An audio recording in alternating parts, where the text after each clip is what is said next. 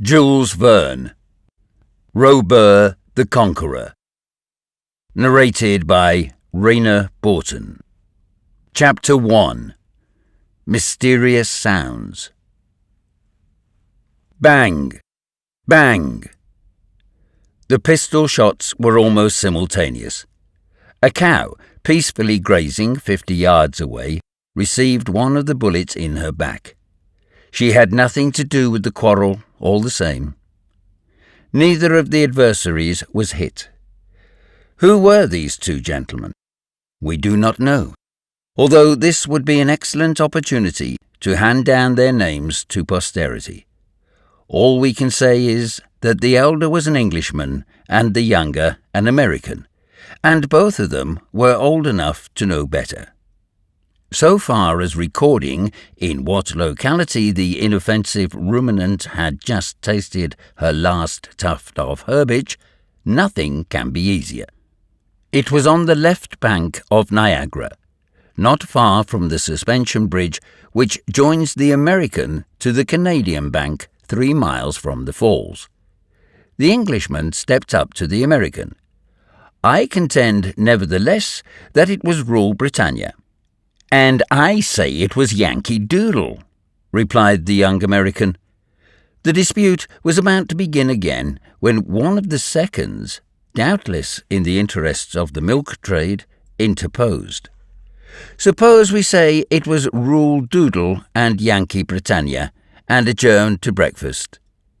This compromise between the national heirs of Great Britain and the United States was adopted to the general satisfaction.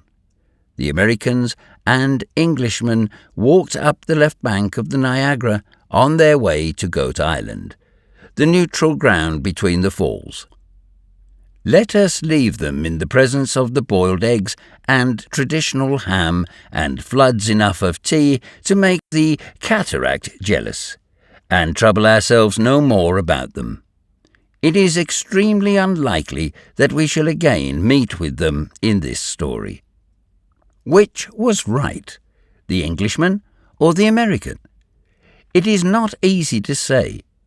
Anyhow, the duel shows how great was the excitement, not only in the new but also in the old world, with regard to an inexplicable phenomenon which for a month or more had driven everybody to distraction. Never had the sky been so much looked at since the appearance of man on the terrestrial globe. The night before, an aerial trumpet had blared its brazen notes through space immediately over that part of Canada between Lake Ontario and Lake Erie. Some people had heard those notes as Yankee Doodle, others had heard them as Rule Britannia, and hence the quarrel between the Anglo-Saxons, which ended with the breakfast on Goat Island. Perhaps it was neither one nor the other of these patriotic tunes, but what was undoubted by all was that these extraordinary sounds had seemed to descend from the sky to the earth. What could it be? Was it some exuberant aeronaut rejoicing on that sonorous instrument of which the renommee makes such obstreperous use? No, there was no balloon, and there were no aeronauts. Some strange phenomenon had occurred in the higher zones of the atmosphere, a phenomenon of which neither the nature nor the cause could be explained. Today it appeared over America. 48 hours afterwards it was over Europe. A week later it was in Asia over the Celestial Empire. Hence, in every country of the world, empire, kingdom, or republic, there was anxiety which it was important to allay. If you hear in your house strange and inexplicable noises, do you not at once endeavour to discover the cause? And if your search is in vain, do you not leave your house and take up your quarters in another? But in this case, the house was the terrestrial globe. There are no means of leaving that house for the moon or Mars or Venus or Jupiter or any other planet of the solar system. and so, of necessity, we have to find out what it is that takes place, not in the infinitive void, but within the atmospherical zones. In fact, if there is no air, there is no noise. And as there was a noise, that famous trumpet, to wit, the phenomenon must occur in the air, the density of which invariably diminishes and which does not extend for more than 6 miles round our spheroid. Naturally, the newspapers took up the question in their thousands, and treated it in every form, throwing on it both light and darkness, recording many things about it, true or false, alarming and tranquilizing their readers, as the sale required, and almost driving ordinary people mad. At one blow, party politics dropped unheeded, and the affairs of the world went on none the worse for it. But what could this thing be? There was not an observatory that was not applied to. If an observatory could not give a satisfactory answer, what was the use of observatories?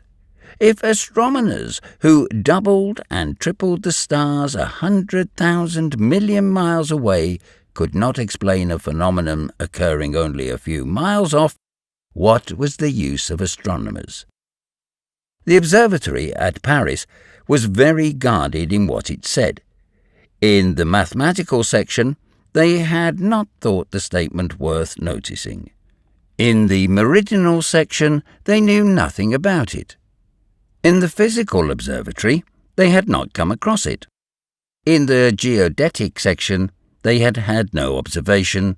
In the meteorological section, there had been no record. In the calculating room, they had had nothing to deal with. At any rate, this confession was a frank one, and the same frankness characterized the replies from the observatory of Montsouris and the magnetic station of the park of Saint-Maur. The same respect for the truth distinguished the Bureau des Longitudes. The provinces were slightly more affirmative. Perhaps in the night of the 5th and the morning of the 6th of May there had appeared a flash of light of electrical origin which lasted about 20 seconds. At the Pic du Midi, this light appeared between 9 and 10 in the evening. At the meteorological observatory on the Puy de Dôme, the light had been observed between 1 and 2 o'clock in the morning. At Mont Ventoux, in Provence, it had been seen between 2 and 3 o'clock. At Nice, it had been noticed between 3 and 4 o'clock, while at the Semnoz Alps between Annecy, Le Bourget, and Le Leman, it had been detected just as the zenith was paling with the dawn.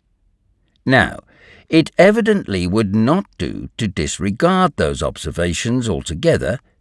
There could be no doubt that a light had been observed at different places, in succession, at intervals, during some hours.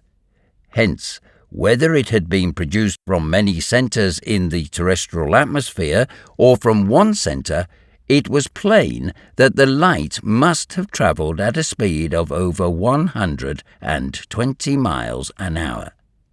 In the United Kingdom, there was much perplexity. The observatories were not in agreement. Greenwich would not consent to the proposition of Oxford. They were agreed on one point, however, and that was, it was nothing at all.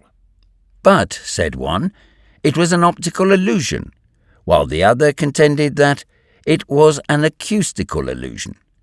And so they disputed. Something, however, was, it will be seen, common to both. It was an illusion. Between the Observatory of Berlin and the Observatory of Vienna, the discussion threatened to end in international complications. But Russia, in the person of the director of the observatory at Pulkar, showed that both were right. It all depended on the point of view from which they attacked the phenomenon, which, though impossible in theory, was possible in practice. In Switzerland, at the observatory of Sauces in the canton of Appenzell, at the Rigi at the Gabries, in the passes of the St. Gothard at the St. Bernard, and the Julia at the Simplon at Zurich, and Somblick in the Tyrolian Alps, there was a very strong disinclination to say anything about what nobody could prove, and that was nothing but reasonable.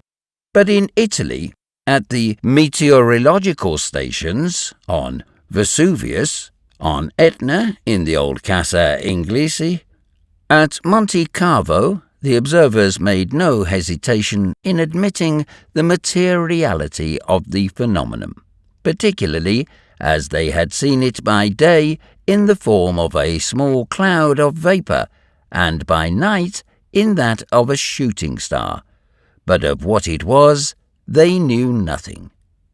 Scientists began at last to tire of the mystery, while they continued to disagree about it and even to frighten the lowly and the ignorant who, thanks to one of the wisest laws of nature, have formed, form, and will form the immense majority of the world's inhabitants. Astronomers and meteorologists would soon have dropped the subject altogether had not, on the night of the 26th and 27th, the observatory of Kautokeino at Finnmark in Norway, and during the night of the 28th and 29th, that of Isfjord at Spitsbergen, Norwegian one and Swedish the other, found themselves agreed in recording that in the centre of an aurora borealis there had appeared a sort of huge bird, an aerial monster, whose structure they were unable to determine, but who, there was no doubt, was showering off from his body certain corpuscles which exploded like bombs.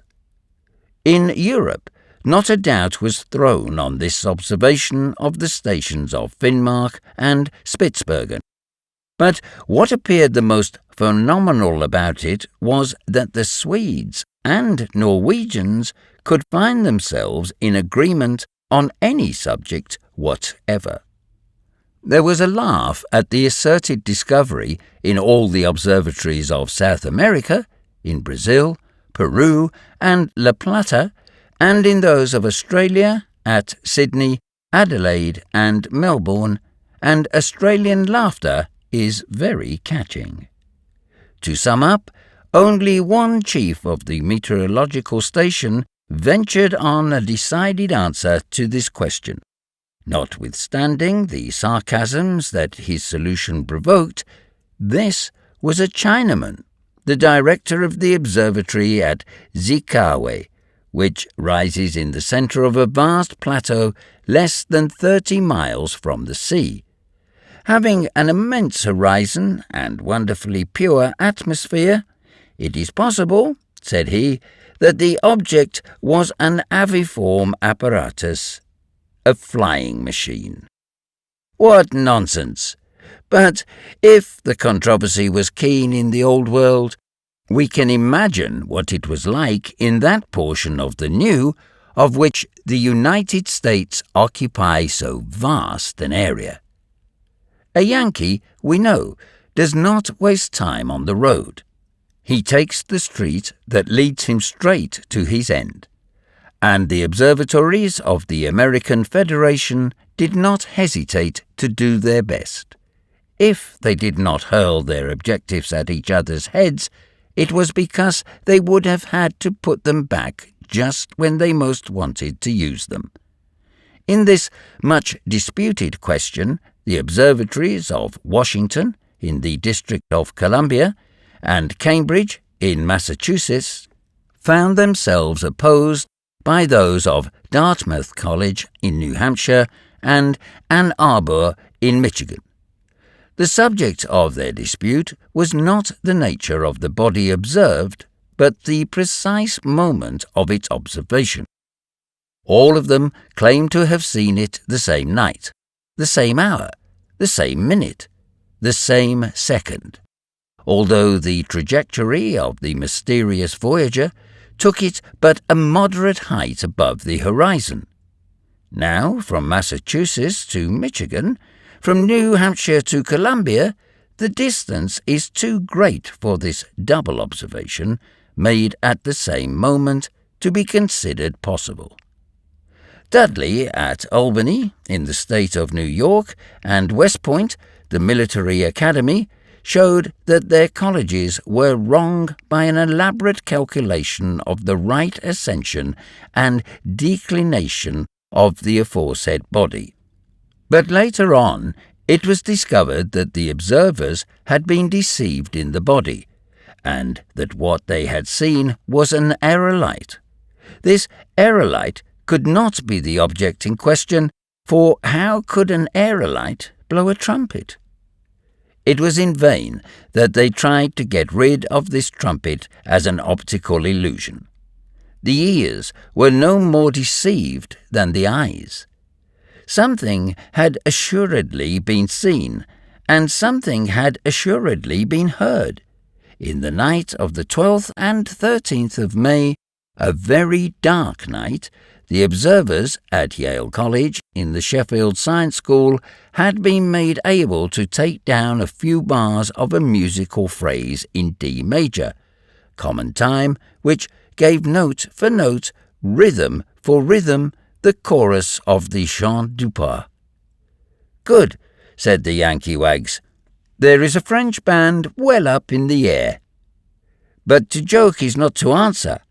Thus said the Observatory at Boston, founded by the Atlantic Iron Works Society, whose opinions in matters of astronomy and meteorology began to have much weight in the world of science. Then there intervened the observatory at Cincinnati, founded in 1870 on Mount Lookout, thanks to the generosity of Mr. Kilgour, and known for its micrometrical measurements of double stars. Its director declared with the utmost good faith that there had certainly been something, that a travelling body had shown itself at very short periods at different points in the atmosphere. But what were the nature of this body, its dimensions, its speed, and its trajectory, it was impossible to say. It was then a journal whose publicity is immense, the New York Herald, received the anonymous contribution hereunder. There will be in the recollection of most people the rivalry which existed a few years ago between the two heirs of the Begum of Ragunara, the French doctor Saracen, the city of Frankville, and the German engineer Schultz in the city of Steeltown, both in the south of Oregon in the United States. It will not have been forgotten that, with the object of destroying Frankville, Herr Schultz launched a formidable engine intended to beat down the town and annihilate it at a single blow. Still less will it be forgotten that this engine, whose initial velocity, as it left the mouth of the monster cannon, had been erroneously calculated, had flown off at a speed exceeding by 16 times that of ordinary projectiles, or about 450 miles an hour, that it did not fall to the ground, and that it passed into an aerolytic stage so as to circle forever round our globe. Why should not this be the body in question? Very ingenious, Mr. Correspondent on the New York Herald, but how about the trumpet? There was no trumpet in Herr Schultz's projectile. So all the explanations explained nothing, and all the observers had observed in vain. There remained only the suggestion offered by the director of Zikawe, but the opinion of a Chinaman? The discussion continued, and there was no sign of agreement. Then came a short period of rest. Some days elapsed without any object, aerolite or otherwise, being described, and without any trumpet notes being heard in the atmosphere.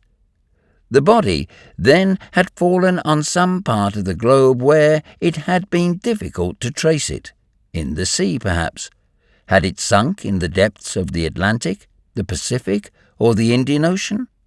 What was to be said in this matter? But then, between the 2nd and 9th of June, there came a new series of facts which could not possibly be explained by the unaided existence of a cosmic phenomenon. In a week, the hamburgers at the top of St. Michael's Tower, the Turks on the highest minaret of St. Sophia, the Ravenna at the end of the metal spire of their cathedral, the Strasburgers at the summit of their minster, the Americans on the head of the Liberty statue at the entrance of the Hudson and on the Bunker Hill Monument at Boston, the Chinese at the spike of the temple of the 400 genii at Canton, the Hindus on the 16th terrace of the pyramid of the temple at Tanjore, the San Petrini at the cross of St. Peter's at Rome, the English at the cross of St. Paul's in London, the Egyptians at the apex of the Great Pyramid of Giza, the Parisians at the lightning conductor of the Iron Tower of the Exposition of 1889, 1,000 feet high, all of them beheld a flag floating from some one of these inaccessible points. And the flag was black, dotted with stars, and it bore a golden sun in its centre.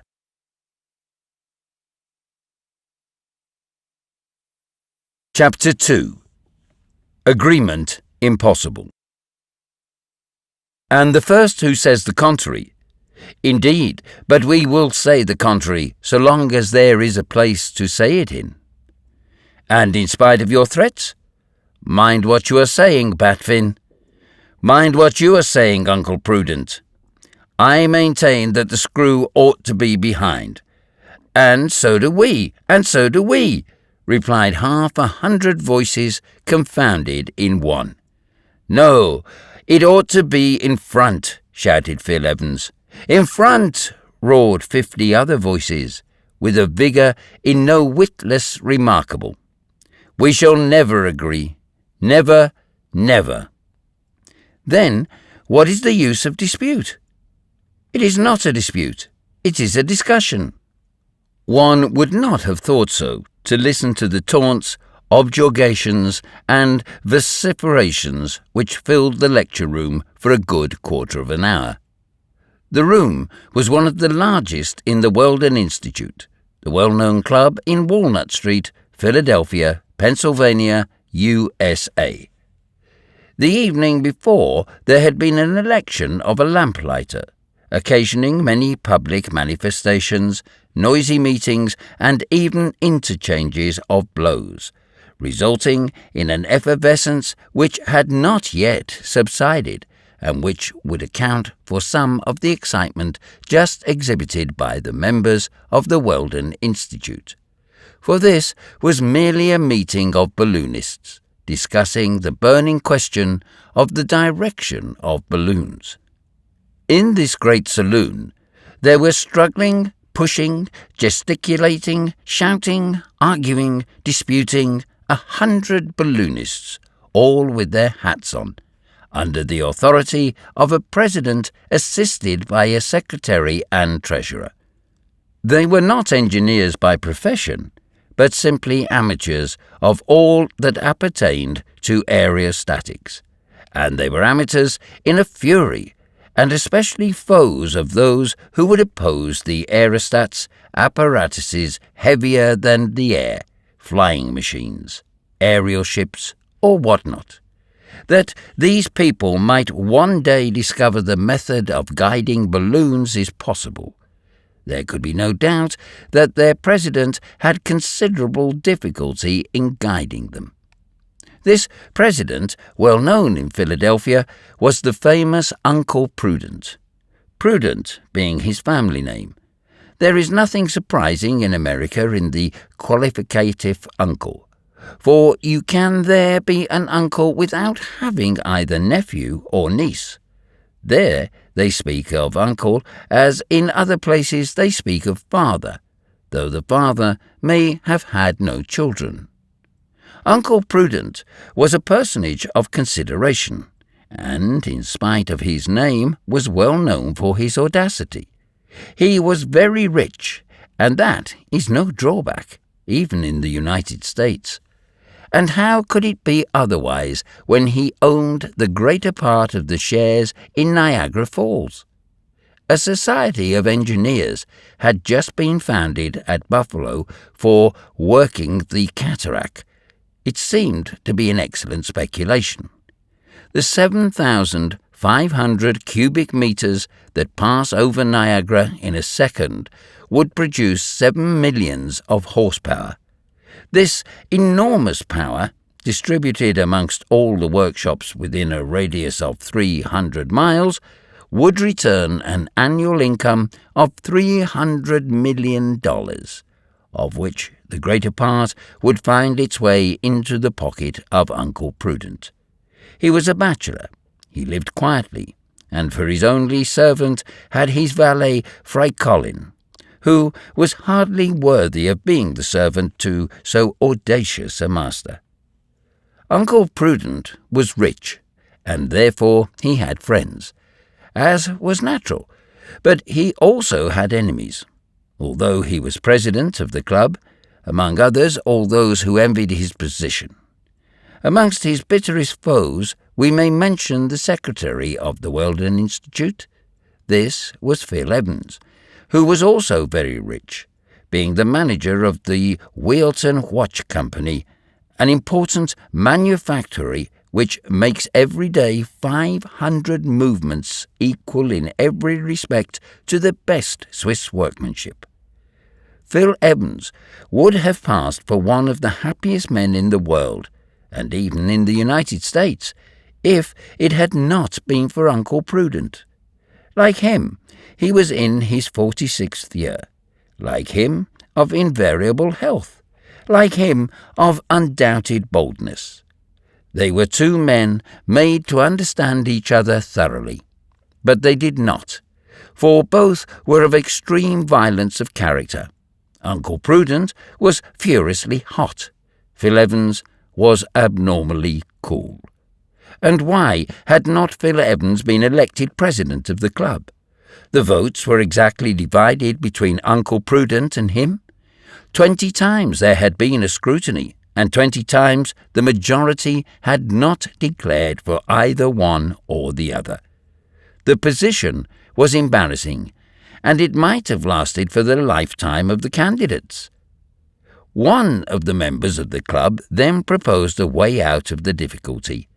This was Jem Chip, the treasurer of the Weldon Institute. Chip was a confirmed vegetarian, a proscriber of all animal nourishment, of all fermented liquors, half a Mussulman, half a Brahmin. On this occasion, Jem Chip was supported by another member of the club, William T. Forbes, the manager of a large factory where they made glucose by treating rags with sulfuric acid. A man of good standing was this William T. Forbes, the father of 2 charming girls, Miss Dorothy, called Doll, and Miss Martha, called Matt, who gave the tone to the best society in Philadelphia. It followed, then, on the proposition of Jem Chip, supported by William T. Forbes and others, that it was decided to elect the president on the center point. This mode of election can be applied in all cases when it is desired to elect the most worthy, and a number of Americans of high intelligence are already thinking of employing it in the nomination of the President of the Republic of the United States. On 2 boards of perfect whiteness, a black line is traced. The length of each of these lines is mathematically the same, for they have been determined with as much accuracy as the base of the first triangle in the trigonometrical survey. That done, the two boards were erected on the same day in the centre of the conference room, and the two candidates, each armed with a fine needle, marched towards the board that had fallen to his lot. The man who planted his needle nearest the centre of the line would be proclaimed President of the Weldon Institute. The operation must be done at once. No guide marks or trial shots allowed. Nothing but sureness of eye. The man must have a compass in his eye, as the saying goes. That was all. Uncle Prudent stuck in his needle at the same moment as Phil Evans did his. Then there began the measurement to discover which of the two competitors had most nearly approached the centre. Wonderful! Such had been the precision of the shots that the measures gave no appreciable difference. If they were not exactly in the mathematical centre of the line, the distance between the needles was so small as to be invisible to the naked eye. The meeting was much embarrassed. Fortunately, one of the members, Truck Milner, insisted that the measurements should be remade by means of a rule graduated by the micrometrical machine of Monsieur Pureau, which can divide a millimetre into 15/100ths of a millimetre with a diamond splinter, was brought to bear on the lines, and on reading the divisions through the microscope, the following were the results. Uncle Prudent had approached the centre within less than 6/1500ths of a millimetre. Phil Evans was within 9/1500ths. And that is why Phil Evans was only secretary of the Weldon Institute, whereas Uncle Prudent was president. A difference of 3/1500ths of a millimetre. And on account of it, Phil Evans vowed against Uncle Prudent one of those hatreds which are none the less fierce for being latent.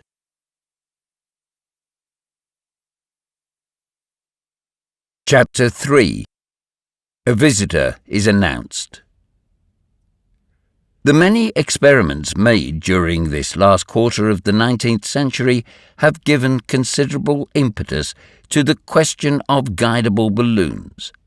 The cars furnished with propellers attached in 1852 to the aerostats of the elongated form introduced by Henry Giffard, the machines of Dupuy de Lorme in 1872, of the Tizandier brothers in 1883, and of Captain Krebs and Renard in 1884, yielded many important results. But if these machines, moving in a medium heavier than themselves, manoeuvring under the propulsion of a screw, working at an angle to the direction of the wind, and even against the wind to return to their point of departure, had been really guidable, they had only succeeded under very favourable conditions. In large, covered halls their success was perfect. In a calm atmosphere they did very well. In a light wind of 5 or 6 yards a second they still moved, but nothing practical had been obtained. Against a miller's wind 9 yards a second, the machines had remained almost stationary.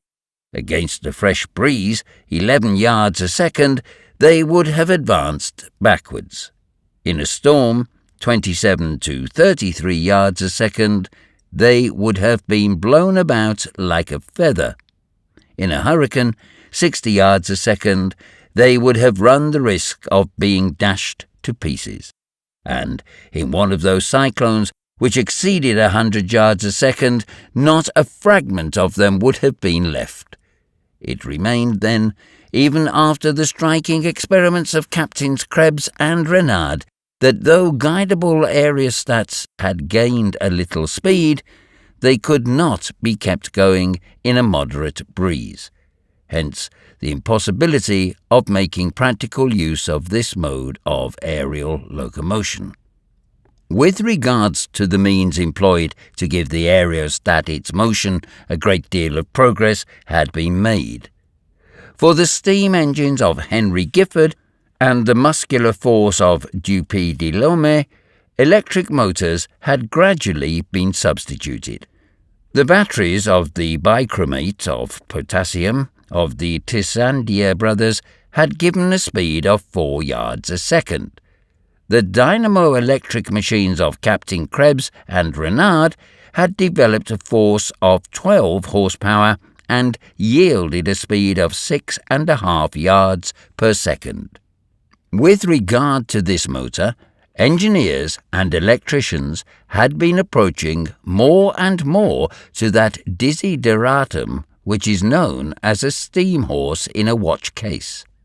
Gradually, the results of the pile of which Captains Krebs and Renard had kept the secret had been surpassed, and aeronauts had become available to avail themselves of motors whose lightness increased at the same time as their power. In this, there was much to encourage those who believed in the utilization of guidable balloons. But yet, how many good people there are who refuse to admit the possibility of such a thing. If the aerostat finds support in the air, it belongs to the medium in which it moves.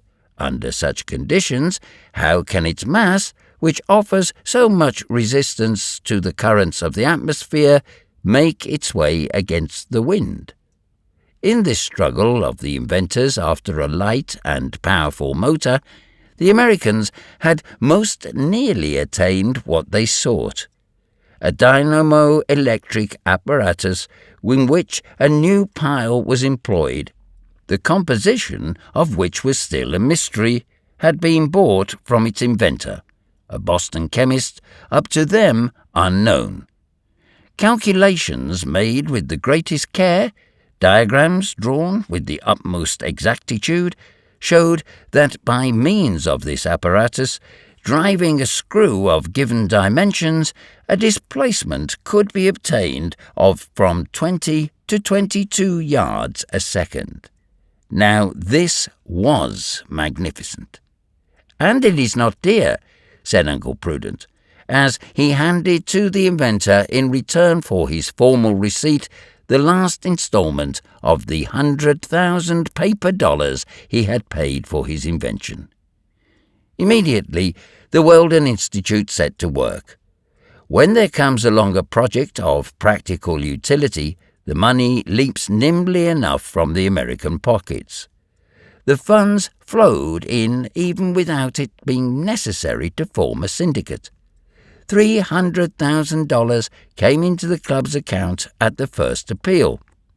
The work began under the superintendence of the most celebrated aeronaut of the United States, Harry W. Tinder, immortalized by 3 of his ascents out of 1,000, one in which he rose to a height of 12,000 yards, higher than Gay Lussac, Coxwell, Civet, Crochat Spinelli, Tissandier, Glacier, another in which he had crossed America from New York to San Francisco, exceeding by many hundred leagues the journeys of Nadar, Goddard, and others, to say nothing of that of John Wise, who accomplished 1,150 miles from St. Louis to Jefferson County, the third which ended in a frightful fall from 1,500 feet at the cost of a slight sprain in the right thumb, while the less fortunate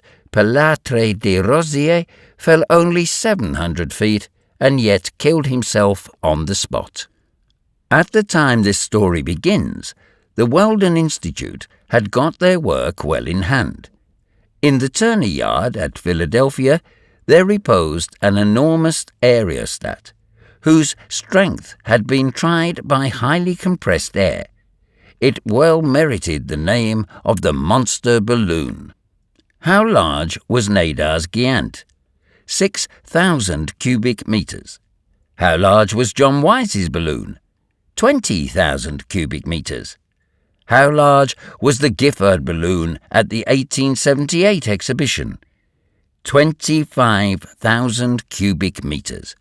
Compare these three area stats with the aerial machine of the Weldon Institute, whose volume amounted to 40,000 cubic meters, and you will understand why Uncle Prudent and his colleagues were so justifiably proud of it. This balloon, not being destined for the exploration of the higher strata of the atmosphere, was not called the Excelsior, a name which is rather too much held in honor among the citizens of America. No, it was called simply the Go-Ahead, and all it had to do was to justify its name by going ahead obediently to the wishes of its commander.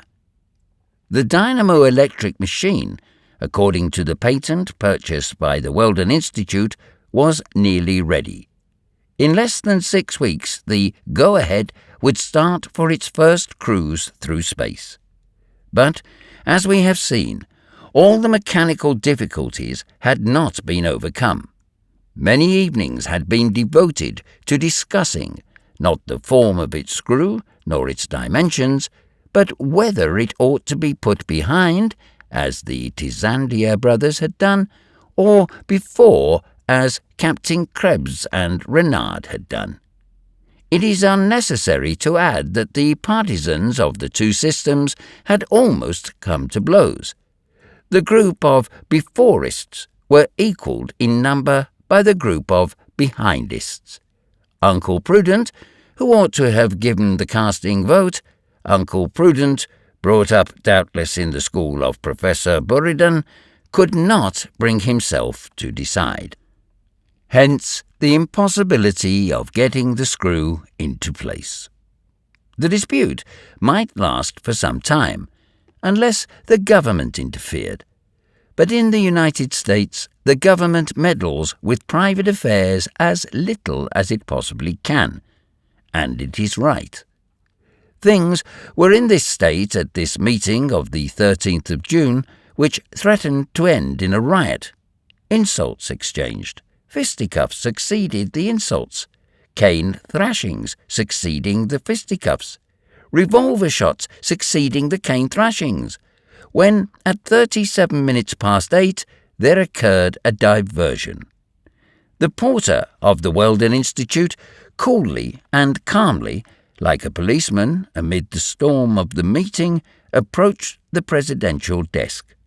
On it he placed a card. He awaited the orders that Uncle Prudent found it convenient to give. Uncle Prudent turned on the steam whistle, which did duty for the presidential bell, for even the Kremlin clock would have struck in vain.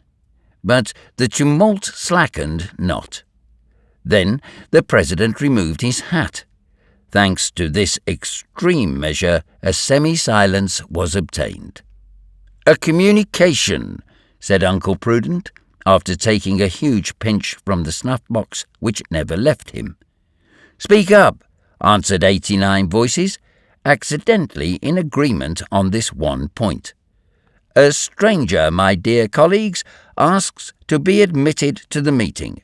"Never," replied every voice.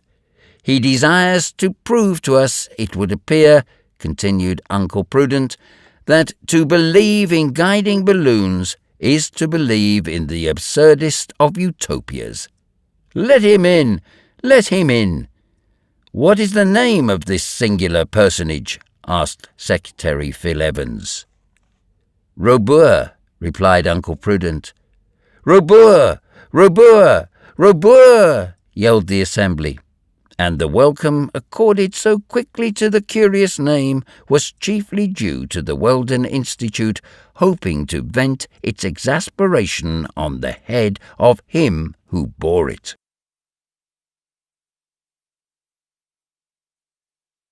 Chapter 4, in which a new character appears. Citizens of the United States, my name is Robur. I am worthy of the name. I am 40 years old, although I look but 30, and I have a constitution of iron. a healthy vigour that nothing can shake, a muscular strength that few can equal, and a digestion that would be thought first class even in an ostrich. They were listening. Yes, the riot was quelled at once by the totally unexpected fashion of the speech. Was this fellow a madman or a hoaxer? Whoever he was, he kept his audience in hand. There was not a whisper in the meeting in which but a few minutes ago the storm was in full fury. And Robur looked the man he said he was. Of middle height and geometric breadth, his figure was a regular trapezium, with the greatest of its parallel sides formed by the line of his shoulders. On this line, attached by a robust neck, there rose an enormous spheroidal head. The head of what animal did it resemble, from the point of view of passional analogy? The head of a bull, but a bull with an intelligent face, eyes which at the least opposition would glow like coals of fire, and above them a permanent contraction of the superciliary muscle, an invariable sign of extreme energy. Short hair, slightly woolly, with metallic reflections, large chest rising and falling like a smith's bellows, arms, hands, legs, feet, all worthy of the trunk. No moustaches, no whiskers, but a large American goatee revealing the attachments of the jaw whose masseter muscles were evidently of formidable strength. It has been calculated, what has not been calculated, that the pressure of the jaw of an ordinary crocodile can reach 400 atmospheres, while that of a hound can only amount to 100. From this the following curious formula has been deduced. If a kilogram of dog produces 8 kilograms of masseteric force, a kilogram of crocodile could produce 12. Now, a kilogram of the aforesaid Robur would not produce less than 10, so that he came between the dog and the crocodile. From what country did this remarkable specimen come? It was difficult to say. One thing was noticeable, and that was that he expressed himself fluently in English, without a trace of the drawling twang that distinguishes the Yankees of New England. He continued, "And now, honourable citizens, for my mental faculties. You see before you an engineer whose nerves are in no way inferior to his muscles. I have no fear of anything or anybody. I have a strength of will that has never had to yield. When I have decided on a thing, all America, all the world may strive in vain to keep me from it. When I have an idea, I allow no one to share it, and I do not permit any contradiction. I insist on these details, honourable citizens, because it is necessary you should quite understand me. Perhaps you think I am talking too much about myself. It does not matter if you do. And now consider a little before you interrupt me, as I have come to tell you something that you may not be particularly pleased to hear." A sound, as of the surf on the beach, began to rise along the first row of seats, a sign that the sea would not be long in getting stormy again. "Speak, stranger," said Uncle Prudent, who had some difficulty in restraining himself. And Robur spoke as follows, without troubling himself any more about his audience. "Yes, I know it well. After a century of experiments that have led to nothing, and trials giving no results, there still exist ill-balanced minds who believe in guiding balloons. They imagine that a motor of some sort, electric or otherwise, might be applied to their pretentious skin-bags, which are at the mercy of every current in the atmosphere. They persuade themselves that they can be masters of an aerostat as they can be masters of a ship on the surface of the sea. because a few inventors in calm or nearly calm weather have succeeded in working an angle with the wind, or even beating to windward in a gentle breeze, they think that the steering of aerial apparatus lighter than the air is a practical matter.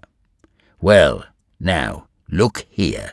You 100 who believe in the realization of your dreams are throwing your thousands of dollars not into water, but into space. You are fighting the impossible. Strange as it was that at this affirmation the members of the Weldon Institute did not move. Had they become as deaf as they were patient? Or were they reserving themselves to see how far this audacious contradictor would dare to go? Robur continued, "What? A balloon? When to obtain the raising of a couple of pounds you require a cubic yard of gas? A balloon pretending to resist the wind by aid of its mechanism, when the pressure of a light breeze on a vessel's sails is not less than that of 400 horsepower? When, in the accident at the Tay Bridge, you saw the storm produce a pressure of 8.5 hundredweight on a square yard? A balloon, when on such a system nature has never constructed anything flying, whether furnished with wings like birds, or membranes like certain fish, or certain mammalia." "Mammalia!" exclaimed one of the members. "Yes, mammalia, the bat which flies, if I am not mistaken. Is the gentleman unaware that this flyer is a mammal? Did he ever see an omelette made of bat's eggs?"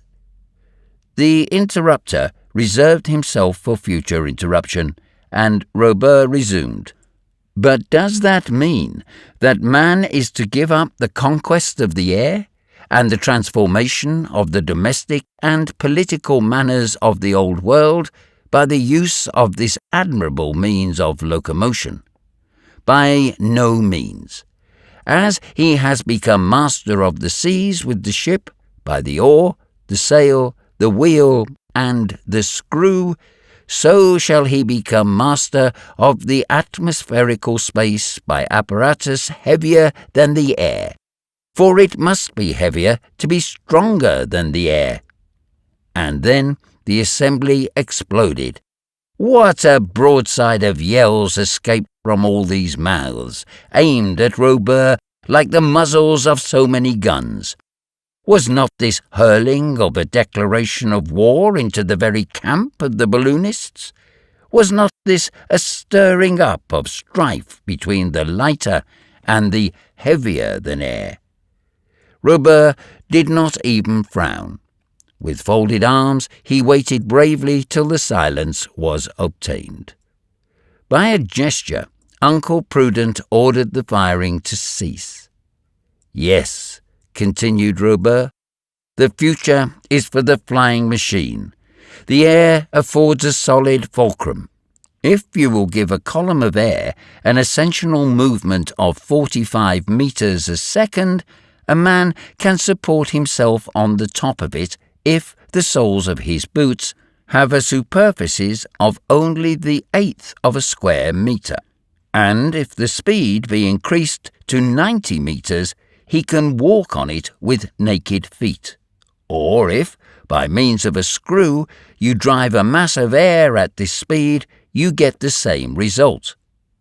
What Robur said had been said before by all the partisans of the aviation, whose work slowly but surely is leading on to the solution of the problem. To Ponton d'Amicourt, Lalandel, Nadar, Deleuze, Delouvier, Liège, Belaguier, Moreau, the brothers Richard, Babinet, Jobert, Du Temple, Salivas, Penot, de Villeneuve, Gaucho, and Tatin, Michael Laup, Edison, Planiverne, and so many others, belongs the honour of having brought forward ideas of such simplicity. abandoned and resumed times without number. They are sure some day to triumph. To the enemies of aviation, who urge that the bird only sustains himself by warming the air he strikes, their answer is ready. Have they not proved that an eagle weighing 5 kilograms would have to fill 50 cubic meters with his warm fluid merely to sustain himself in space? This is what Robur demonstrated with undeniable logic amid the uproar that arose on all sides. And in conclusion, these are the words he hurled in the faces of the balloonists. With your aerostats, you can do nothing. You will arrive at nothing. You will dare do nothing. The boldest of your aeronauts, John Wise, although he has made an aerial voyage of 1,200 miles above the American continent, has had to give up his project of crossing the Atlantic. And you have not advanced one step, not one step towards your end.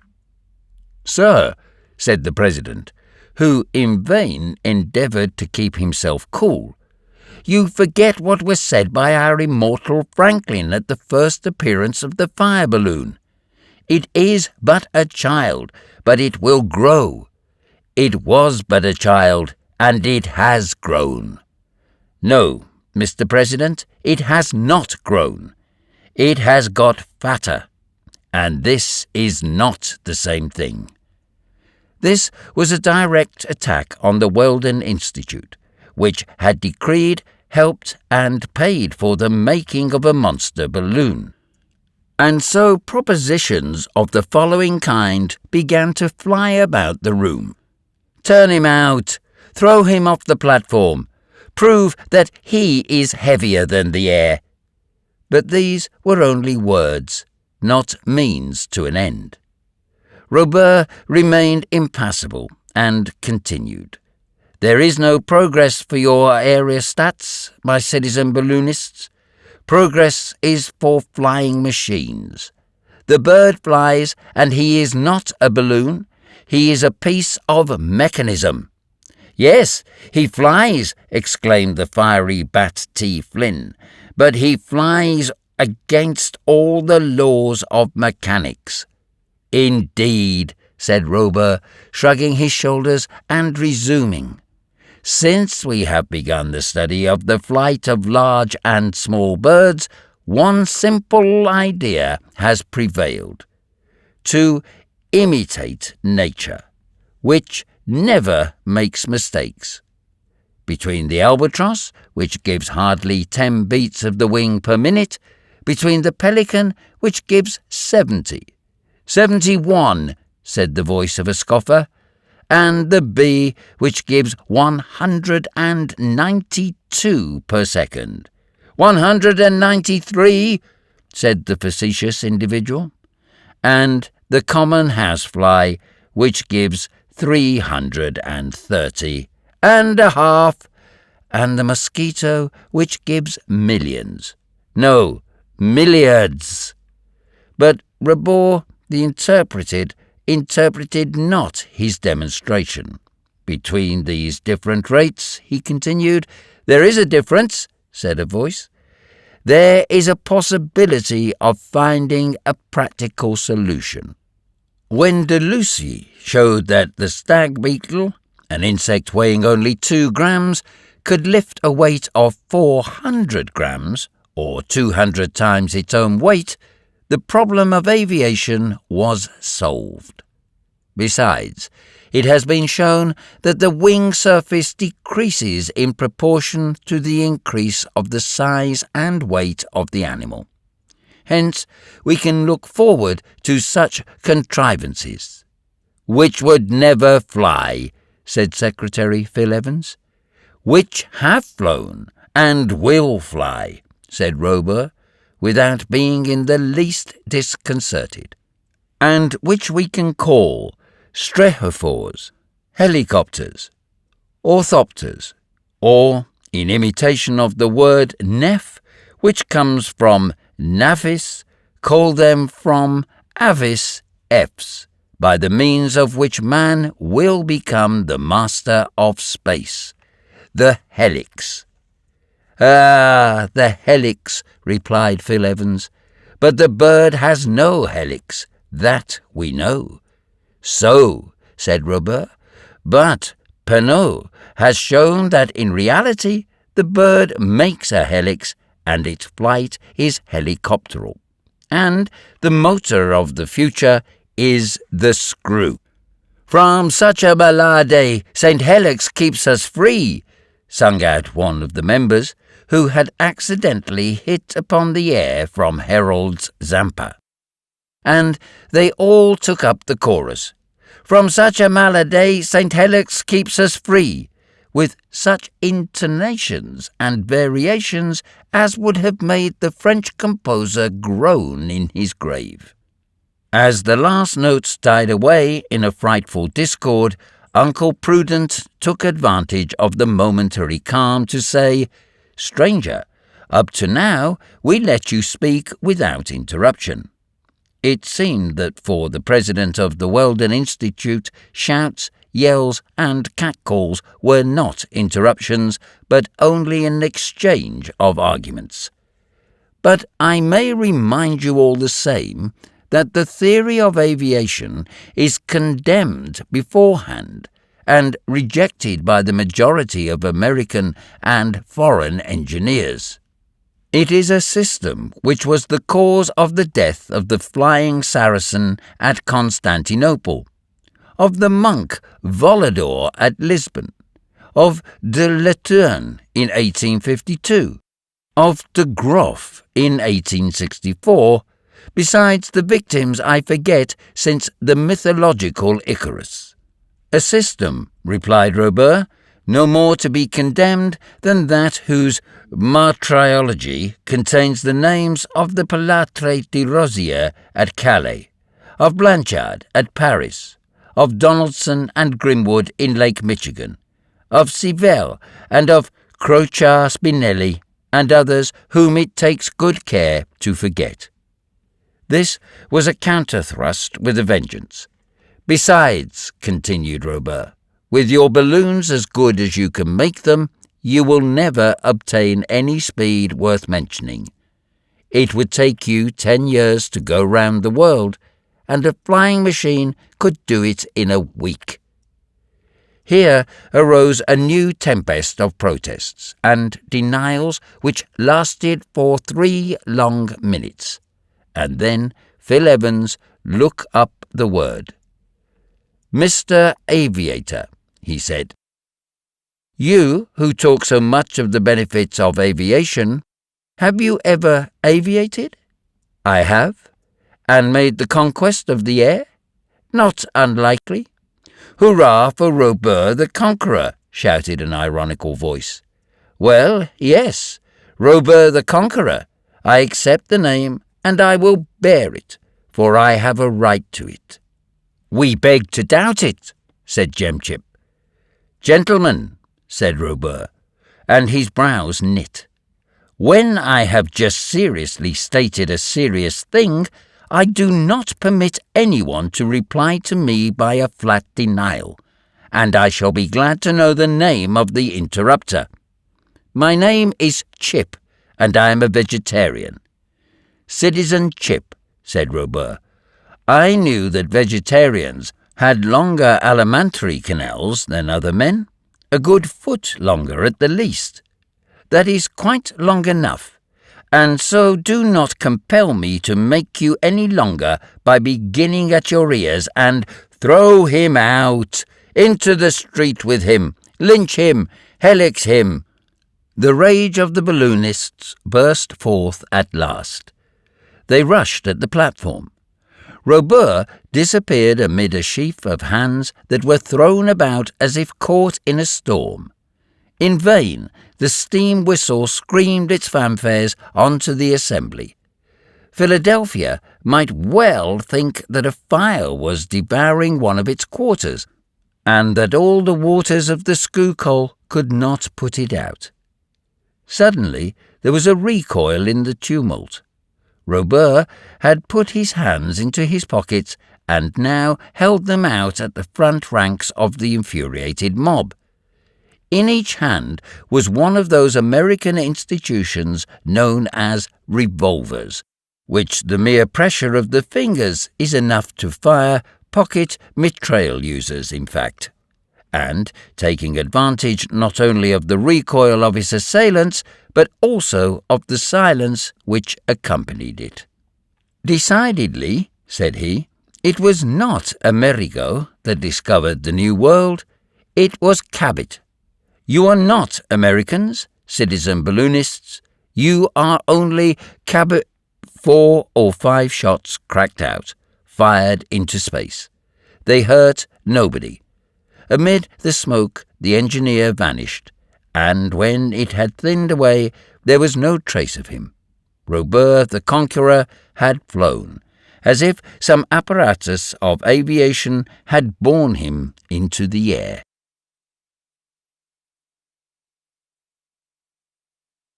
Chapter 5. Another Disappearance. This was not the first occasion on which, at the end of their stormy discussions, the members of the Weldon Institute had filled Walnut Street and its neighbourhood with their tumult. Several times had the inhabitants complained of the noisy way in which the proceedings ended, and more than once had the policeman had to interfere to clear the thoroughfare for the passer-by, who, for the most part, were supremely indifferent on the question of aerial navigation. But never before had the tumult attained such proportions. Never had the complaints been better founded. Never had the intervention of the police been more necessary. But there was some excuse for the members of the Weldon Institute. They had been attacked in their own house.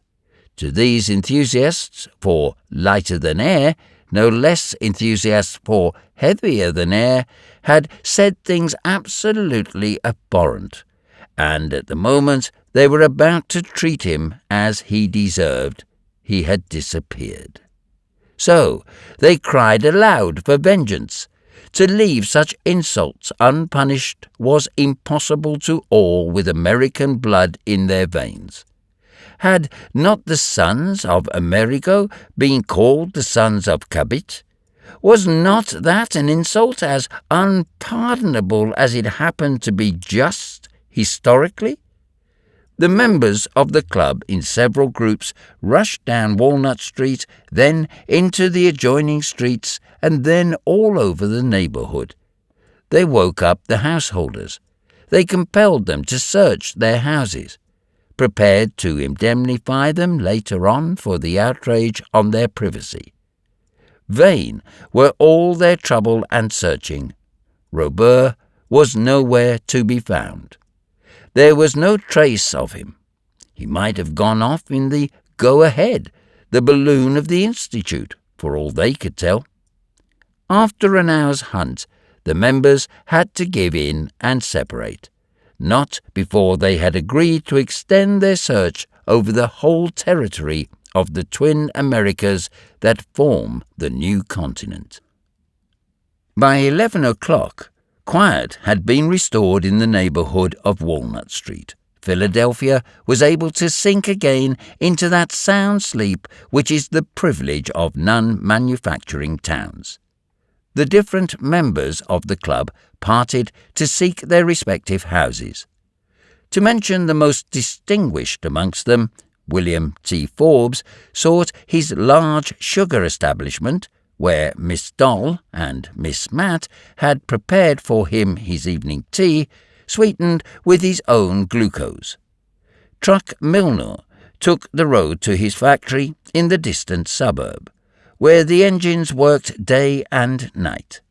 Treasurer Jim Chip, publicly accused of possessing an alimentary canal 12 inches longer than that of other men, returned to the vegetable soup that was waiting for him. Two of the most important balloonists, two only, did not seem to think of returning so soon to their domicile. they availed themselves of the opportunity to discuss the question with more than usual acrimony. These were the irreconcilables, Uncle Prudent and Phil Evans, the president and secretary of the Weldon Institute. At the door of the club, the valet, Fry Colin, waited for Uncle Prudent, his master, and at last he went after him, though he cared but little for the subject which had set the two colleagues at loggerheads. It is only an euphemism that the verb discuss can be used to express the way in which the duet between the president and secretary was being performed. As a matter of fact, they were in full wrangle with an energy born of their old rivalry. "No, sir, no," said Phil Evans. "If I had had the honour of being president of the Weldon Institute, there never would have been such a scandal."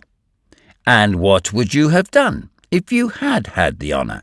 demanded Uncle Prudent. "I would have stopped the insulter before he had opened his mouth." "It seems to me it would have been impossible to stop him until he had opened his mouth," replied Uncle Prudent. "Not in America, sir, not in America." And, exchanging such observations, increasing in bitterness as they went, they walked on through the streets, farther and farther from their homes, until they reached a part of the city whence they had to go a long way round to get back.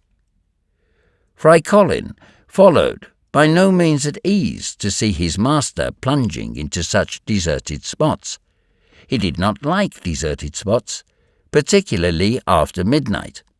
In fact, the darkness was profound, and the moon was only a thin crescent just beginning its monthly life. Fry Colin kept a lookout to the left and right of him to see if he was followed, and he fancied he could see 5 or 6 hulking follows dogging his footsteps.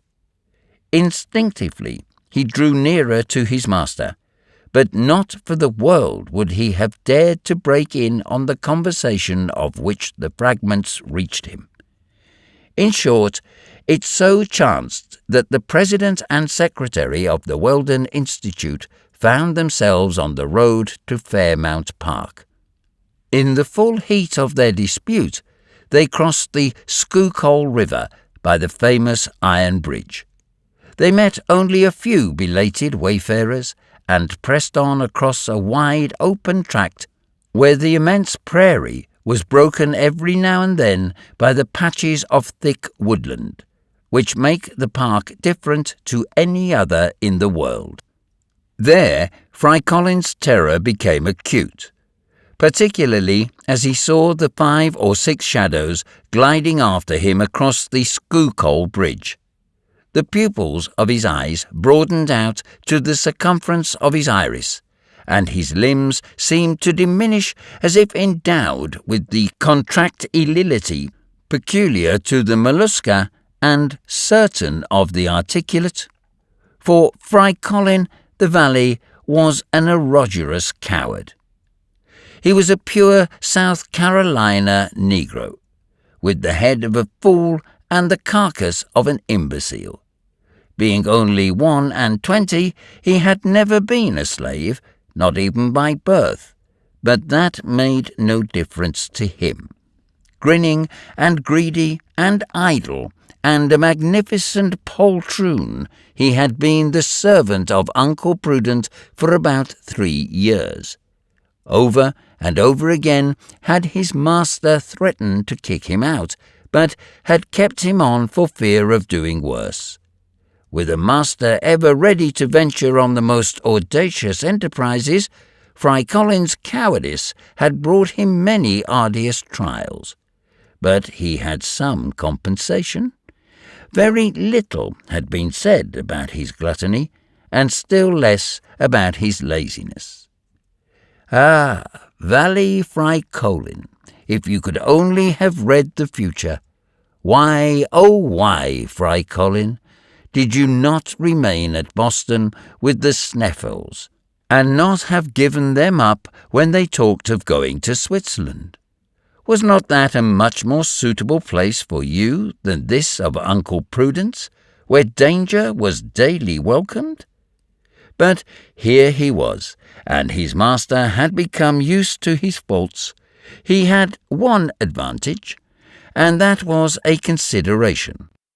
Although he was a Negro by birth, he did not speak like a Negro, and nothing is so irritating as that hateful jargon in which all the pronouns are possessive and all the verbs infinitive.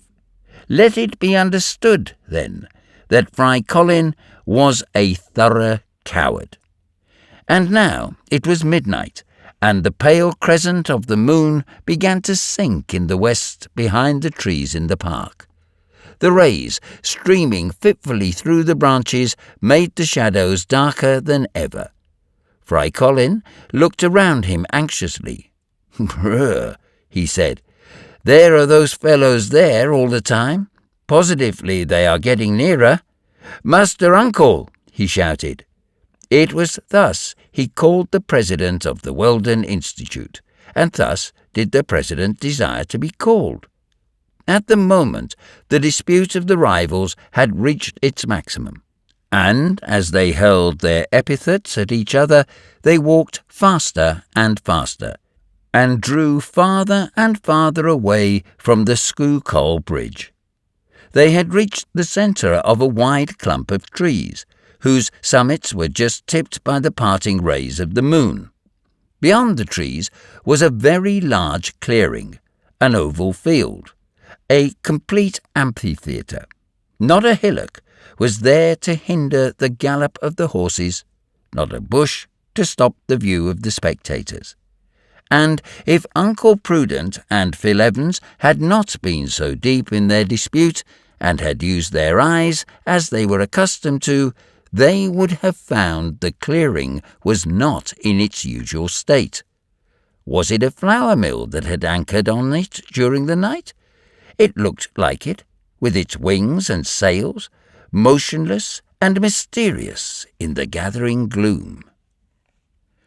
But neither the president nor the secretary of the Weldon Institute noticed the strange modification in the landscape of Fairmount Park, and neither did Fry Colin. It seemed to him that the thieves were approaching and preparing for their attack, and he was seized with convulsive fear, paralyzed in his limbs, with every hair he could boast of on the bristle. His terror was extreme. His knees bent under him, but he had just strength enough to exclaim for the last time, "Master Uncle! Master Uncle!" "What is the matter with you?" asked Uncle Prudent. Perhaps the disputants would not have been sorry to have relieved their fury at the expense of the unfortunate valet, but they had no time, and neither even had he time to answer. A whistle was heard. A flash of electric light shot across the clearing. A signal, doubtless. The moment had come for the deed of violence. In less time than it takes to tell, 6 men came leaping across from under the trees, 2 onto Uncle Prudent, 2 onto Phil Evans, 2 onto Fry Colin. There was no need for the last 2, for the Negro was incapable of defending himself. The president and secretary of the Weldon Institute, although taken by surprise, would have resisted. They had neither time nor strength to do so. In a second they were rendered speechless by a gag, blind by a bandage, thrown down, pinioned, and carried boldly off across the clearing. What could they think except that they had fallen into the hands of people who intended to rob them? The people did nothing of the sort, however. They did not even touch Uncle Prudent's pockets, although, according to his custom, they were full of paper dollars. Within a minute of the attack, without a word being passed, Uncle Prudent, Phil Evans, and Fry Colin felt themselves laid gently down, not on the grass, but on a sort of plank that creaked beneath them. They were laid down side by side. A door was shut, and the grating of a bolt in a staple told them that they were prisoners. Then there came a continuous buzzing, a quivering, a frrr, with the rrr unending, and that was the only sound that broke the quiet of the night. Great was the excitement next morning in Philadelphia. Very early was it known what had passed at the meeting of the Institute. Everyone knew of the appearance of the mysterious engineer named Robur, Robur the Conqueror, and the tumult among the balloonists, and his inexplicable disappearance. But it was quite another thing when all the town heard that the president and secretary of the club had also disappeared during the night. Long and keen was the search in the city and neighborhood. Useless. The newspapers of Philadelphia, the newspapers of Pennsylvania, the newspapers of the United States reported the facts and explained them in 100 ways, not one of which was the right one. Heavy rewards were offered, and placards were pasted up, but all to no purpose. The earth seemed to have opened and bodily swallowed the president and secretary of the Weldon Institute.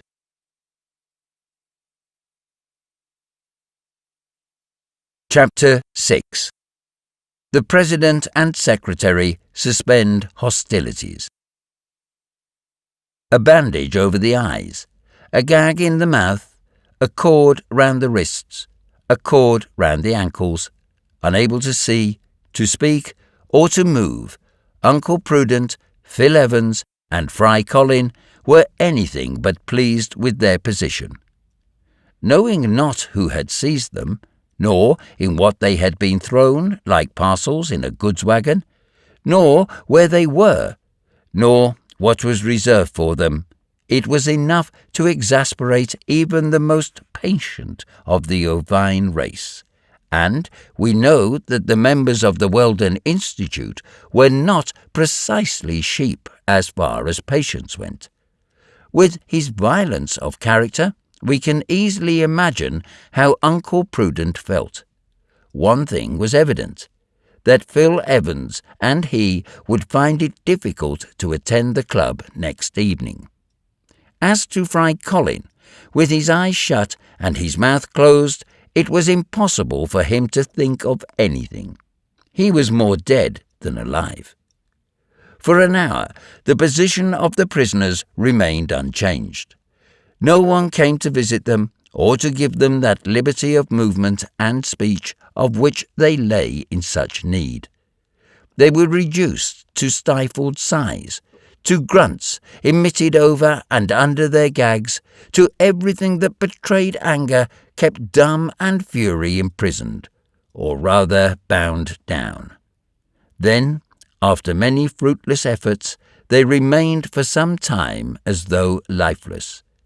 Then, as the sense of sight was denied them, they tried by their sense of hearing to obtain some indication of the nature of this disquieting state of things. But in vain did they seek for any other sound than an interminable and inexplicable frrr, which seemed to envelop them in a quivering atmosphere. At last something happened. Phil Evans, regaining his coolness, managed to slacken the cord which bound his wrists. Little by little the knot slipped. His fingers slipped over each other, and his hands regained their usual freedom. A vigorous rubbing restored the circulation.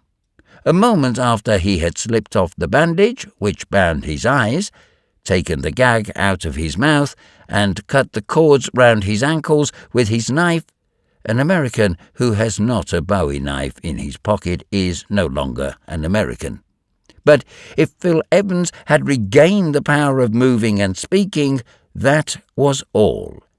his eyes were useless to him, at present, at any rate. The prison was quite dark, though about 6 feet above him a feeble gleam of light came in through a kind of loophole. As may be imagined, Phil Evans did not hesitate to at once set free his rival. A few cuts with the bowie settled the knots which bound him foot and hand. Immediately, Uncle Prudent rose to his knees and snatched away his bandage and gag. "Thanks," he said in a stifled voice. "Phil Evans, Uncle Prudent. Here we are no longer the President and Secretary of the Weldon Institute. We are adversaries no more." "You are right," answered Evans. "We are now only 2 men agreed to avenge ourselves on a third whose attempt deserves severe reprisals. And this third is—" "Robur. It is Robur." On this point both were absolutely in accord. On this subject there was no fear of dispute. "And your servant?" said Phil Evans, pointing to Fry Colin, who was puffing like a grampus. "We must set him free." "Not yet," said Uncle Prudent. "He would overwhelm us with his jeremiads, and we have something else to do than abuse each other." "What is that, Uncle Prudent?" "To save ourselves, if possible." "You are right, even if it is impossible. And even if it is impossible." There could be no doubt that this kidnapping was due to Robur, for an ordinary thief would have relieved them of their watches, jewellery, and purses, and thrown their bodies into the Schuylkill, with a good gash in their throats, instead of throwing them to the bottom of what? That was a serious question, which would have to be answered before attempting an escape with any chance of success. "Phil Evans," began Uncle Prudent, "if when we came away from our meeting, instead of indulging in amenities to which we need not recur, we had kept our eyes more open, this would not have happened. Had we remained in the streets of Philadelphia, there would have been none of this. Evidently, Robur foresaw what would happen at the club and had placed some of his bandits on guard at the door. When we left Walnut Street, these fellows must have watched us and followed us, and when we imprudently ventured into Fairmount Park, they went in for their little game." "Agreed," said Evans. "We were wrong not to go straight home." "It is always wrong not to be right," said Prudent. Here a long-drawn sigh escaped from the darkest corner of the prison. "What is that?" asked Evans. "Nothing. Fry Colin is dreaming." Between the moment we were seized, a few steps out into the clearing, and the moment we were thrown in here, only 2 minutes elapsed. It is thus evident that those people did not take us out of Fairmount Park. And if they had done so, we should have felt we were being moved. Undoubtedly, and consequently, we must be in some vehicle, perhaps some of those long prairie wagons, or some show caravan. Evidently, for if we were in a boat moored on the Schuylkill, we should have noticed the movement due to the current. That is so, and as we are still in the clearing, I think that now is the time to get away, and we can return later to settle with this Robur, and make him pay for his attempt on the liberty of 2 citizens of the United States. And he shall pay pretty dearly. But who is this man? Where does he come from? Is he English, or German, or French? "He is a scoundrel, that is enough," said Uncle Prudent. "Now, to work." And then the 2 men, with their hands stretched out and their fingers wide apart, began to feel round the walls to find a joint or crack. Nothing. Nothing. Not even at the door. It was closely shut, and it was impossible to shoot back the lock. All that could be done was to make a hole and escape through the hole. It remained to be seen if the knives could cut into the walls. "But whence comes this never-ending rustling?" asked Evans, who was much impressed at the continuous frrrr. "The wind, doubtless," said Uncle Prudent. "The wind? But I thought the night was quite calm." "So it was. But if it isn't the wind, what can it be?" Phil Evans got out the best blade of his knife and set to work on the wall near the door. Perhaps he might make a hole which would enable him to open it from the outside should it be only bolted or should the key have been left in the lock. He worked away for some minutes. The only result was to nip up his knife, to snip off its point, and transform what was left of the blade into a saw. "Doesn't it cut?"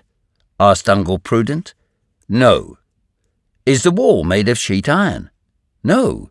It gives no metallic sound when you hit it." "Is it of ironwood?" "No, it isn't iron and it isn't wood." "What is it then?" "Impossible to say, but anyhow, steel doesn't touch it."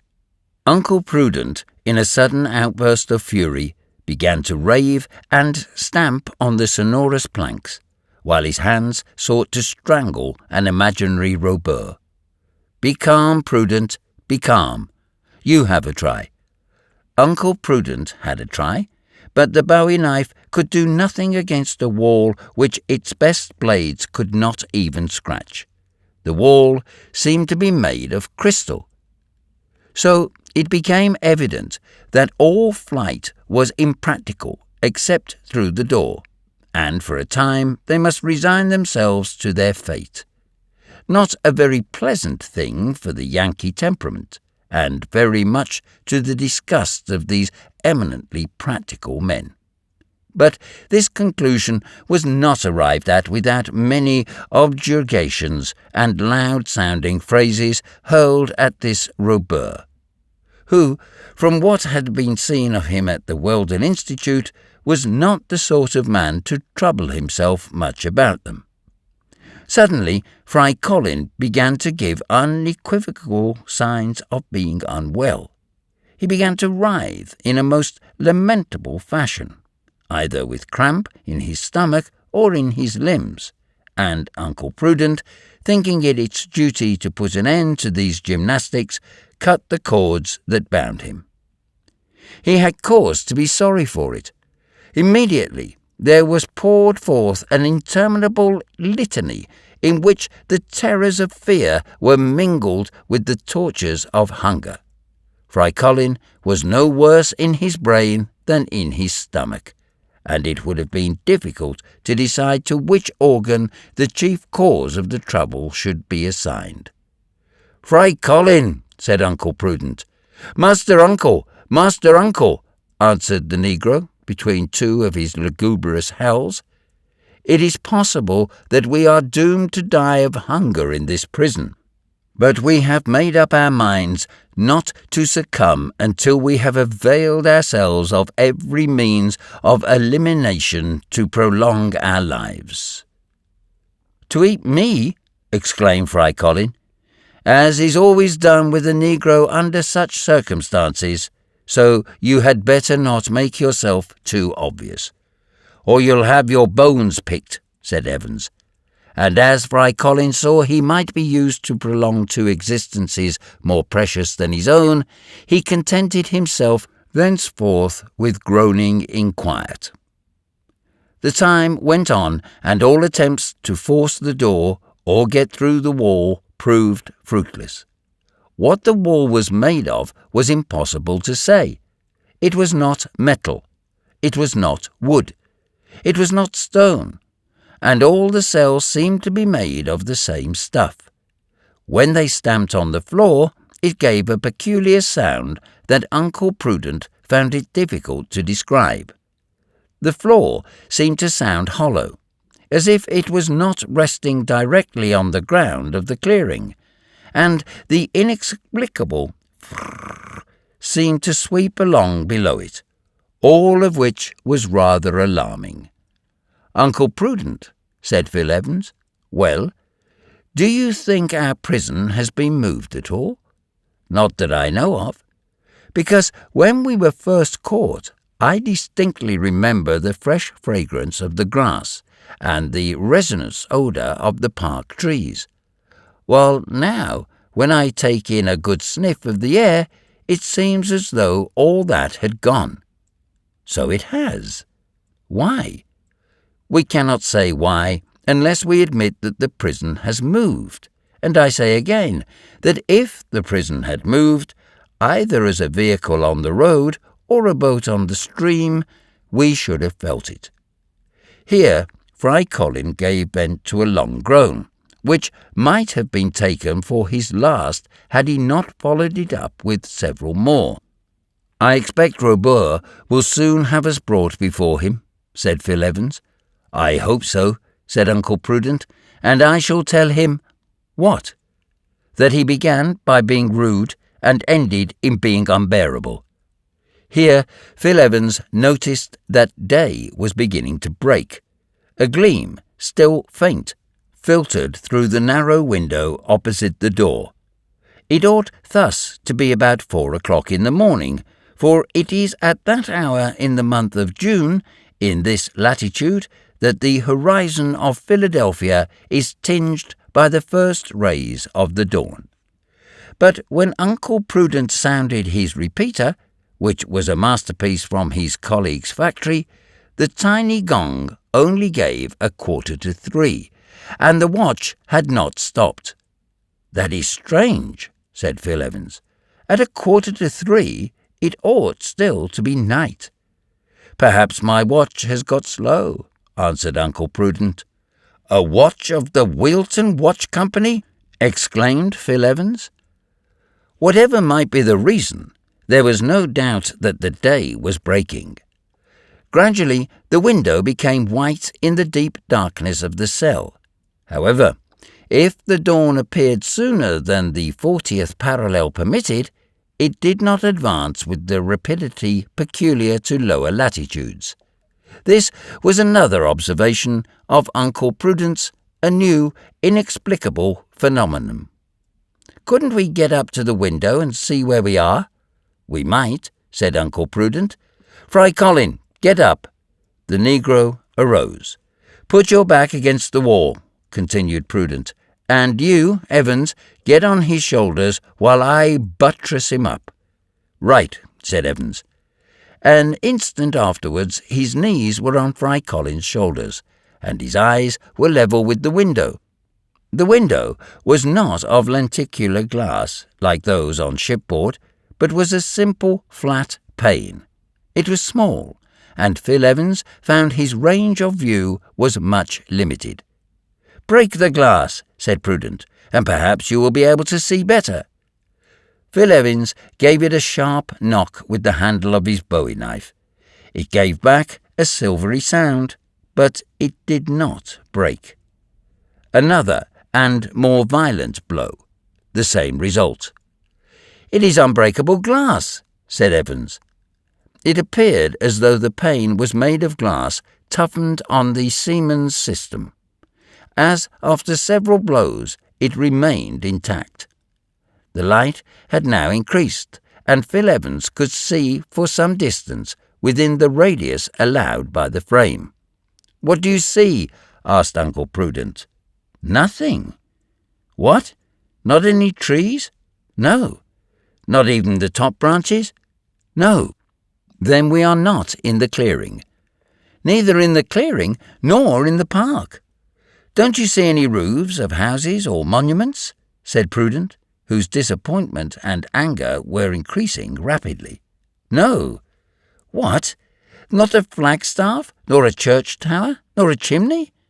"Nothing but space." As he uttered the words, the door opened. A man appeared on the threshold. It was Robur. "Honourable balloonists," he said in a serious voice, "you are now free to go and come as you like." "Free?" exclaimed Uncle Prudent. "Yes, within the limits of the Albatross." Uncle Prudent and Phil Evans rushed out of their prison, and what did they see? 4,000 feet below them, the face of a country they sought in vain to recognize.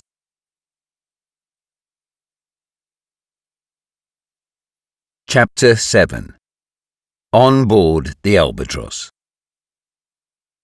When will man cease to crawl in the depths, to live in the azure and quiet of the sky? To this question of Camille Flammarion's, the answer is easy. It will be when the progress of mechanics has enabled us to solve the problem of aviation, and in a few years, as we can foresee, a more practical utilization of electricity will do much towards that solution. In 1783, before the Montgolfier brothers had built their fire balloon, and Charles, the physician, had devised his first aerostat, a few adventurous spirits had dreamt of the conquest of space by mechanical means. The first inventors did not think of apparatus lighter than air, for that the science of their time did not allow them to imagine. It was to contrivances heavier than air, to flying machines, in imitation of the birds, that they trusted to realize aerial locomotion. This was exactly what had been done by that madman Icarus, the son of Daedalus, whose wings, fixed together with wax, had melted as they approached the sun. But without going back to mythological times, without dwelling on Archytas of Tarentum, we find in the works of Dante of Perugia, of Leonardo da Vinci, and Guardati, the idea of machines made to move through the air. 2 centuries and a half afterwards, inventors began to multiply. In 1742, the Marquess of Bacqueville designed a system of wings, tried it over the Seine, and fell and broke his arm. In 1768, Pauqueton conceived the idea of an apparatus with 2 screws, suspensive and propulsive. In 1781, Meerwan, the architect of the Prince of Baden, built an orthopetric machine and protested against the tendency of the aerostats which had just been invented. In 1784, Loinoy and Bienvenu had manoeuvred a helicopter worked by springs. In 1808, there were the attempts at the flight by the Austrian Jacques Dagen. In 1810 came the pamphlet by Denian of Nantes, in which the principles of heavier than air are laid down. From 1811 to 1840 came the inventions and researches of Derblinger, Vigol, Satie, Dubochet, and Cagnier de la Tour. In 1842 we have the Englishman Henson, with his system of inclined planes and screws worked by steam. In 1845 came Kossuth and his ascensional screws. In 1847 came Camille Vert and his helicopter made of birds' wings. In 1852 came Latour with his system of guidable parachutes, whose trial cost him his life. And in the same year came Michel Loop with his plan of gliding through the air on 4 revolving wings. In 1853 came Belaguch and his aeroplane with the traction screws, Voisin Chardins with his guidable kite, and George Coley with his flying machines driven by gas. From 1854 to 1863 appeared Joseph Pline with several patents for aerial systems. Briant, Carlingford, Lebris, Du Temple, Bright, whose ascensional screws were left-handed, Smithies, Pannefew, Crosnier, and Co. At length, in 1863, Thanks to the efforts of Nadar, a society of heavier-than-air was founded in Paris. There, the inventors could experiment with the machines, of which many were patented. Ponton d'Amarcourt and his steam helicopter, Le Landel and his system of combining screws with inclined planes and parachutes, Le Vrai and his aeroscape, Esterno and his mechanical bird, Groof and his apparatus with wings worked by levers. The impetus was given. Inventors invented, calculators calculated, all that could render aerial locomotion practicable.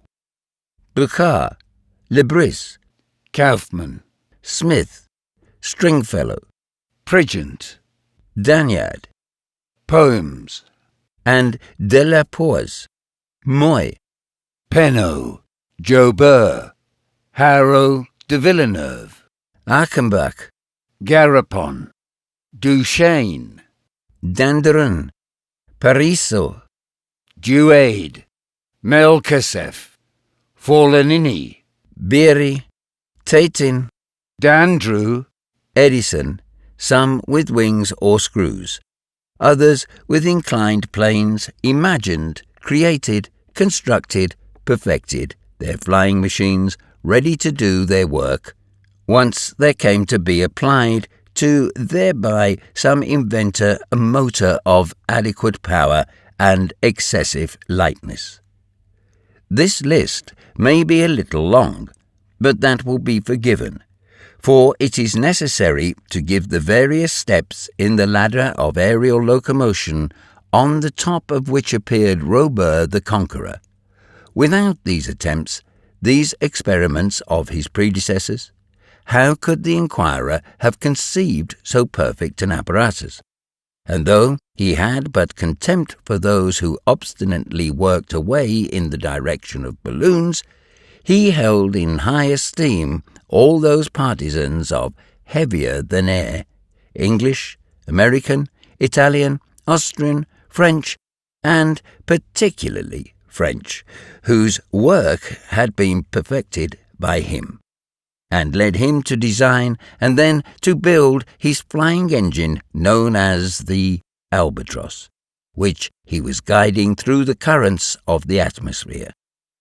"The pigeon flies," had exclaimed one of the most persistent adepts at aviation. "They will crowd the air as they crowd the earth," said one of his most excited partisans. "From the locomotive to the aeromotive," shouted the noisiest of all, who had turned on the trumpet of publicity to awaken the old and new worlds. Nothing, in fact, is better established by experiment and calculation than that the air is highly resistant. A circumference of only a yard in diameter, in the shape of a parachute, can not only impede descent in air, but can render it isochronous. That is a fact.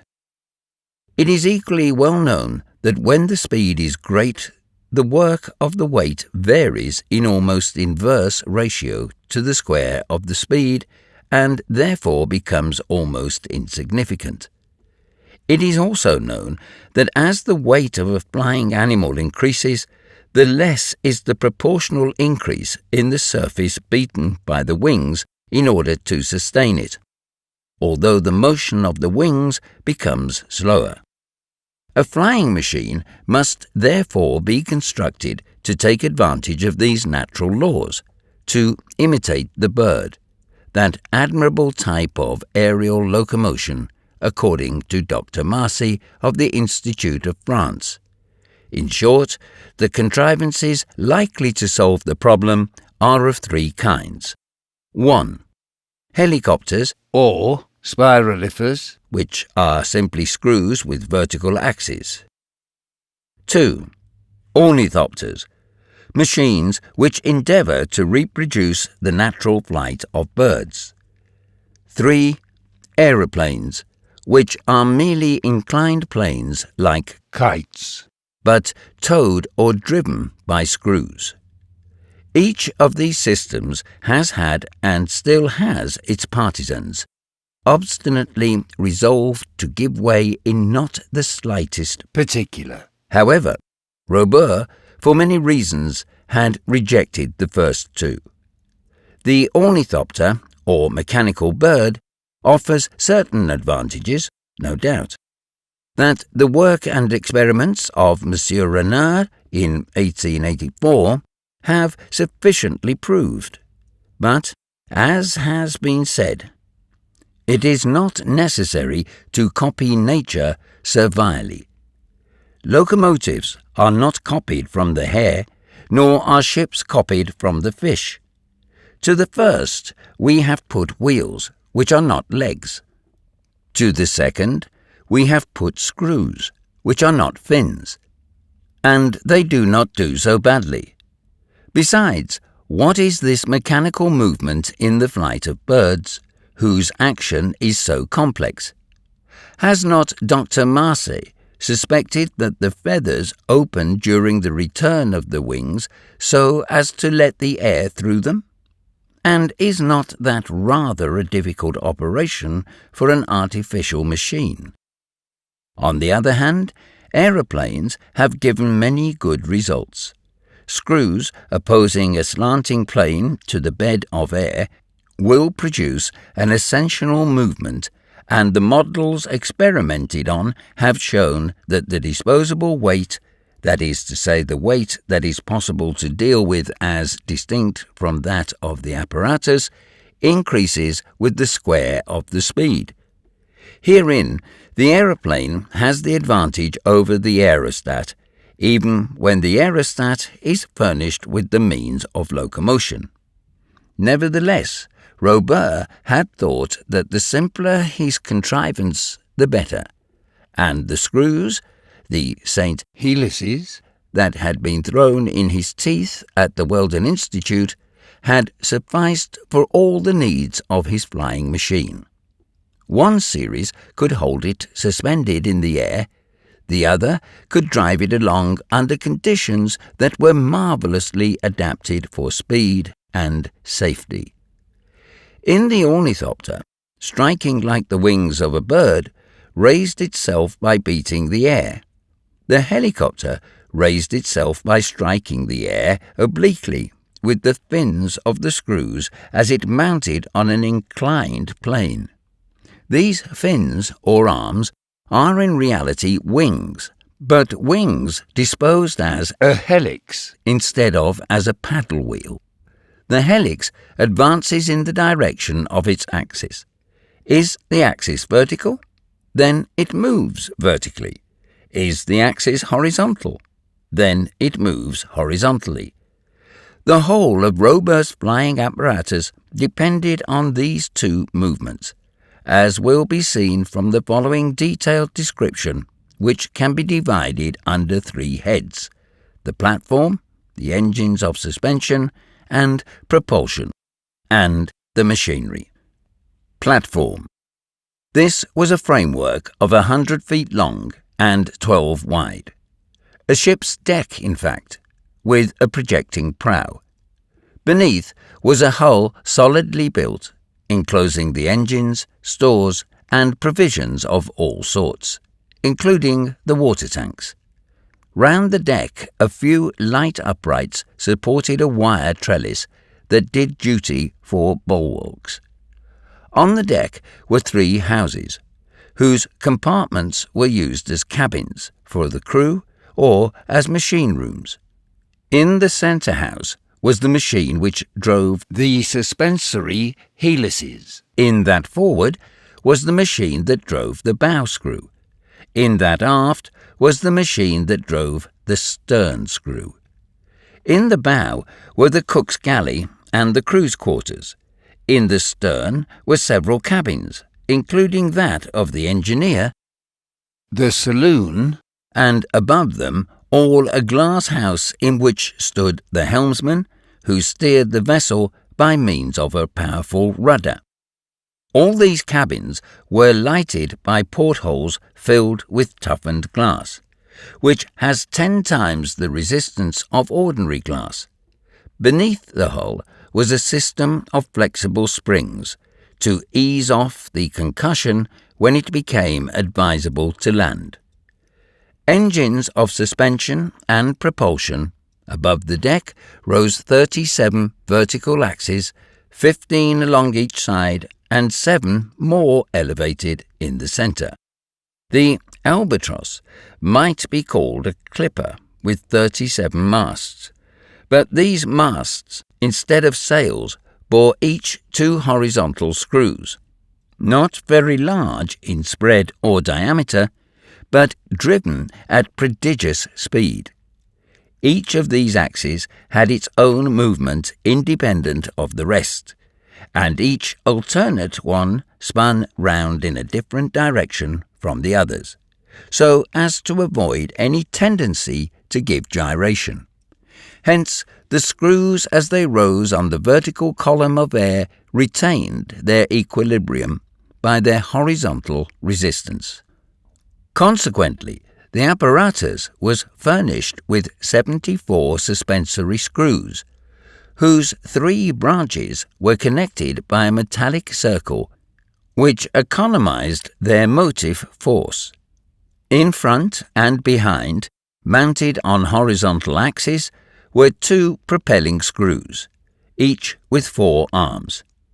These screws were of much larger diameter than the suspensory ones, but could be worked at quite their speed. In fact, the vessel combined the systems of Cossus, Le Landel, and Ponton d'Armacourt as perfected by Robur, but it was the choice and application of his motive force that he could claim to be an inventor. Machinery. Robur had not availed himself of the vapour of water or other liquids, nor compressed air and other mechanical motion. He employed electricity, that agent which one day will be the soul of the industrial world, but he required no electromotor to produce it. All he trusted to was piles and accumulators. What were the elements of these piles, and what were the acids he used? Robur only knew, and the construction of the accumulators was kept equally secret. Of what were their positive and negative plates? None can say. The engineer took good care, and not unreasonably, to keep his secret unpatented. One thing was unmistakable, and that was that the piles were of extraordinary strength, and the accumulators left those of Fauré-Celenfalca very far behind in yielding currents whose amperes ran into figures up to then unknown.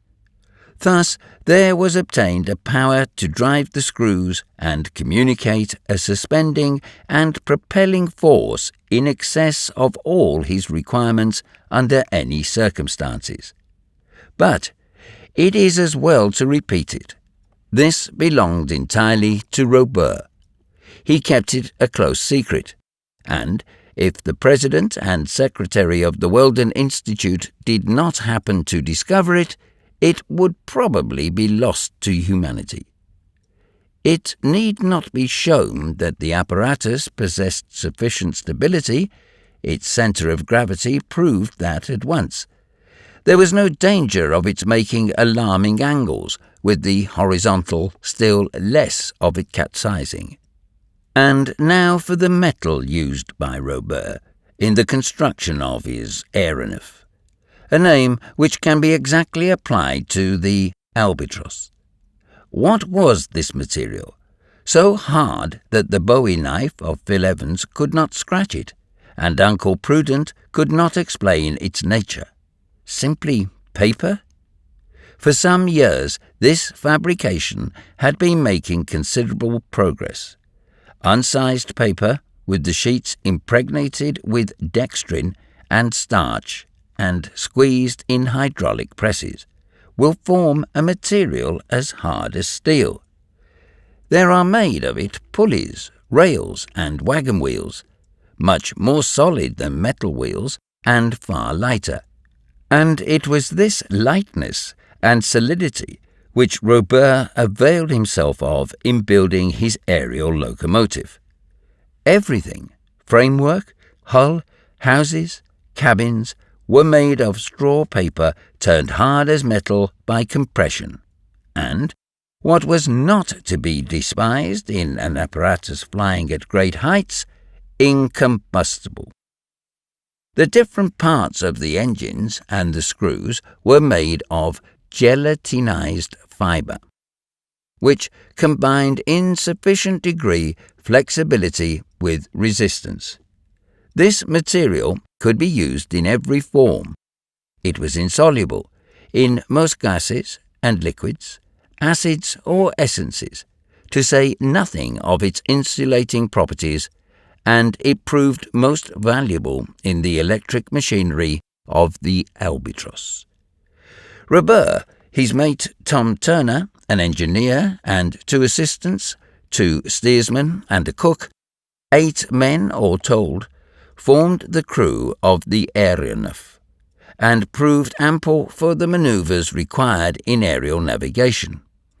There were arms of the chase and of war, fishing appliances, electric lights, instruments of observations, compasses and sextants for checking the course, thermometers for studying the temperature, different barometers, some for estimating the heights attained, others for indicating the variations of atmospheric pressure, a storm glass for forecasting tempests, a small library, a portable printing press, a field piece mounted on a pivot, breech-loading and throwing a 3-inch shell, a supply of powder, bullets, dynamite cartridges, a cooking stove warmed by currents from the accumulators, a stock of preserves, meats and vegetables sufficient to last for months.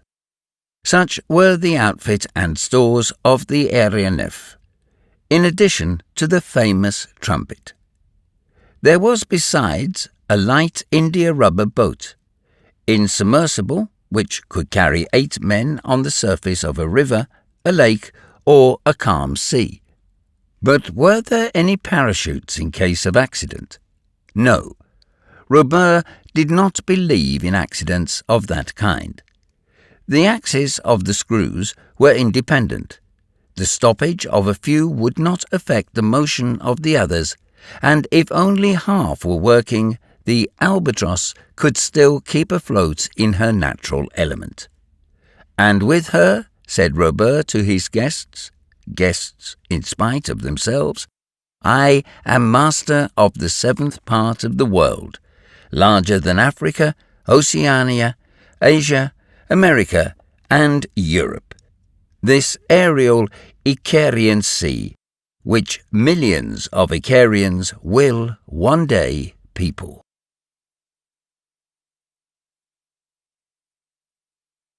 Chapter 8. The balloonists refuse to be convinced. The president of the Weldon Institute was stupefied. His companion was astonished, but neither of them would allow any of their very natural amazement to be visible. The valet, Fry Colin, did not conceal his terror at finding himself borne through space on such a machine, and he took no pains whatever to hide it. The suspensory screws were rapidly spinning overhead. Fast as they were going, they would have to triple their speed if the Albatross was to ascend to higher zones. The 2 propellers were running very easily and driving the ship at about 11 knots an hour. As they leaned over the rail, the passengers of the Albatross could perceive a long, sinuous liquid ribbon which meandered like a mere brook through a varied country amid the gleaming of many lagoons obliquely struck by the rays of the sun. The brook was a river, one of the most important in that district. Along its left bank was a chain of mountains, extending out of sight. "And will you tell us where we are?" asked Uncle Prudent, in a voice tremulous with anger. "I have nothing to teach you," answered Robur. "And will you tell us where we are going?" asked Phil Evans. "Through space." "And how long will that last?" "Until it ends." "We are going round the world?" asked Phil Evans, ironically. "Further than that," said Robur. "And if this voyage does not suit us," asked Uncle Prudent. "It will have to suit you." That is a foretaste of the nature of the relations that were to obtain between the master of the Albatross and his guests, not to say his prisoners. Manifestly, he wished to give them time to cool down, to admire the marvellous apparatus which was bearing them through the air, and doubtless to compliment the inventor. And so he went off to the other end of the deck, leaving them to examine the arrangement of the machinery and the management of the ship, or to give their whole attention to the landscape which was unrolling beneath them. "Uncle Prudent," said Evans, "unless I am mistaken, we are flying over central Canada. That river in the northwest is the St. Lawrence. That town we are leaving behind is Quebec." It was indeed the old city of Champlain, whose zinc roofs were shining like reflectors in the sun. The Albatross must thus have reached the 46th degree of north latitude, and thus was explained the premature advance of the day with the abnormal prolongation of the dawn. "Yes," said Phil Evans, "there is the town in its amphitheatre, the hill with its citadel, the Gibraltar of North America. There are the cathedrals. There is the custom house with its dome surmounted by the British flag." Phil Evans had not finished before the Canadian city began to slip into the distance. The clipper entered a zone of light clouds which gradually shut off a view of the ground. Robur, seeing that the President and Secretary of the Weldon Institute had directed their attention to the external arrangements of the Albatross, walked up to them and said, "Well, gentlemen, do you believe in the possibility of aerial locomotion by machines heavier than air?" It would have been difficult not to succumb to the evidence, but Uncle Prudent and Phil Evans did not reply. "You are silent," continued the engineer. "Doubtless hunger makes you dumb. But if I undertook to carry you through the air, I did not think of feeding you on such a purely nutritive fluid. Your first breakfast is waiting for you." As Uncle Prudent and Phil Evans were feeling the pangs of hunger somewhat keenly, they did not care to stand upon ceremony. A meal would commit them to nothing, and when Robur put them back on the ground, they could resume full liberty of action. And so they followed into a small dining room in the aftermost house. There they found a well-laid table at which they could take their meals during the voyage. There were different preserves, and, among other things, was a sort of bread made of equal parts of flour and meat reduced to powder and worked together with a little lard, which, boiled in water, made excellent soup. And there were rashers of fried ham, and for drink there was tea.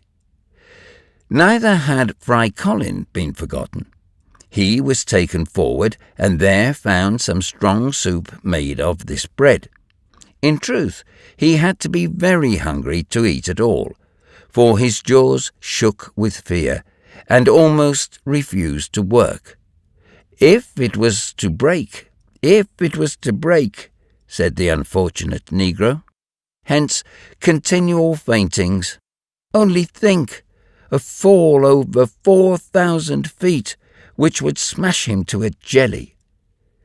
An hour afterwards, Uncle Prudent and Phil Evans appeared on the deck. Robur was no longer there. At the stem, the man at the wheel in his glass cage, his eyes fixed on the compass, followed imperturbably, without hesitation, the route given by the engineer. As for the rest of the crew, breakfast probably kept them from their posts. An assistant engineer, examining the machinery, went from one house to the other. If the speed of the ship was great, the two colleagues could only estimate it imperfectly, for the Albatross had passed through the cloud zone which the sun showed some 4,000 feet below. "I can hardly believe it," said Phil Evans. "Don't believe it," said Uncle Prudent, and going to the bow they looked out towards the western horizon. "Another town?" said Phil Evans. "Do you recognize it?" "Yes, it seems to me to be Montreal." "Montreal? But we only left Quebec 2 hours ago." "That proves that we must be going at a speed of 75 miles an hour. Such was the speed of the aeronef, and if the passengers were not inconvenienced by it, it was because they were going with the wind. In a calm, such speed would have been difficult, and the rate would have sunk to that of an express. In a headwind, the speed would have been unbearable. Phil Evans was not mistaken. Below the Albatross appeared Montreal, easily recognizable by the Victoria Bridge, a tubular bridge thrown over the St. Lawrence like the railway viaduct over the Venice lagoon. Soon they could distinguish the town's wide streets, its huge shops, its palatial banks, its cathedral, recently built on the model of St. Peter's at Rome, and then Mount Royal, which commands the city and forms a magnificent park. Luckily, Phil Evans had visited the chief towns of Canada and could recognize them without asking Robur. After Montreal, they passed Ottawa, whose falls, seen from above, looked like a vast cauldron in ebullition, throwing off masses of steam with grand effect. "There is the Parliament House," and he pointed out a sort of Nuremberg toy planted on a hilltop. This toy, with its polychrome architecture, resembled the House of Parliament in London, much as the Montreal Cathedral resembles St. Peter's in Rome. But that was of no consequence. There could be no doubt it was Ottawa. Soon the city faded off towards the horizon, and formed but a luminous spot on the ground. It was almost 2 hours before Robur appeared. His mate, Tom Turner, accompanied him. He said only 3 words. These were transmitted to the 2 assistant engineers in the fore and aft engine houses. At a sign, the helmsman changed the direction of the Albatross a couple of points to the southwest. At the same time, Uncle Prudent and Phil Evans felt that a greater speed had been given to the propellers. In fact, the speed had been doubled, and now surpassed anything that had ever been attained by terrestrial engines. Torpedo boats do their 22 knots an hour. Railway trains do their 60 miles an hour. The ice boats on the frozen Hudson do their 65 miles an hour. A machine, built by the Pattison Company, with a cogged wheel, has done its 80 miles, and another locomotive between Trenton and Jersey City has done its 84. But the Albatross, at full speed, could do her 120 miles an hour, or 176 feet per second. This speed is that of the storm which tears up trees by the roots. It is the mean speed of the carrier pigeon, and is only surpassed by the flight of the swallow, 220 feet per second, and that of the swift, 274 feet per second. In a word, as Robur had said, the Albatross, by using the whole force of her screws, could make the tour of the globe in 200 hours, or less than 80 days. Is it necessary to say so? The phenomenon whose appearance had so much puzzled the people of both worlds was the aeronef of the engineer. The trumpet, which blared its startling fanfares through the air, was that of the mate, Tom Turner. The flag, planted on the chief monuments of Europe, Asia, America, was the flag of Robur the Conqueror and his albatross. And if up to then the engineer had taken many precautions against being recognized, if by preference he travelled at night, clearing the way with his electric lights, and during the day vanishing into the zones above the clouds, he seemed now to have no wish to keep his secret hidden. And if he had come to Philadelphia and presented himself at the meeting of the Weldon Institute, was it not that they might share in his prodigious discovery, and convince ipso facto the most incredulous? We know how he had been received, and we see what reprisals he had taken on the president and secretary of the club. Again, did Robur approach his prisoners, who affected to be in no way surprised at what they saw, of what had succeeded in spite of them. Evidently, beneath the cranium of these two Anglo-Saxon heads there was a thick crust of obstinacy, which would not be easy to remove. On his part, Robur did not seem to notice anything particular, and coolly continued the conversation which he had begun 2 hours before. "Gentlemen," he said, "you ask yourselves, doubtless, if this apparatus, so marvellously adapted for aerial locomotion, is susceptible of receiving greater speed. It is not worth while to conquer space if we cannot devour it. I wanted the air to be a solid support to me, and it is. I saw that to struggle against the wind I must be stronger than the wind, and I am. I had no need of sails to drive me, nor oars nor wheels to push me, nor rails to give me a faster road. Air is what I wanted, that was all. Air surrounds me as it surrounds the submarine boat, and in it my propellers act like the screws of a steamer. That is how I solved the problem of aviation. That is what a balloon will never do, nor will any machine that is lighter than air." Silence, absolute, on the part of the colleagues, which did not for a moment disconcert the engineer. He contented himself with a half-smile, and continued in his interrogative style. "Perhaps you ask if to this power of the albatross to move horizontally there is added an equal power of vertical movement.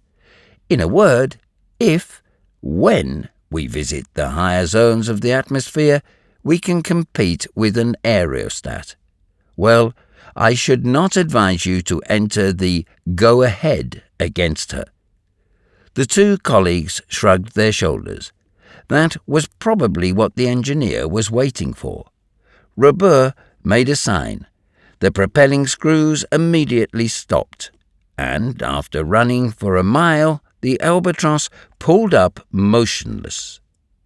At a second gesture from Robur, the suspensory helix revolved at a speed that can only be compared to that of a siren in acoustical experiments.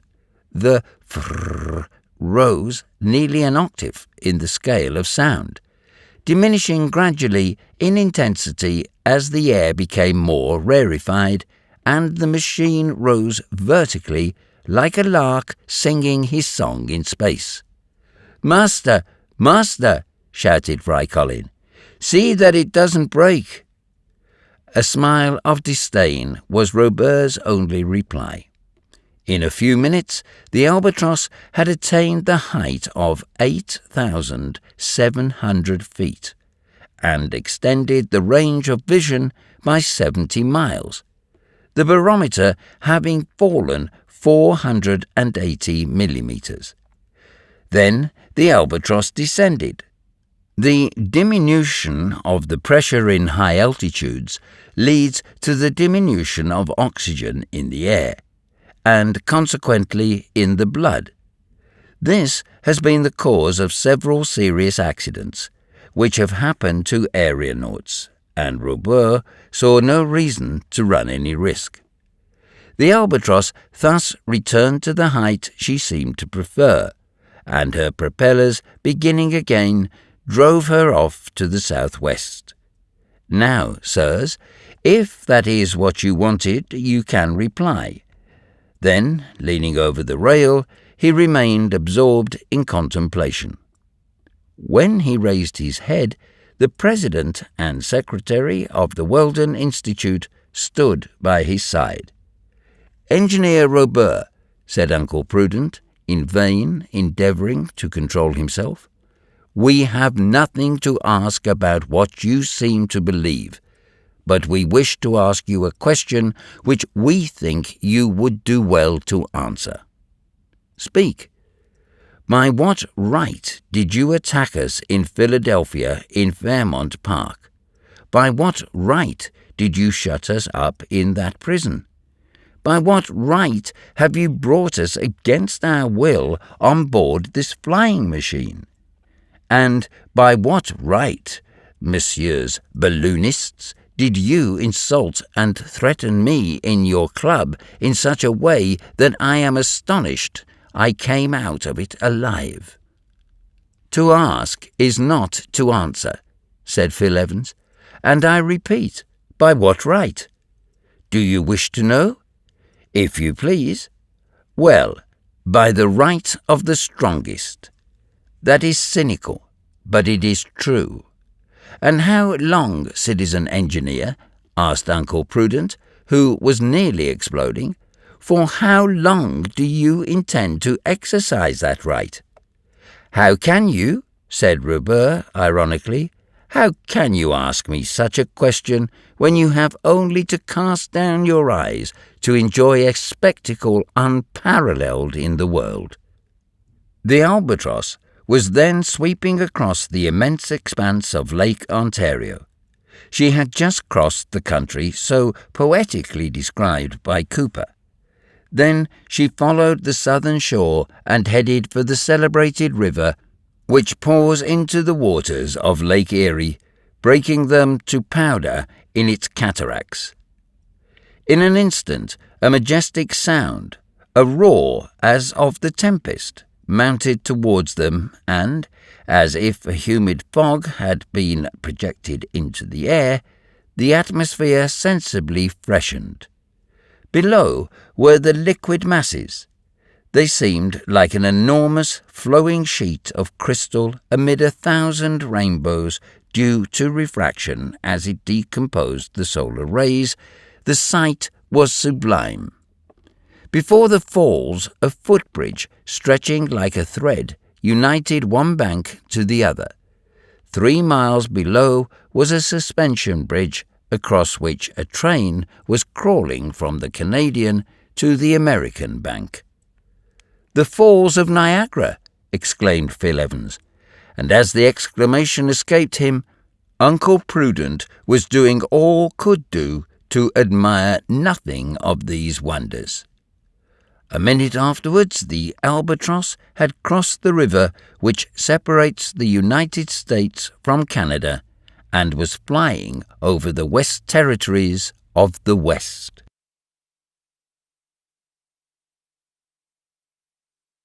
Chapter 9. Across the Prairie. In one of the cabins of the after-house, Uncle Prudent and Phil Evans had found 2 excellent berths, with clean linen, change of clothes, and travelling cloaks and rugs. No Atlantic liner could have offered them more comfort. If they did not sleep soundly, it was that they did not wish to do so, or rather that their very real anxiety prevented them. In what adventure had they embarked?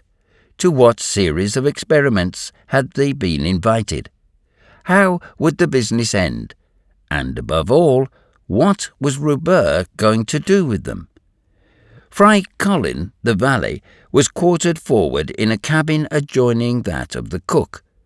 The neighbourhood did not displease him. He liked to rub shoulders with the great in this world, but if he finally went to sleep, it was to dream of fall after fall, of projections through space which made his sleep a horrible nightmare. However, nothing could be quieter than this journey through the atmosphere, whose currents had grown weaker with the evening. Beyond the rustling of the blades of the screws there was not a sound, except now and then the whistle from some terrestrial locomotive or the calling of some animal. Strange instinct. These terrestrial beings felt the aeronef glide over them and uttered cries of terror as it passed. On the morrow, the 14th of June, at 5 o'clock, Uncle Prudent and Phil Evans were walking on the deck of the Albatross. Nothing had changed since the evening. There was a lookout forward, and the helmsman was in his glass cage. Why was there a lookout? Was there any chance of collision with another such machine? Certainly not. Robur had not yet found imitators. The chance of encountering the aerostat gliding through the air was too remote to be regarded. In any case, it would be all the worse for the aerostat, the earthen pot and the iron pot. The Albatross had nothing to fear from the collision. But what could happen? The aeronef might find herself like a ship on a lee shore if a mountain that could not be outflanked or passed barred the way. These are the reefs of the air, and they have to be avoided as a ship avoids the reefs of the sea. The engineer, it is true, had given the course and, in doing so, had taken into account the altitude necessary to clear the summits of the high lands in the district. But as the aeronef was rapidly nearing a mountainous country, it was only prudent to keep a good lookout, in case some slight deviation from the course became necessary. Looking at the country beneath them, Uncle Prudent and Phil Evans noticed a large lake, whose lower southern end the Albatross had just reached. They concluded, therefore, that during the night the whole length of Lake Erie had been traversed, and that, as they were going due west, they would soon be over Lake Michigan. "There can be no doubt of it," said Phil Evans, "and that group of roofs on the horizon is Chicago." He was right.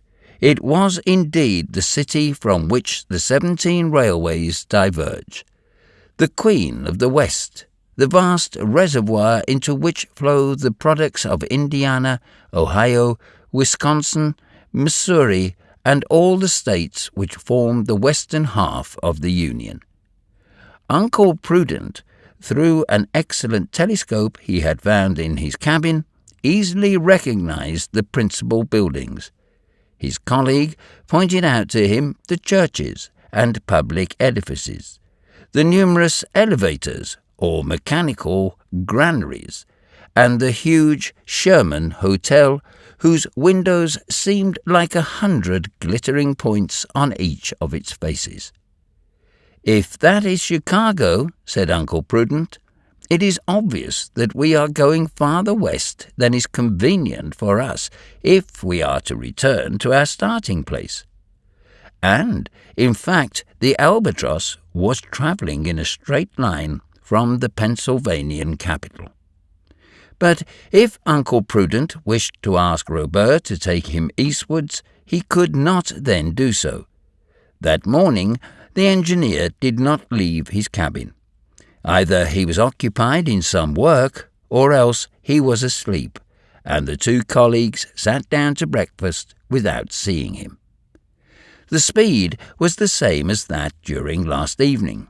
The wind being easterly, the rate was not interfered with at all, and as the thermometer only falls a degree centigrade for every 70 meters of elevation, the temperature was not insupportable. And so, in chatting and thinking and waiting for the engineer, Uncle Prudent and Phil Evans walked about beneath the forest of screws whose gyratory movement gave their arms the appearance of semi-diaphanous discs. The state of Illinois was left by its northern frontier in less than 2 hours and a half, and they crossed the Father of Waters, the Mississippi, whose double-decked steamboats seemed no bigger than canoes. Then the Albatross flew over Iowa, after having sighted Iowa City about 11 o'clock in the morning. A few chains of hills, bluffs as they are called, curved across the face of the country, trending from the south to the northwest, whose moderate height necessitated no rise in the course of the Aranov. Soon the bluffs gave place to the large plains of western Iowa and Nebraska, immense prairies extending all the way to the foot of the Rocky Mountains. Here and there were many rios, affluents or minor affluents of the Mississippi. On their banks were towns and villages growing more scattered as the Albatross sped farther west. Nothing particular happened during this day. Uncle Prudent and Phil Evans were left entirely to themselves. They hardly noticed Fry Colin sprawling at full length in the bow, keeping his eyes shut so that he could see nothing, and they were not attacked by vertigo, as might have been expected. There was no guiding mark, and there was nothing to cause the vertigo, as there would have been on the top of a lofty building. The abyss has no attractive power when it is gazed at from the car of a balloon or deck of an aeronaut. It is not an abyss that opens beneath the aeronaut, but an horizon that rises round him on all sides like a cup. In a couple of hours, the Albatross was over Omaha, on the Nebraskan frontier. Omaha City, the real head of the Pacific Railway, that long line of rails 4,500 miles in length, stretching from New York to San Francisco. For a moment they could see the yellow waters of the Missouri, then the town, with its houses of wood and brick in the center of a rich basin, like a buckle in the iron belt which clasps North America round the waist. Doubtless, also, as the passengers in the aeronaut could observe all these details, the inhabitants of Omaha noticed the strange machine. Their astonishment at seeing it gliding overhead could be no greater than that of the president and secretary of the Weldon Institute at finding themselves on board. Anyhow, the journals of the Union would be certain to notice the fact.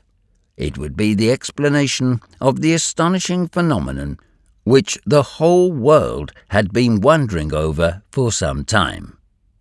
In an hour, the Albatross had left Omaha and crossed the Plate River, whose valley is followed by the Pacific Railway in its route across the prairie. Things looked serious for Uncle Prudent and Phil Evans. "It is serious, then, this absurd project of taking us to the Antipodes?" "And whether we like it or not," exclaimed the other. "Robur had better take care. I am not the man to stand that sort of thing." "Nor am I," replied Phil Evans. "But be calm, Uncle Prudent. Be calm. Be calm, and keep your temper until it is wanted." By 5 o'clock they had crossed the Black Mountains, covered with pines and cedars, and the albatross was over the appropriately named Badlands of Nebraska. A chaos of ochre-colored hills, of mountainous fragments fallen on the soil and broken in their fall. At a distance, these blocks take the most fantastic shapes. Here and there, amid this enormous game of knucklebones, there could be traced the imaginary ruins of medieval cities, with forts and dungeons, pepper-box turrets, and machicolated towers. And in truth, these Badlands are an immense ossuary where lie bleaching in the sun myriads of fragments of pachyderms, chelonians, and even, some would have us believe, fossil men, overwhelmed by unknown cataclysms ages and ages ago. When evening came, the whole basin of the Plate River had been crossed, and the plain extended to the extreme limits of the horizon, which rose high owing to the altitude of the albatross. During the night, there were no more shrill whistles of locomotives or deeper notes of the river steamers to trouble the quiet of the starry firmament. Long bellowing occasionally reached the aeronaut from the herds of buffalo that roamed over the prairie in search of water and pasturage, and when they ceased, the trampling of the grass under their feet produced a dull roaring similar to the rushing of a flood and very different from the continuous frrrr of the screws.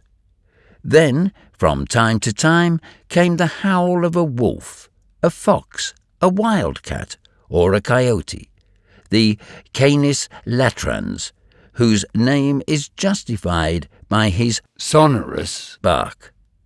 Occasionally came penetrating odours of mint and sage and aspeneth, mingled with the more powerful fragrance of the conifers which rose floating through the night air. At last came a menacing yell, which was not due to the coyote. It was the shout of a redskin, which no tenderfoot would confound with the cry of a wild beast.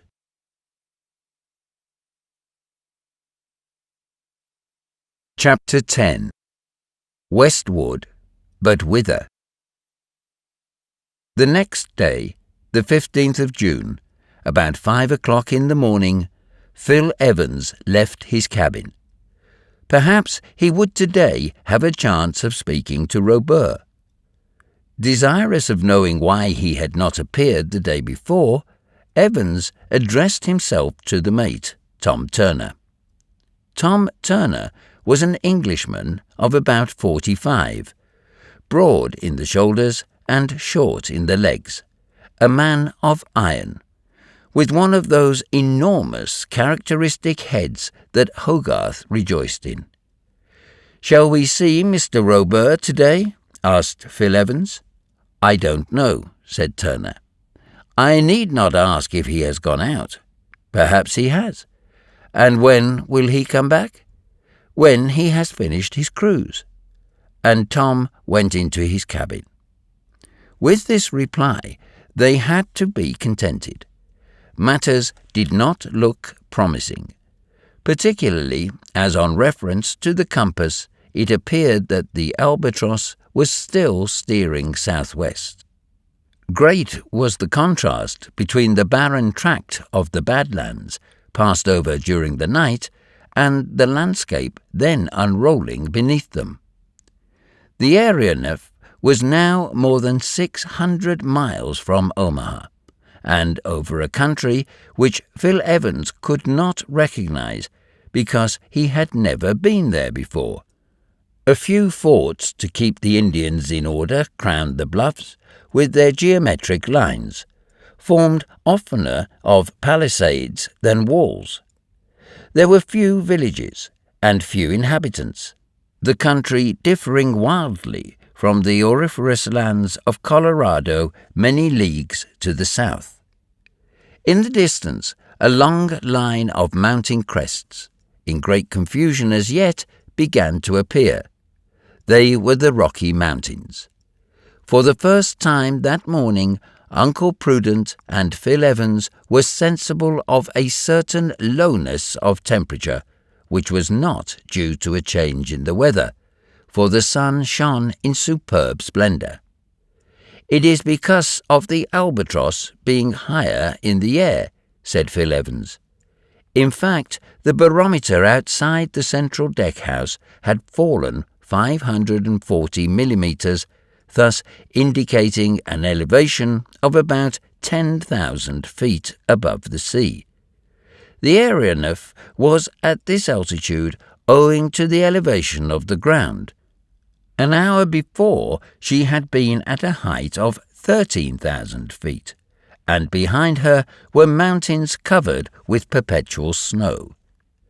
There was nothing Uncle Prudent and his companion could remember which would lead them to discover where they were. During the night, the albatross had made several stretches north and south at tremendous speed, and that was what had put them out of their reckoning. After talking over several hypotheses, more or less plausible, they came to the conclusion that this country, encircled with mountains, must be the district declared by an Act of Congress in March 1872 to be the National Park of the United States. A strange region it was. It well merited the name of a park with mountains for hills, with lakes for ponds, with rivers for streamlets, and with geysers of marvellous power instead of fountains.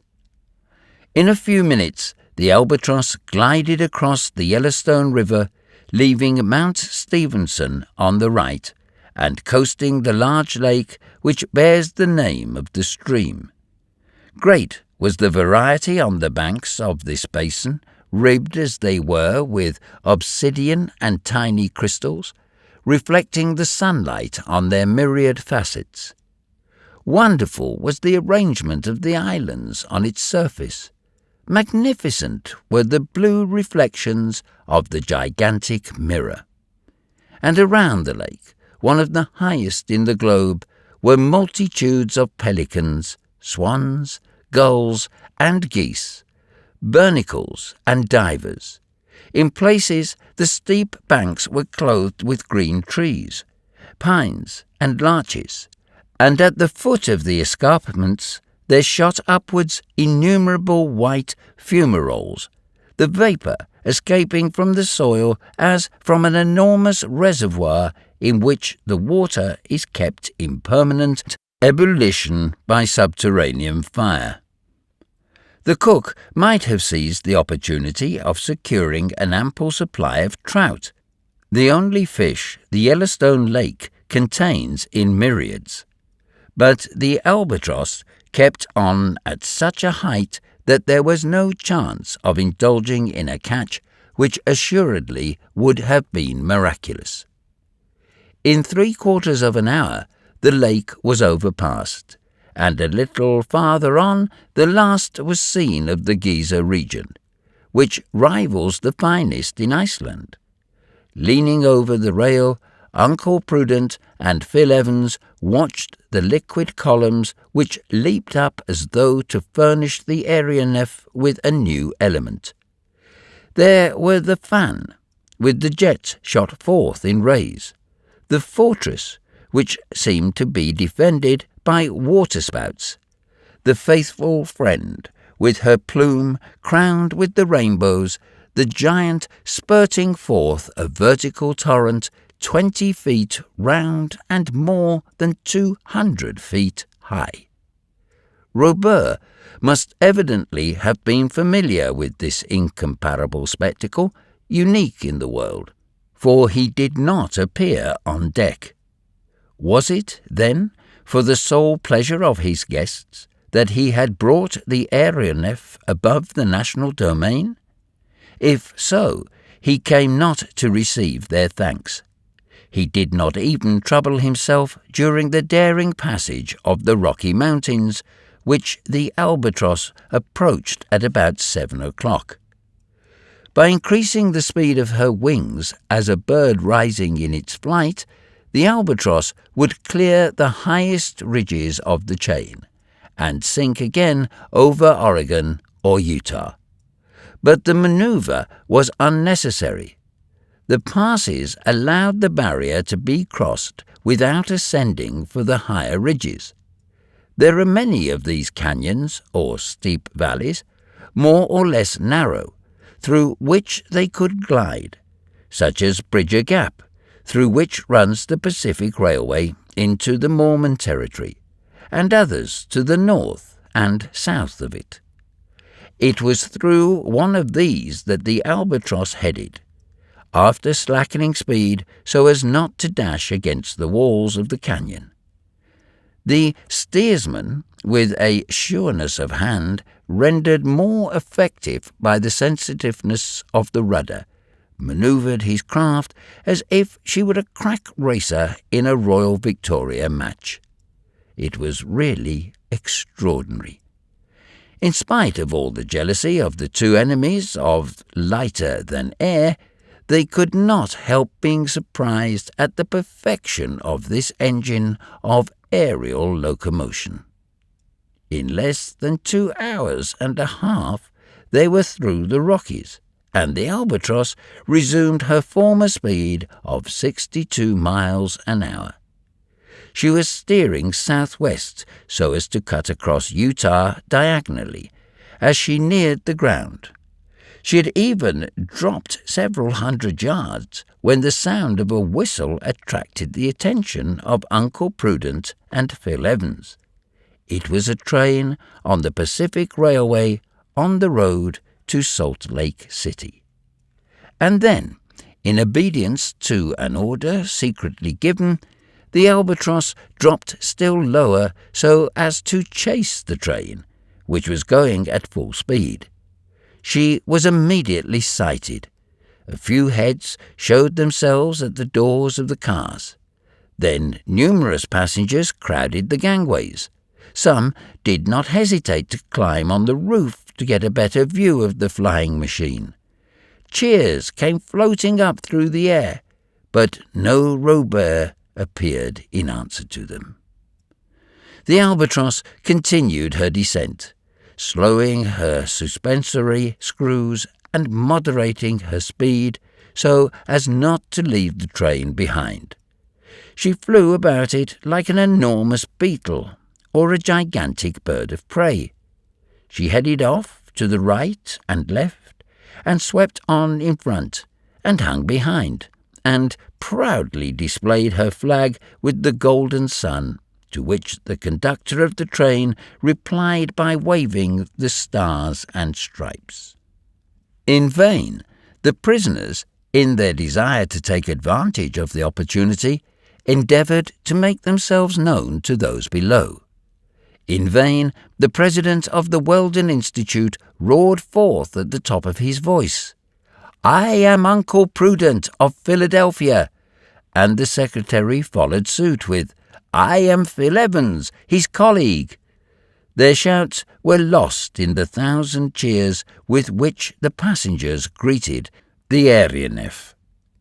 3 or 4 of the crew of the Albatross had appeared on the deck, and one of them, like sailors when passing a ship less speedy than their own, held out a rope, an ironical way of offering to tow them. And then the Albatross resumed her original speed, and in half an hour the express was out of sight. About 1 o'clock there appeared a vast disk, which reflected the solar rays as if it were an immense mirror. "That ought to be the Mormon capital, Salt Lake City," said Uncle Prudent. And so it was. And the disk was the roof of the tabernacle, where 10,000 saints can worship at their ease. This vast dome, like a convex mirror, threw off the rays of the sun in all directions. It vanished like a shadow, and the Albatross sped on her way to the southwest with a speed that was not felt because it surpassed that of the chasing wind. Soon she was in Nevada, over the silver regions, which the Sierra separates from the golden lands of California. "We shall certainly reach San Francisco before night," said Phil Evans. "And then?" asked Uncle Prudent. It was 6 o'clock precisely, when the Sierra Nevada was crossed by the same pass as that taken by the railway. Only 180 miles then separated them from San Francisco, the Californian capital. At the speed the Albatross was going, she would be over the dome by 8 o'clock. At this moment, Robur appeared on deck. The colleagues walked up to him. "Engineer Robur," said Uncle Prudent, "we are now on the very confines of America.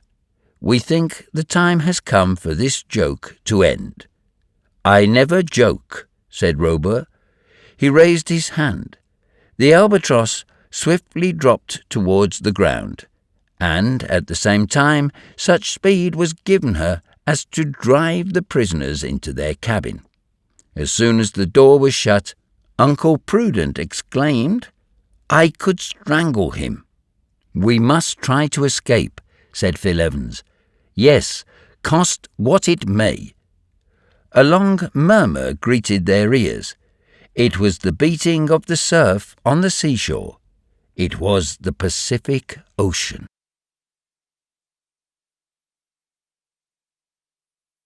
Chapter 11. The Wide Pacific.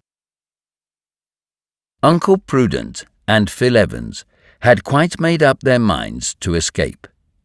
If they had not had to deal with the 8 particularly vigorous men who composed the crew of the Aeronef, they might have tried to succeed by main force.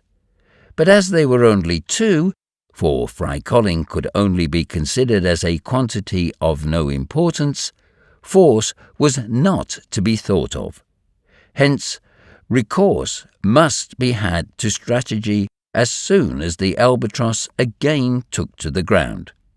Such was what Phil Evans endeavoured to impress on his irascible colleague, though he was in constant fear of Prudent aggravating matters by some premature outbreak. In any case, the present was not the time to attempt anything of the sort. The Aeronef was sweeping along over the North Pacific. On the following morning, that of June 16th, the coast was out of sight, and as the coast curves from Vancouver Island up to the Aleutians, belonging to that portion of America ceded by Russia to the United States in 1867, it was highly probable that the Albatross would cross it at the end of the curve, if her course remained unchanged. How long the night appeared to be to the 2 friends! How eager they were to get out of their cabins! When they came on deck in the morning, the dawn had for some hours been silvering the eastern horizon. They were nearing the June solstice, the longest day of the year in the northern hemisphere, when there is hardly any night along the 60th parallel. Either from custom or intention, Robur was in no hurry to leave his deck-house. When he came out this morning, he contented himself with bowing to his 2 guests as he passed them in the stern of the Aeronef. And now Fry Colling ventured out of his cabin, his eyes red with sleeplessness, and dazed in their look. He tottered along like a man whose foot feels it is not on solid ground. His first glance was at the suspensory screws, which were working with gratifying regularity without any signs of haste. That done, the negro stumbled along to the rail and grasped it with both hands, so as to make sure of his balance. Evidently he wished to view the country over which the albatross was flying at the height of 700 feet or more. At first he kept himself well back behind the rail. Then he shook it to make sure it was firm. Then he drew himself up. Then he bent forward. Then he stretched out his head. It need not be said that while he was executing these different manoeuvres, he kept his eyes shut. At last he opened them. What a shout! And how quickly he fled! And how deeply his head sank back into his shoulders! At the bottom of the abyss he had seen the immense ocean. His hair would have risen on end if it had not been wool. "The sea! The sea!" he cried, and Fry Colin would have fallen on the deck had not the cook opened his arms to receive him. The cook was a Frenchman, and probably a Gascon, his name being François Tapage. If he was not a Gascon, he must in his infancy have inhaled the breezes of the Garonne. How did this François Tapage find himself in the service of the engineer? By what chain of accidents had he become one of the crew of the Albatross? We can hardly say, but in any case he spoke English like a Yankee. "Hey, stand up," he said, lifting the negro by a vigorous clutch at the waist. "Master Tapage," said the poor fellow, giving a despairing look at the screws. "At your service, Fry Colin." "Did this thing ever smash?" "No, but it will end by smashing." "Why? Why?" "Because everything must end." "And the sea is beneath us." "If we are to fall, it is better to fall in the sea." "We shall be drowned." "We shall be drowned, but we shall not be smashed to a jelly." The next moment Fry Colin was on all fours, creeping to the back of his cabin. During this day, the aeronef was only driven at moderate speed. She seemed to skim the placid surface of the sea, which lay beneath. Uncle Prudent and his companion remained in their cabin, so that they did not meet with Robur, who walked about smoking alone or talking to the mate. Only half the screws were working, yet that was enough to keep the apparatus afloat in the lower zones of the atmosphere. The crew, as a change from the ordinary routine, would have endeavoured to catch a few fish had there been any sign of them, but all that could be seen on the surface of the sea were a few of those yellow-bellied whales which measure about 80 feet in length. These are the most formidable cetaceans in the northern seas, and whalers are very careful in attacking them, for their strength is prodigious. However, in harpooning one of these whales, either with the ordinary harpoon, the Fletcher fuse, or the javelin bomb, of which there was an assortment on board, there would have been danger to the men of the Albatross. But what was the good of such useless massacre? Doubtless to show off the powers of the aeronef to the members of the Weldon Institute. And so Robur gave orders for the capture of one of these monstrous cetaceans. At the shout of "A whale! A whale!" Uncle Prudent and Phil Evans came out of their cabin. Perhaps there was a whaler in sight. In that case, all they had to do to escape from their flying prison was to jump into the sea and chance being picked up by the vessel. The crew were all on deck. "Shall we try, sir?" asked Tom Turner. "Yes," said Robur. In the engine room, the engineer and his assistant were at their posts, ready to obey the orders signalled to them. The Albatross dropped towards the sea and remained about 50 feet above it. There was no ship in sight. Of that the two colleagues soon assured themselves. nor was there any land to be seen to which they could swim, providing Robur made no attempt to recapture them. Several jets of water from the spout holes soon announced the presence of the whales as they came to the surface to breathe. Tom Turner and one of the men were in the bow. Within his reach was one of those javelin bombs, of Californian make, which are shot from an arquebus and which are shaped as a metallic cylinder terminated by a cylindrical shell armed with a shaft having a barbed point. Robur was a little farther aft, and with his right hand signalled to the engineers, while with his left he directed the steersman. He thus controlled the aeronef in every way, horizontally and vertically, and it is almost impossible to conceive with what speed and precision the albatross answered to his orders. She seemed a living being of which he was the soul. "A whale! A whale!" shouted Tom Turner, as the back of a cetacean emerged from the surface about 4 cable lengths in front of the albatross. The albatross swept towards it, and when she was within 60 feet of it, she stopped dead. Tom Turner seized the arquebus, which was resting against a cleat on the rail.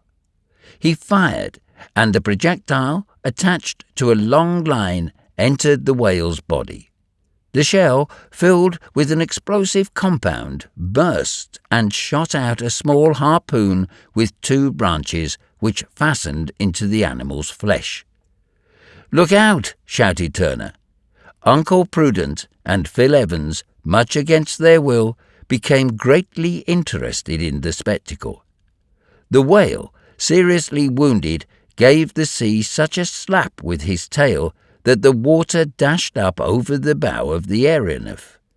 Then he plunged to a great depth, while the line, which had been previously wetted in a tub of water to prevent its taking fire, ran out like lightning.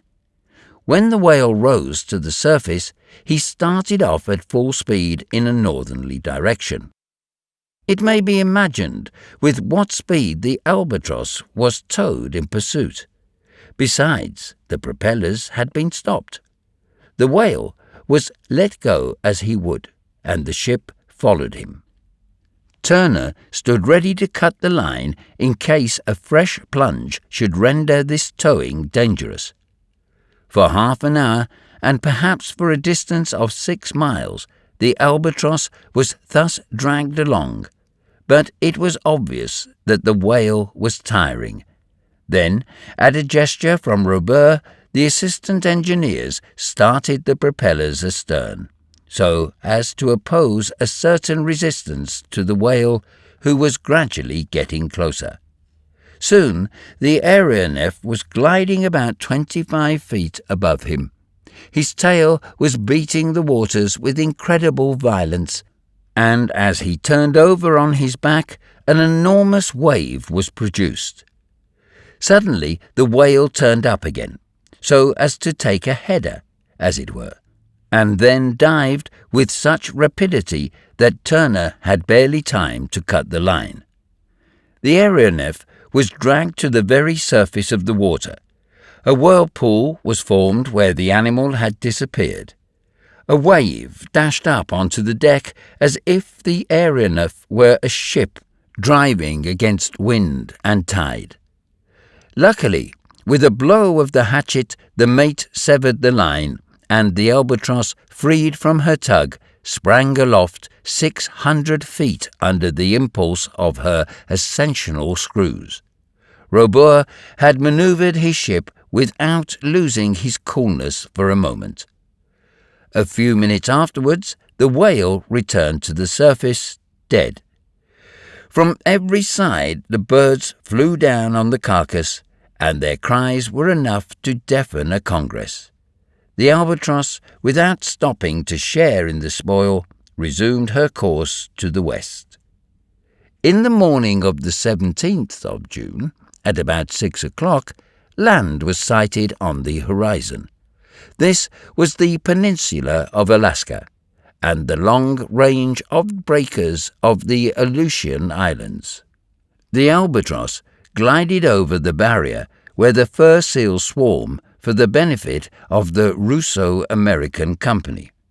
An excellent business is the capture of these amphibians, which are from 6 to 7 feet long, russet in colour, and weigh from 300 to 400 pounds. There they were in interminable files, ranged in line of battle and countable by thousands. Although they did not move at the passage of the albatross, it was otherwise with the ducks, divers, and loons, whose husky cries filled the air as they disappeared beneath the waves and fled terrified from the aerial monster. The 1,200 miles of the Bering Sea between the first of the Aleutians and the extreme end of the Kamchatka were traversed during the 24 hours of this day and the following night. Uncle Prudent and Phil Evans found that here was no present chance of putting their project of escape into execution. Flight was not to be thought of among the deserts of eastern Asia, nor on the coast of the Sea of Okhotsk. Evidently, the albatross was bound for Japan or China, and there, although it was not perhaps quite safe to trust themselves to the mercies of the Chinese or Japanese, the two friends made up their minds to run if the aeronef stopped.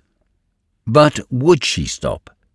She was not like a bird which grows fatigued by too long a flight, or like a balloon which has to descend for want of gas.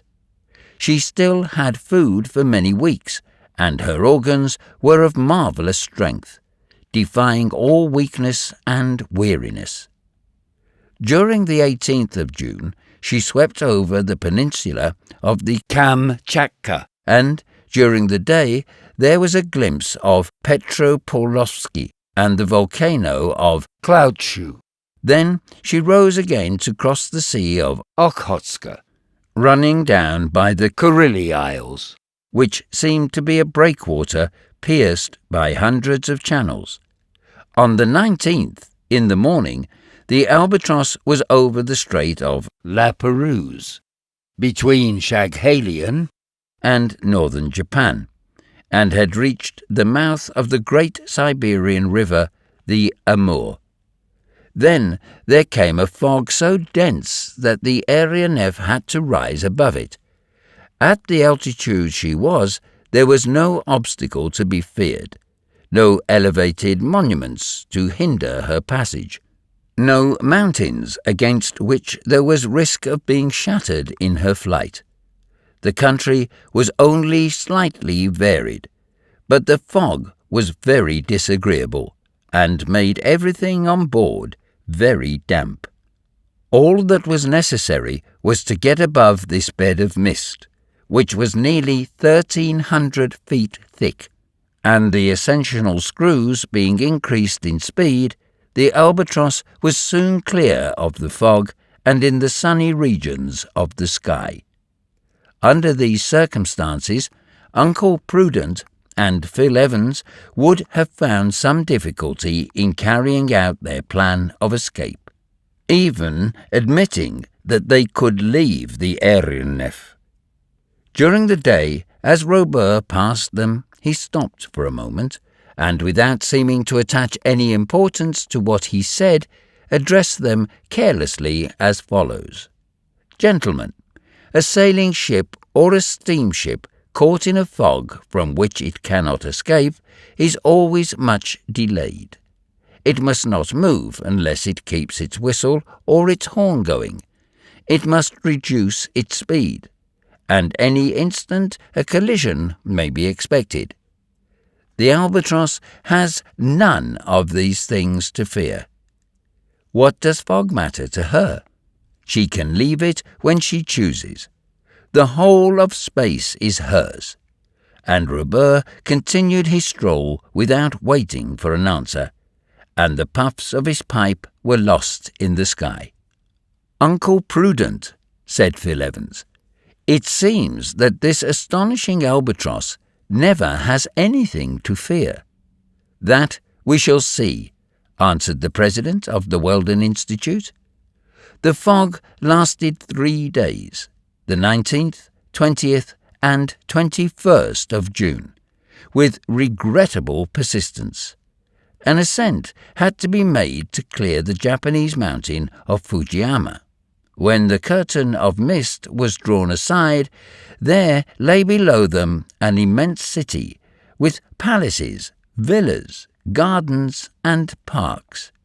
Even without seeing it, Robur had recognized it by the barking of the innumerable dogs, the cries of the birds of prey, and above all, by the cadaverous odour which the bodies of its executed criminals gave off into space. The two colleagues were out on the deck while the engineer was taking his observations, in case he thought it best to continue his course through the fog. "Gentlemen," said he, "I have no reason for concealing from you that this town is Tokyo, the capital of Japan."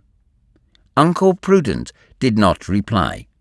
In the presence of the engineer, he was almost choked, as if his lungs were short of air. "This view of Tokyo," continued Robur, "is very curious." "Curious as it may be," replied Phil Evans. "It is not as good as Peking," interrupted the engineer. "That is what I think, and very shortly you shall have an opportunity of judging." "Impossible to be more agreeable." The albatross, then, gliding southeast, had her course changed 4 points so as to head to the eastward.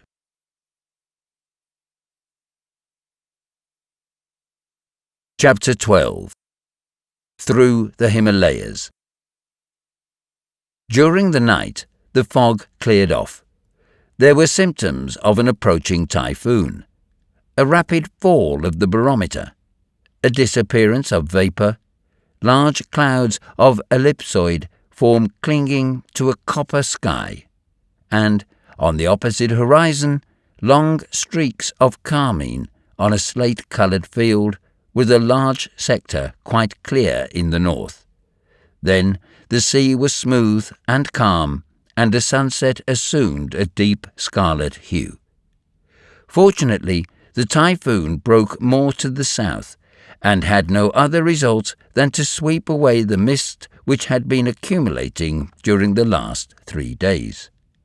In an hour they had traversed the 125 miles of the Korean Strait, and while the typhoon was raging on the coast of China, the albatross was over the Yellow Sea. During the 22nd and 23rd, she was over the Gulf of Petcheli, and on the 24th she was ascending the valley of the Piho on her way to the capital of the Celestial Empire. Leaning over the rail, the two colleagues, as the engineer had told them, could see distinctly the immense city. The wall, which divides into 2 parts, the Manchu town and the Chinese town, the 12 suburbs which surround it, the large boulevards which radiate from its centre, the temples with their green and yellow roofs bathed in the rising sun, the grounds surrounding the houses of the mandarins. Then, in the middle of the Manchu town, the 1,800 acres of the Yellow Town, with its pagodas, its imperial gardens, its artificial lakes, its mountain of coal which towers above the capital, and in the centre of the Yellow Town, like a square of Chinese puzzle enclosed in another, the Red Town, that is, the Imperial Palace, with all the peaks of its outrageous architecture. Below the albatross, the air was filled with a singular harmony. It seemed to be a concert of Aeolian harps. In the air were 100 kites of different forms, made of sheets of palm leaf, and having at their upper end a sort of bow of light wood, with a thin slip of bamboo beneath. In the breath of the wind these slips, with all their notes, varied like those of our harmonicon, gave forth a most melancholy murmuring. It seemed as though they were breathing musical oxygen. It suited Robur's whim to run close up to this aerial orchestra, and the albatross slowed as she glided through the sonorous waves which the kites gave off through the atmosphere. But immediately an extraordinary effect was produced amongst the innumerable population. Beatings of the tom-toms and sounds of other formidable instruments of the Chinese orchestra, gun reports by the thousand, mortars fired in hundreds, all were brought into play to scare away the aeronef. Although the Chinese astronomers may have recognized the aerial machine as the moving body that had given rise to such disputes, it was to the celestial million, from the humblest tankada to the best buttoned mandarin, an apocalyptical monster appearing in the sky of Buddha. The crew of the Albatross troubled themselves very little about these demonstrations, but the strings which held the kites and were tied to fixed pegs in the imperial gardens were cut or quickly hauled in, and the kites were either drawn in rapidly, sounding louder as they sank, or else fell like a bird shot through both wings, whose song ends with its last sigh. A noisy fanfare escaped from Tom Turner's trumpet and drowned the final notes of the aerial concert. It did not interrupt the terrestrial fusillade. At last, a shell exploded a few feet below the Albatross, and then she mounted into the inaccessible regions of the sky. Nothing happened during the few following days of which the prisoners could take advantage. The aeronef kept on her course to the southwest, thereby showing that it was intended to take her to India. 12 hours after leaving Peking, Uncle Prudent and Phil Evans caught a glimpse of the Great Wall in the neighbourhood of the Shensi. Then, avoiding the Lung Mountains, they passed over the valley of the Hohangho and crossed the Chinese border on the Tibet side. Tibet consists of high tablelands without vegetation, with here are the snowy peaks and barren ravines, torrents fed by glaciers, depressions with glittering beds of salt, lakes surrounded by luxurious forests with icy winds sweeping all over. The barometer indicated an altitude of 13,000 feet above the level of the sea. At that height, the temperature, although it was in the warmest months of the northern hemisphere, was only a little above freezing. This cold, combined with the speed of the Albatross, made the voyage somewhat trying, and although the friends had warm travelling wraps, they preferred to keep to their cabin. It need hardly be said that to keep the aeronef in this rarefied atmosphere, the suspensory screws had to be driven at extreme speed, but they worked with perfect regularity, and the sound of their wings almost acted as a lullaby. During this day, appearing from below about the size of a carrier pigeon, she passed over Garluk, a town of western Tibet, the capital of the province of Karakoram.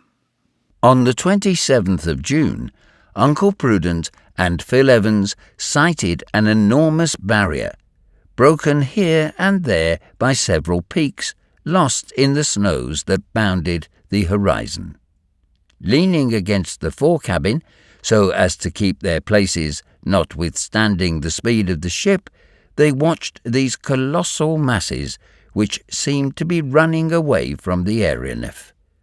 "The Himalayas, evidently," said Phil Evans, "and probably Robur is going round their base so as to pass into India." "So much the worse," answered Uncle Prudent. "On that immense territory we shall perhaps be able to—" "Unless he goes round by Burma to the east or Nepal to the west. Anyhow, I defy him to go through them." "Indeed," said a voice. The next day, the 28th of June, the Albatross was in front of the huge mass above the province of Zhang. On the other side of the chain was the province of Nepal. These ranges block the road into India from the north. The two northern ones, between which the aeronef was gliding like a ship between enormous reefs, are the first steps of the Central Asian barrier.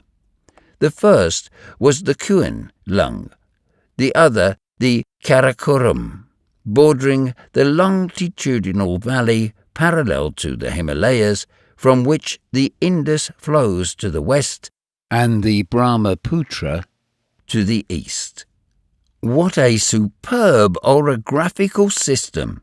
More than 200 summits have been measured, 17 of which exceed 25,000 feet.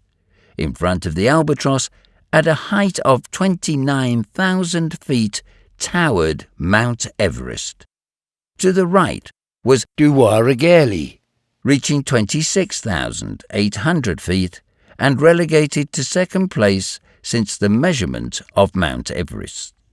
Evidently, Robur did not intend to go over the top of these peaks, but probably he knew the passes of the Himalayas, among others of Ibiganim, which the brothers Schleidentweit traversed in 1856 at a height of 22,000 feet, and towards it he went. Several hours of palpitation, becoming quite painful, followed, and although the rarefaction of the air was not such as to necessitate recourse, being had to the special apparatus for renewing oxygen in the cabins, the cold was excessive. Robur stood in the bow, his sturdy figure wrapped in a greatcoat. He gave the orders, while Tom Turner was at the helm. The engineer kept an attentive watch on his batteries, the acid in which fortunately ran no risk of congelation. The screws, running at the full strength of the current, gave forth a note of intense shrillness, in spite of the trifling density of the air. The barometer showed 23,000 feet in altitude. Magnificent was the grouping of the chaos of mountains. Everywhere were brilliant white summits. There were no lakes, but glaciers descending 10,000 feet towards the base. There was no herbage, only a few phanerogems on the limit of vegetable life. Down on the lower flanks of the range were splendid forests of pines and cedars. Here were none of the gigantic ferns and interminable parasites stretching from tree to tree as in the thickets of the jungle. There were no animals, no wild horses or yaks or Tibetan bulls. Occasionally, a scared gazelle showed itself far down the slopes. There were no birds, save a couple of those crows which can rise to the utmost limits of the respirable air. The pass at last was traversed. The Albatross began to descend. Coming from the hills out of the forest region, there was now beneath them an immense plain stretching far and wide. Then Robur stepped up to his guests and in a pleasant voice remarked, "India, gentlemen."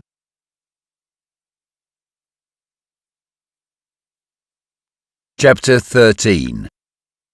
Over the Caspian.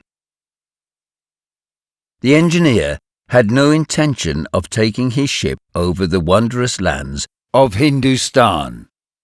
To cross the Himalayas was to show how admirable was the machine he commanded. To convince those who would not be convinced was all he wished to do. But if in their hearts Uncle Prudent and his colleague could not help admiring so perfect an engine of aerial locomotion, they allowed none of their admiration to be visible. All they thought of was how to escape. They did not even admire the superb spectacle that lay beneath them as the albatross flew along the river banks of the Punjab. At the base of the Himalayas there runs a marshy belt of country, the home of malarious vapours, the Terai, in which fever is endemic. But this offered no obstacle to the albatross, or in any way affected the health of her crew.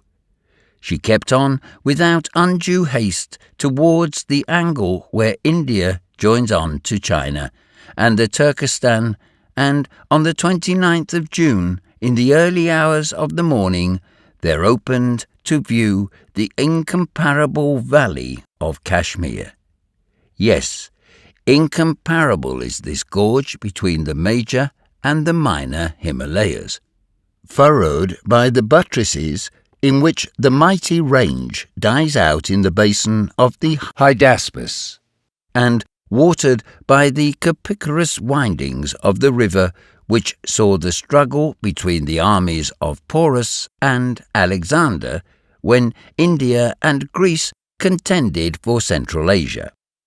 The Hydaspes is still there, although the two towns founded by the Macedonian in remembrance of his victory have long since disappeared.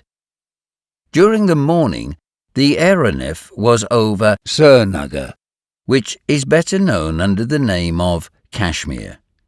Uncle Prudent and his companion beheld the superb city clustered along both banks of the river, its wooden bridges stretching across like threads, its villas and their balconies standing out in bold outline, its hills shaded by tall poplars, its roofs grassed over and looking like molehills, its numerous canals with boats like nutshells and boatmen like ants, its palaces, temples, kiosks, mosques, and bungalows on the outskirts, and its old citadel of Hari Perwata on the slope of the hill, like the most important of the forts of Paris on the slope of Mont Valérien.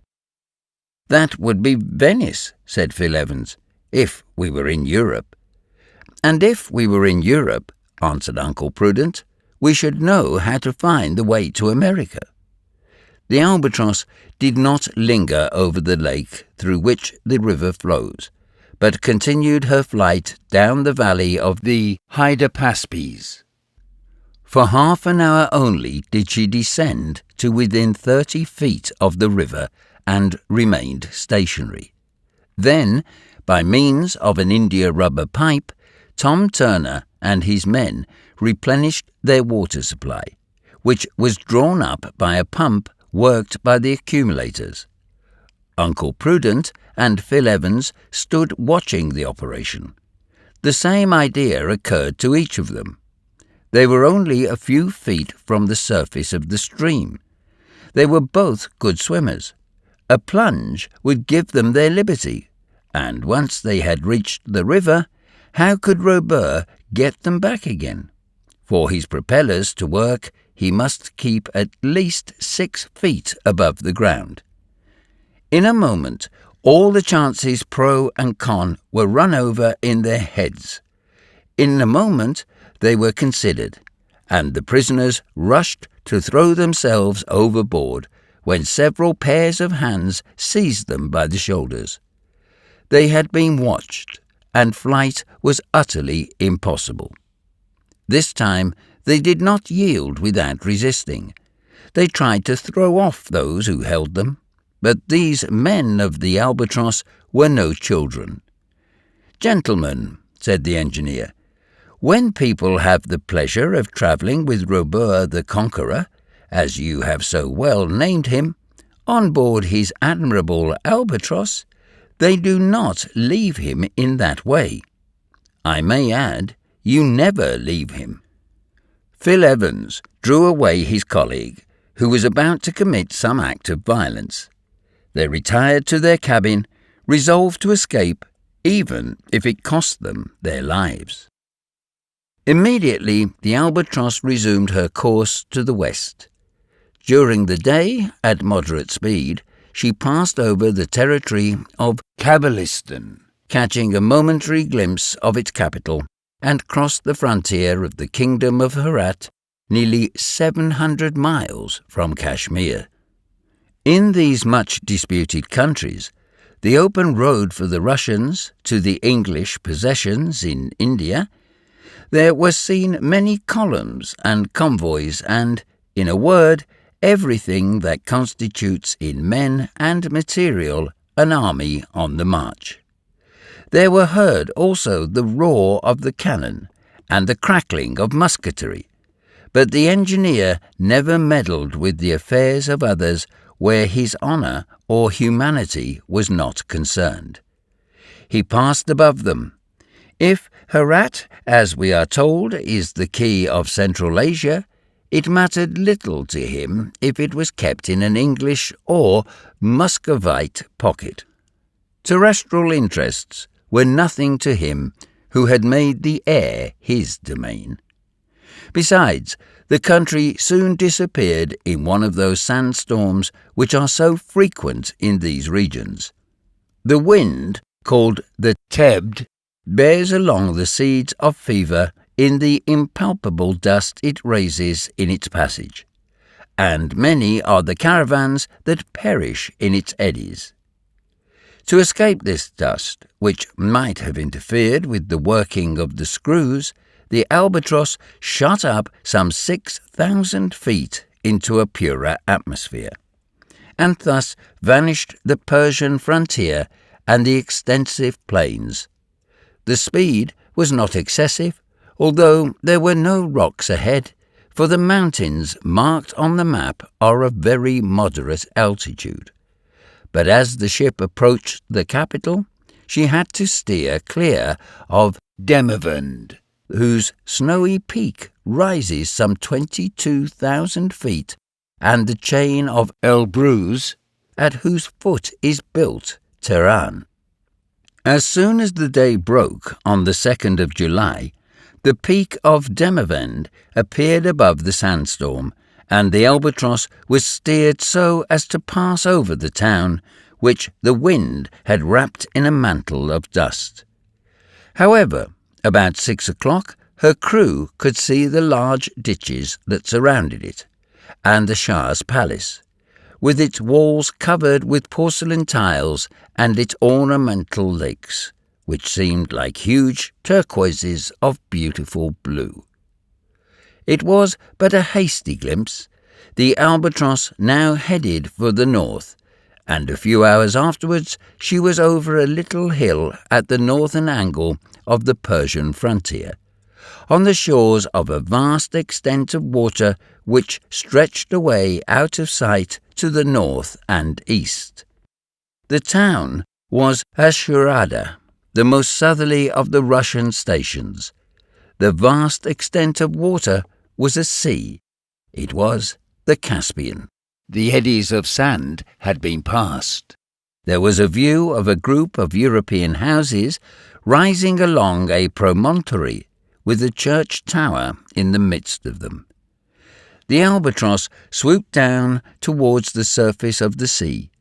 Towards evening she was running along the coast which formerly belonged to Turkestan, but now belongs to Russia, and in the morning of the 3rd of July she was about 300 feet above the Caspian. There was no land in sight, either on the Asiatic or European side. On the surface of the sea, a few white sails were bellying in the breeze. These were native vessels, recognizable by their peculiar rig, kesbes, with 2 masts, kayaks, the old pirate boats, with 1 mast, tea mills, and smaller craft for trading and fishing. Here and there a few puffs of smoke rose up to the Albatross from the funnels of the Ashurada steamers, which the Russians keep as the police of those Turcoman waters. That morning Tom Turner was talking to the cook, Tapage, and to a question of his replied, "Yes, we shall be about 48 hours over the Caspian." "Good," said the cook. "Then we can have some fishing." Just so.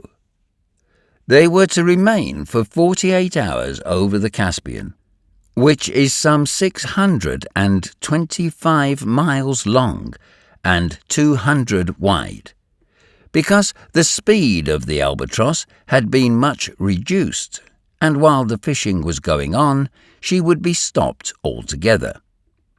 The reply was heard by Phil Evans, who was then in the bow, where Fry Colin was overwhelming him with piteous pleadings to be put on the ground. Without replying to this preposterous request, Evans returned aft to Uncle Prudent, and there, taking care not to be overheard, he reported the conversation that had taken place.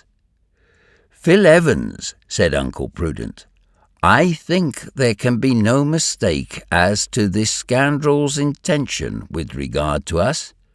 "None," said Phil Evans. "He will only give us our liberty when it suits him, and perhaps not at all. In that case, we must do all we can to get away from the Albatross. A splendid craft she is, I must admit." "Perhaps so," said Uncle Prudent, "but she belongs to a scoundrel who detains us on board in defiance of all right. For us and ours she is a constant danger, if we do not destroy her." "Let us begin by saving ourselves," answered Phil Evans. "We can see about the destruction afterwards." "Just so," said Uncle Prudent, "and we must avail ourselves of every chance that comes along. Evidently the Albatross is going to cross the Caspian into Europe, either by the north into Russia or by the west into the southern countries. Well, no matter where we stop, before we get to the Atlantic, we shall be safe, and we ought to be ready at any moment." "But," asked Evans, "how are we to get out?" "Listen to me," said Uncle Prudent. "It may happen during the night that the Albatross may drop to within a few 100 feet of the ground. Now, there are on board several ropes of that length, and, with a little pluck, we might slip down them." "Yes," said Evans. "If the case is desperate, I don't mind." "Nor I. During the night, there's no one about except the man at the wheel, and if we can drop one of the ropes forward without being seen or heard—" "Good. I am glad to see you are so cool. That means business. But just now we are over the Caspian. There are several ships in sight. The Albatross is going down to fish. Cannot we do something now?" "Shh! They are watching us much more than you think," said Uncle Prudent. "You saw that when we tried to jump into the hyperspace." "And who knows that they don't watch us at night?" asked Evans. "Well, we must end this. We must finish with this Albatross and her master." It will be seen how, in the excitement of their anger, the colleagues, Uncle Prudent in particular, were prepared to attempt the most hazardous things. The sense of their powerlessness, the ironical disdain with which Robur treated them, the brutal remarks he indulged in, all contributed towards intensifying the aggravation which daily grew more manifest. This very day something occurred which gave rise to another most regrettable altercation between Robur and his guests. This was provoked by Fry Colin, who, finding himself above the boundless sea, was seized with another fit of terror. Like a child, like the Negro he was, he gave himself over to groaning and protesting and crying and writhing in 1,000 contortions and grimaces. "I want to get out! I want to get out! I am not a bird! Boo-hoo! I don't want to fly! I want to get out!" Uncle Prudent, as may be imagined, did not attempt to quiet him. In fact, he encouraged him, and particularly as the incessant howling seemed to have a strangely irritating effect on Robur. When Tom Turner and his companions were getting ready for fishing, the engineer ordered them to shut up Fry Colin in his cabin. But the Negro never ceased his jumping about and began to kick at the wall and yell with redoubled power. It was noon. The Albatross was only about 15 or 20 feet above the water. A few ships, terrified at the apparition, sought safety in flight. As may be guessed, a sharp lookout was kept on the prisoners, whose temptation to escape could not but be intensified. Even supposing they jumped overboard, they would have been picked up by the India rubber boat. As there was nothing to do during the fishing, in which Phil Evans intended to take part, Uncle Prudent, raging furiously as usual, retired to his cabin. The Caspian Sea is a volcanic depression. Into it flow the waters of the Volga, the Ural, the Kur and the Khumbu, the Jemba, and others.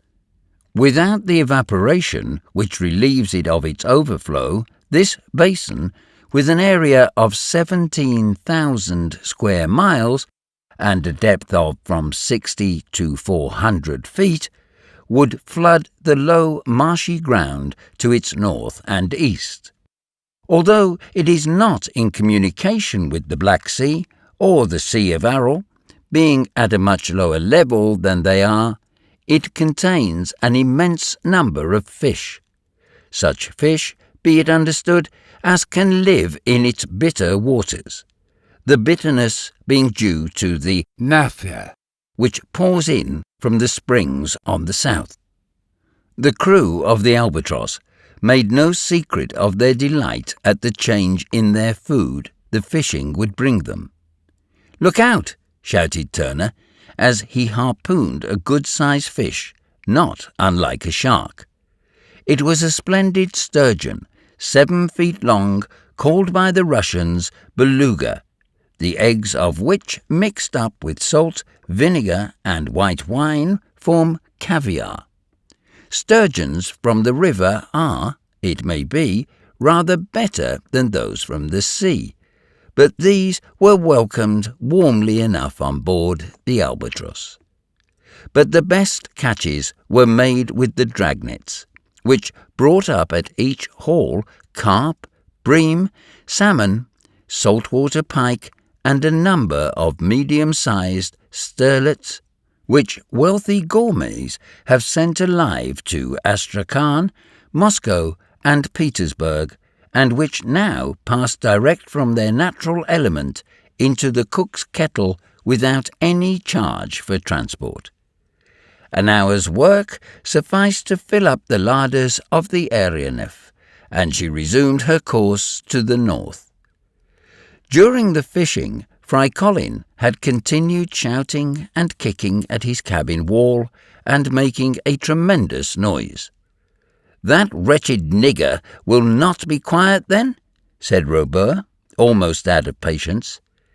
"It seems to me, sir, he has a right to complain," said Phil Evans. "Yes, and I have a right to look after my ears," replied Robur. "Engineer Robur," said Uncle Prudent, who had just appeared on deck. "President of the Weldon Institute." They had stepped up to one another and were looking into the whites of each other's eyes. Then Robur shrugged his shoulders. "Put him at the end of a line," he said. Turner saw his meaning at once. Fry Colin was dragged out of his cabin. Loud were his cries when the mate and one of the men seized him and tied him into a tub, which they hitched onto a rope, one of those very ropes, in fact, that Uncle Prudent had intended to use, as we know. The negro at first thought he was going to be hanged, not he was only going to be towed. The rope was paid out for 100 feet, and Fry Colin found himself hanging in space. He could then shout at his ease, but fright contracted his larynx, and he was mute. Uncle Prudent and Phil Evans endeavoured to prevent this performance. They were thrust aside. "It is scandalous, it is cowardly," said Uncle Prudent, quite beside himself with rage. "Indeed," said Robur, "it is an abuse of power against which I protest." "Protest away." "I will be avenged, Mr. Robur." "Avenge when you like, Mr. Prudent."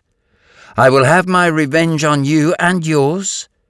The crew began to close up with anything but peaceful intentions. Robur motioned them away. "Yes, on you and yours," said Uncle Prudent, whom his colleague in vain tried to keep quiet. "Whenever you please," said the engineer. "And in every possible way?" "That is enough now," said Robur, in a threatening tone. "There are other ropes on board, and if you don't be quiet, I'll treat you as I have done your servant." Uncle Prudent was silent, not because he was afraid, but because his wrath had nearly choked him, and Phil Evans led him off to his cabin. During the last hour, the air had been strangely troubled.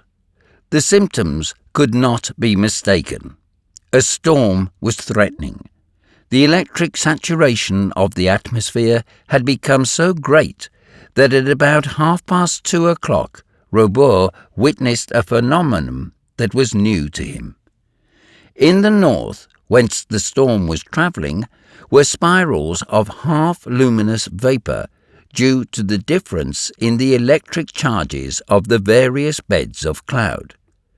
The reflections of these bands came running along the waves in myriads of lights, growing in intensity as the sky darkened.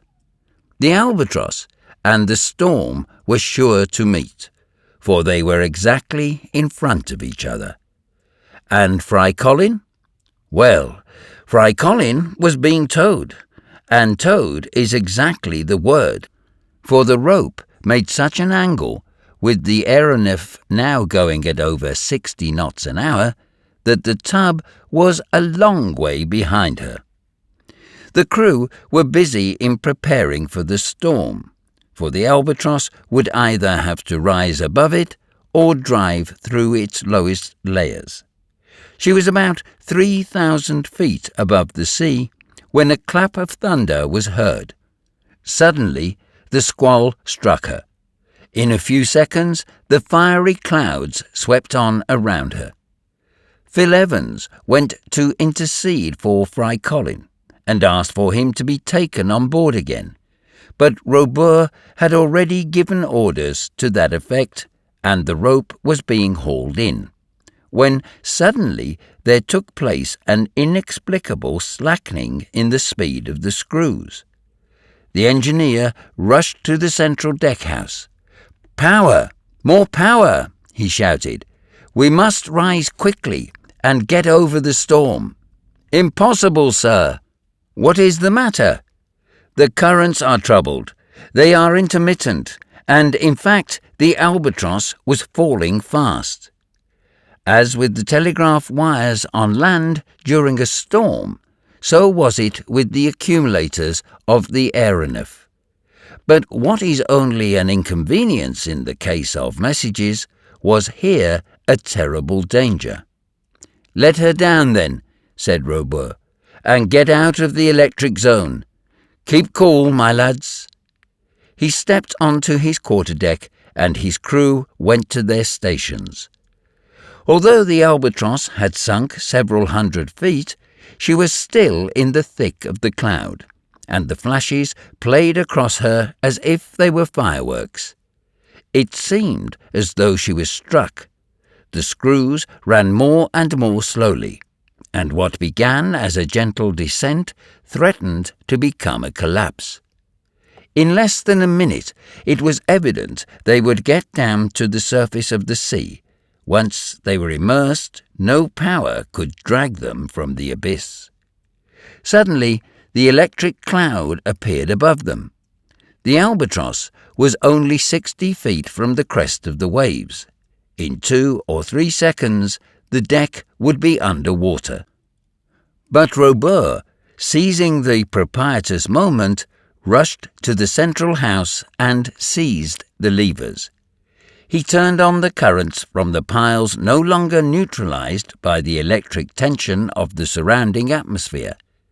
In a moment, the screws had regained their normal speed and checked the descent, and the Albatross remained at a slight elevation while her propellers drove her swiftly out of reach of the storm.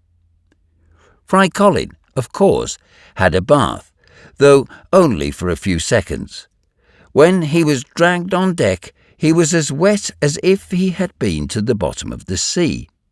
As may be imagined, he cried no more. In the morning of the 4th of July, the Albatross had passed over the northern shore of the Caspian.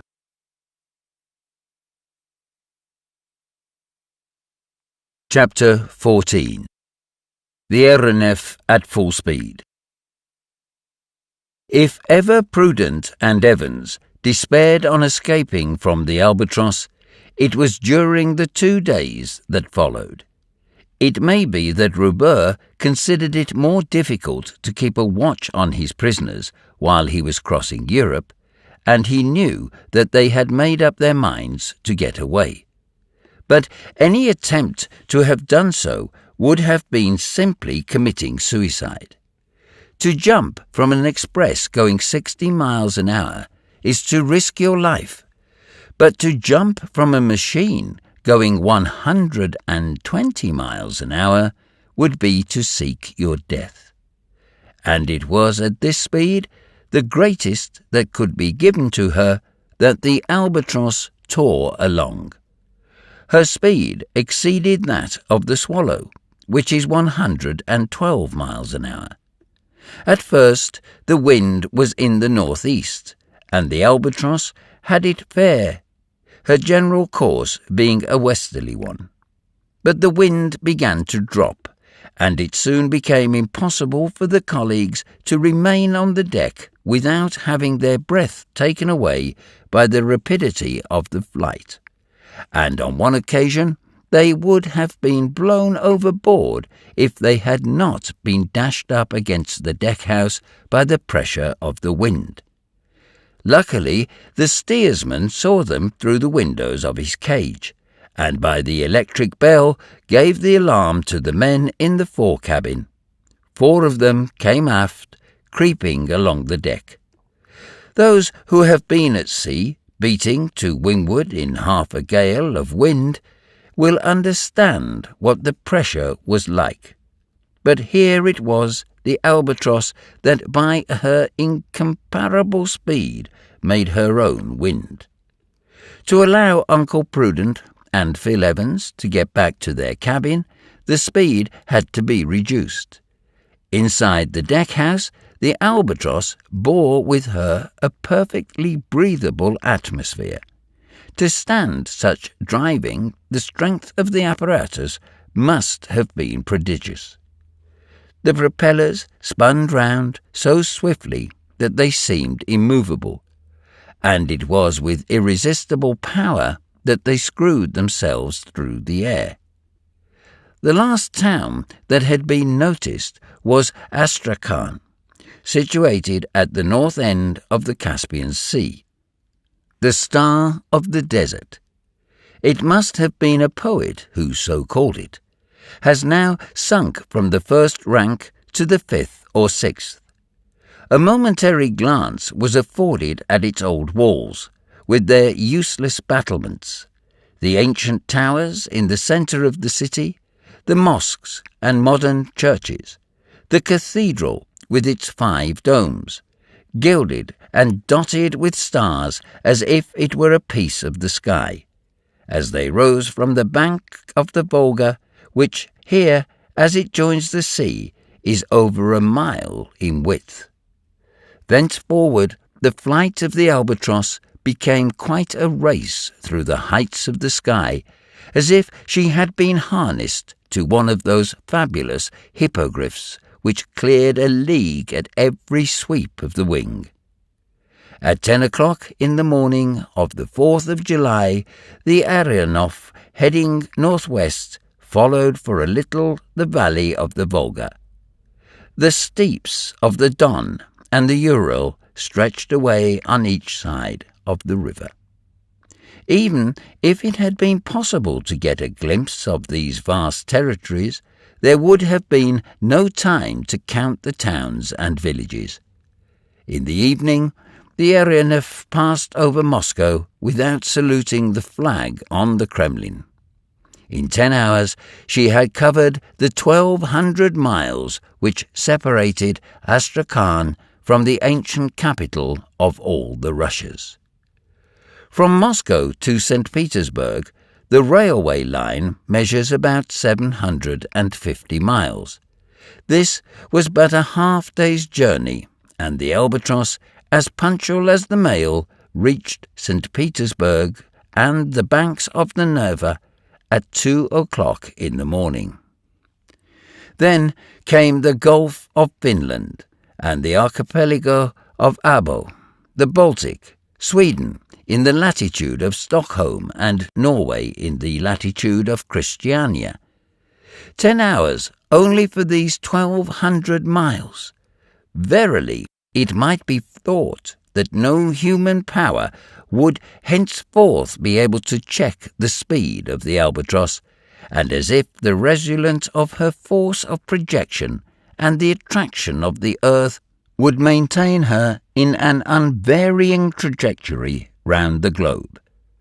But she did stop nevertheless, and that was over the famous fall of the Ardjukamfos in Norway, Gausta, whose summit dominates this wonderful region of the Telemarken, stood in the west like a gigantic barrier apparently impassable, and when the albatross resumed her journey at full speed, her head had been turned to the south. And during this extraordinary flight, what was Fry Colin doing? He remained silent in a corner of his cabin, sleeping as well as he could, except at mealtimes. Tapage then favoured him with his company and amused himself at his expense. "Eh, my boy," said he, "so you are not crying any more. Perhaps it hurt you too much. That 2 hours hanging cured you of it. At our present rate, what a splendid air bath you might have for your rheumatics. It seems to me we shall soon go to pieces." "Perhaps so, but we shall go so fast we shan't have time to fall. That is some comfort. Do you think so?" "I do. To tell the truth, and not to exaggerate like Tapage, it was only reasonable that owing to the excessive speed the work of the suspensory screws should be somewhat lessened. The albatross glided on its bed of air like a Congreve rocket. "And shall we last long like that?" asked Fry Colin. "Long? Oh, no, only as long as we live." "Oh," said the negro, beginning his lamentations. "Take care, Fry, take care, for, as they say in my country, the master may send you to the seesaw." And Fry Colin gulped down his sobs as he gulped down the meat which, in double doses, he was hastily swallowing. Meanwhile, Uncle Prudent and Phil Evans, who were not men to waste time in wrangling when nothing could come of it, agreed upon doing something. It was evident that escape was not to be thought of, but if it was impossible for them to again set foot on the terrestrial globe, could they not make known to its inhabitants what had become of them since their disappearance, and tell them by whom they had been carried off, and provoke, how was not very clear, some audacious attempt on the part of their friends to rescue them from Robur? Communicate, but how? Should they follow the example of sailors in distress, and enclose in a bottle a document given the place of shipwreck, and throw it into the sea? But here the sea was the atmosphere. The bottle would not swim, and if it did not fall on somebody and crack his skull, it might never be found. The colleagues were about to sacrifice one of the bottles on board when an idea occurred to Uncle Prudent. He took snuff, as we know, and we may pardon this fault in an American who might do worse. And as a snuff-taker, he possessed a snuff-box, which was now empty. This box was made of aluminium. If it was thrown overboard, any honest citizen that found it would pick it up and, being an honest citizen, he would take it to the police office. And there they would open it and discover from the document what had become of the two victims of Robur the Conqueror. And this is what was done. The note was short, but it told all, and it gave the address of the Weldon Institute with a request that it might be forwarded.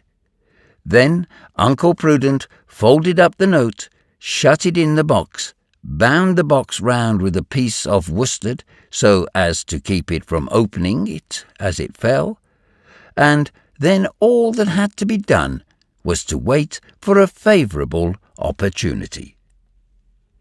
During this marvellous flight over Europe, it was not an easy thing to leave the cabin and creep along the deck at the risk of being suddenly and secretly blown away. And it would not do for the snuff-box to fall into the sea or a gulf or a lake or a watercourse, for it would then perhaps be lost. At the same time, it was not impossible that the colleagues might, in this way, get into communication with the habitable globe.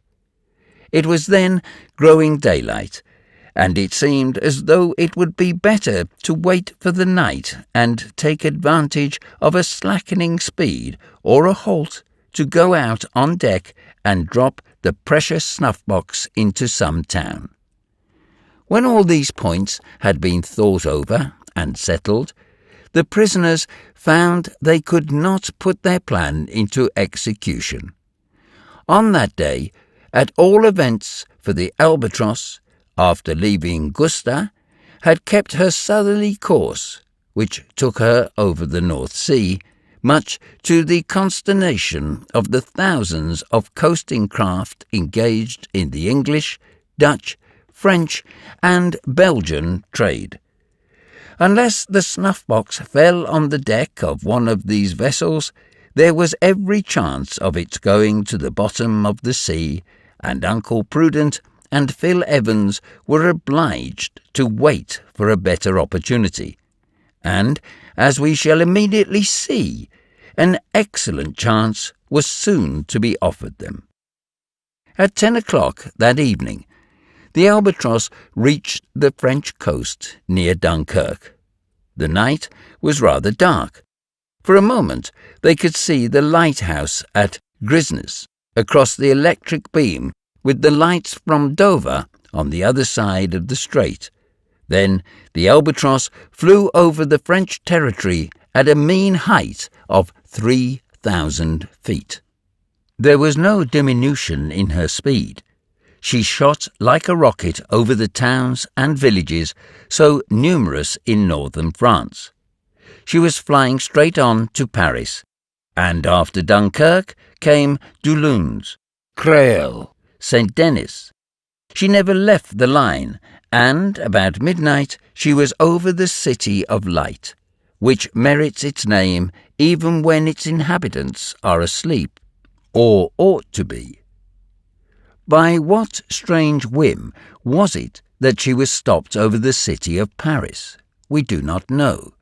But down she came till she was within a few 100 feet of the ground. Robur then came out of his cabin, and the crew came on to the deck to breathe the ambient air. Uncle Prudent and Phil Evans took care not to miss such an excellent opportunity. They left their deck-house and walked off away from the others so as to be ready at the propitious moment. It was important their action should not be seen. The Albatross, like a huge coleopter, glided gently over the mighty city. She took the line of the boulevards, then brilliantly lighted by the Edison lamps. Up to her there floated the rumble of the vehicles as they drove along the streets, and the roll of the trains on the numerous railways that converge into Paris. Then she glided over the highest monuments as if she was going to knock the ball off the Pantheon, or the cross off the Invalides. She hovered over the 2 minarets of the Trocadero and the metal tower of the Champ-de-Mars, where the enormous reflector was inundating the whole capital with its electric rays. This aerial promenade, this nocturnal loitering, lasted for about an hour. It was a halt for breath before the voyage was resumed, and probably Robur wished to give the Parisians the sight of a meteor quite unforeseen by their astronomers. The lamps of the Albatross were turned on. 2 brilliant sheaves of light shot down and moved along over the squares, the gardens, the palaces, the 60,000 houses, and swept the space from one horizon to the other. Assuredly, the Albatross was seen this time, and not only well seen, but heard, for Tom Turner brought out his trumpet and blew a rousing tarantara-tara. At this moment, Uncle Prudent leant over the rail, opened his hand, and let his snuff-box fall. Immediately, the Albatross shot upwards, and past her, higher still, there mounted the noisy cheering of the crowd, then thick on the boulevards, a hurrah of stupefaction to greet the imaginary meteor. The lamps of the aeronef were turned off, and the darkness and the silence closed in around as the Voyager was resumed at the rate of 120 miles an hour. This was all that was to be seen of the French capital. At 4 o'clock in the morning, the Albatross had crossed the whole country obliquely, and so as to lose no time in traversing the Alps of the Pyrenees, she flew over the face of Provence to the Cape of Antibes.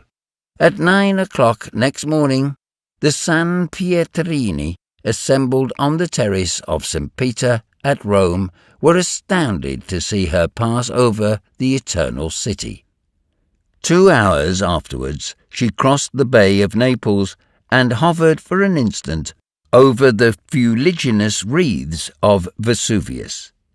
Then, after cutting obliquely across the Mediterranean in the early hours of the afternoon, she was signalled by the lookouts at La Goulette on the Tunisian coast. After America, Asia. After Asia, Europe. More than 18,000 miles had this wonderful machine accomplished in less than 23 days. And now she was off over the known and unknown regions of Africa. It may be interesting to know what happened to the famous snuff box after its fall. It had fallen in the Rue de Rivoli, opposite number 200, when the street was deserted. In the morning, it was picked up by an honest sweeper who took it to the prefecture of police. There, it was at first supposed to be an infernal machine, and it was untied, examined, and opened with care. Suddenly, a sort of explosion took place. It was a terrific sneeze on the part of the inspector. The document was then extracted from the snuff-box and, to the general surprise, read as follows. Messrs. Prudent and Evans, President and Secretary of the Weldon Institute, Philadelphia, have been carried off in the aeronef Albatross belonging to Robur the engineer. Please inform our friends and acquaintances, P and P.E. Thus was the strange phenomenon at last explained to the people of the two worlds.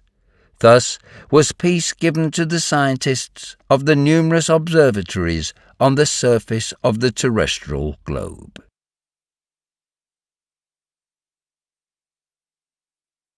Chapter 15. A Skirmish in Dahomey. At this point in the circumnavigatory voyage of the Albatross, it is only natural that some such questions as the following should be asked. Who was this Robur, of whom up to the present we know nothing but the name? Did he pass his life in the air? Did his aeronef never rest? Had he not some retreat in some inaccessible spot in which, if he had need of repose or revictualling, he could betake himself? It would be very strange if it were not so. The most powerful flyers have always an eyrie or nest somewhere. And what was the engineer going to do with his prisoners? Was he going to keep them in his power and condemn them to perpetual aviation? Or was he going to take them on a trip over Africa, South America, Australasia, the Indian Ocean, the Atlantic, and the Pacific, to convince them against their will, and then dismiss them with, "And now, gentlemen, I hope you will believe a little more in heavier than air"?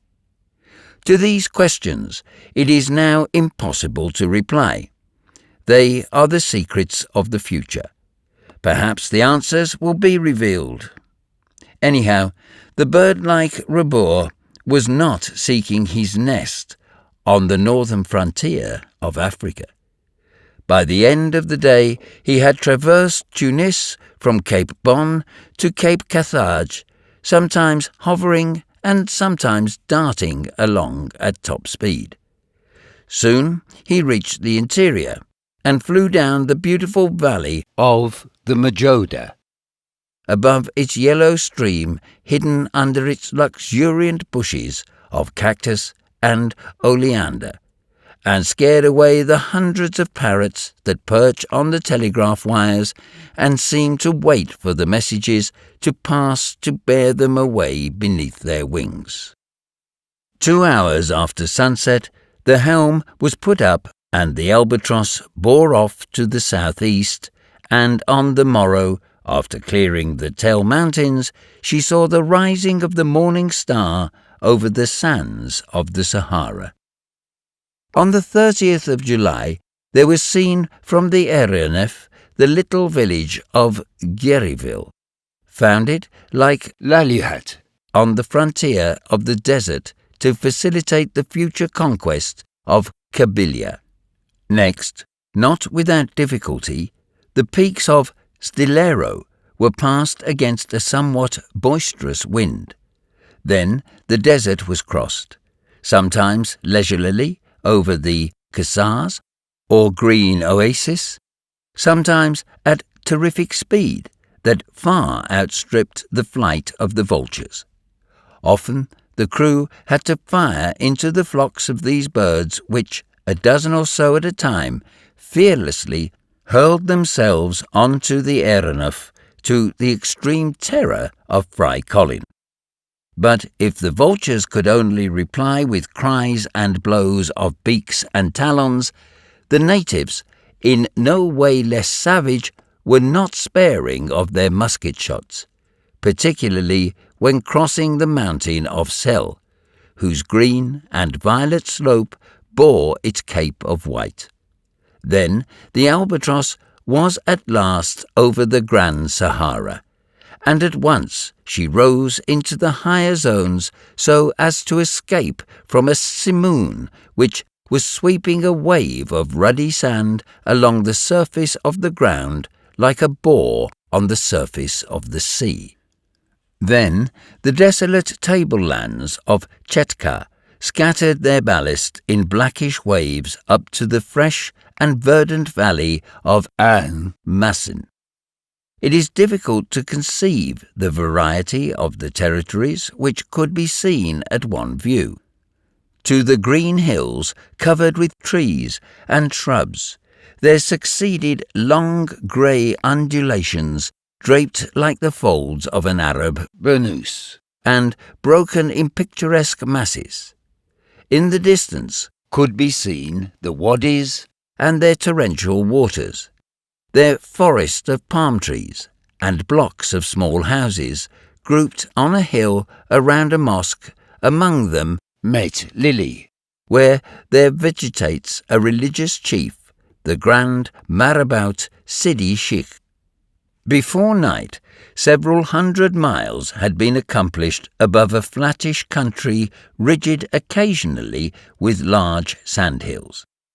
If the albatross had halted, she would have come to the earth in the depths of the Wagla oasis, hidden beneath an immense forest of palm trees.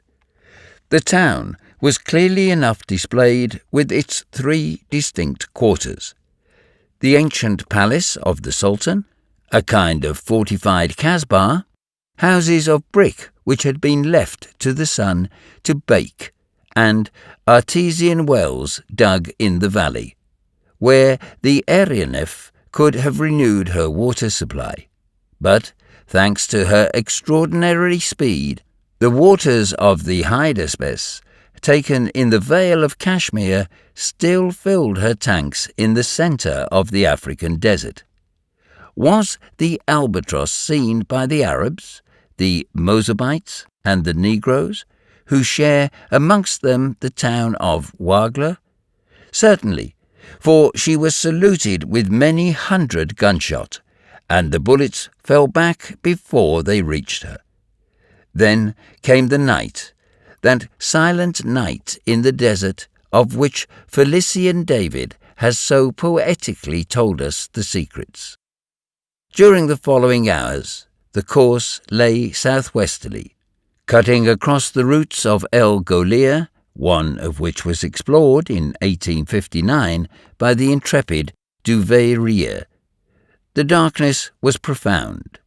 Nothing could be seen of the Trans-Saharan Railway, constructing on the plains of Duponchel, a long ribbon of iron destined to bind together Algiers and Timbuktu by way of Lalihat and Gardaia, and destined eventually to run down into the Gulf of Guinea.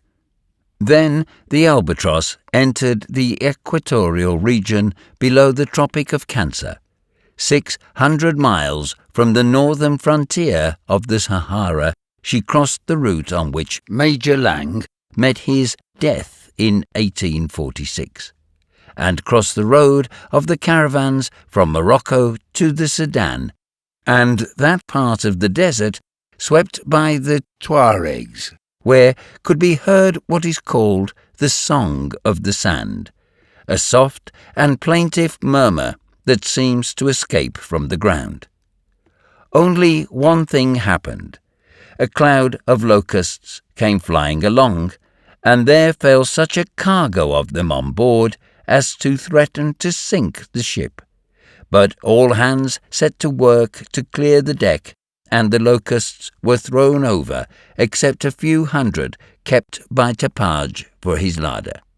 And he served them up in his so succulent a fashion that Fry Colin forgot for the moment his perpetual trances and said, "These are as good as prawns." The Erenif was then 1,100 miles from the Wagla oasis, and almost on the northern frontier of the Sudan.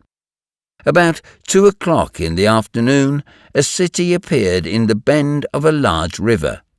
The river was the Niger. The city was Timbuktu. If, up to then, this African Mecca had only been visited by the travellers of the ancient world of Batuta, Kazan, Imbert, Mungo Park, Adams, Lang, Kale, Bath, Lens, on that day, by a most singular chance, the two Americans could boast of having seen, heard, and smelt it on their return to America, if they ever got back there. Of having seen it, because their view included the whole triangle of 3 or 4 miles in circumference, of having heard it, because the day was one of some rejoicing, and the noise was terrible, of having smelt it, because the olfactory nerve could not but be very disagreeably affected by the odours of the Ubacabo Square, where the meat markets stands close to the palace of the ancient Somé kings. The engineer had no notion of allowing the president and the secretary of the Weldon Institute to be ignorant that they had the honour of contemplating the Queen of the Sudan, now in the power of the Tuaregs of Tajanet. "Gentlemen, Timbuktu," he said, in the same tone as 12 days before he had said, "Gentlemen, India." Then he continued, "Timbuktu is an important city of from 12 to 13,000 inhabitants, formerly illustrious in science and art. Perhaps you would like to stay there for a day or two." Such a proposal could only have been made ironically, but, continued he, it would be dangerous among the Negroes, Berbers, and Fulanes who occupy it, particularly as our arrival in an Erenif might prejudice them against you. "Sir," said Phil Evans in the same tone, "for the pleasure of leaving you we would willingly risk an unpleasant reception from the natives. Prison for prison, we would rather be in Timbuktu than on the Albatross." "That is a matter of taste," answered the engineer. "Anyhow, I shall not try the adventure, for I am responsible for the safety of the guests who do me the honour to travel with me."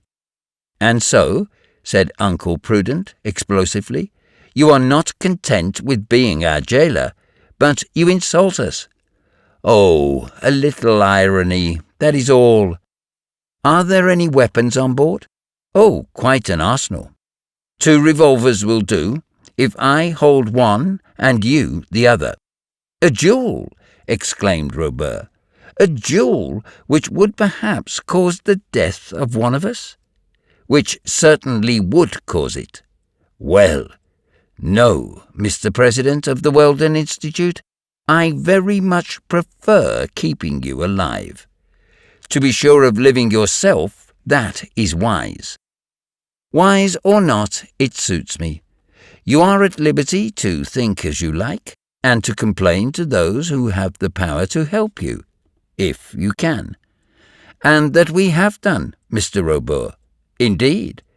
Was it so difficult when we were crossing the inhabited part of Europe to drop a letter overboard?"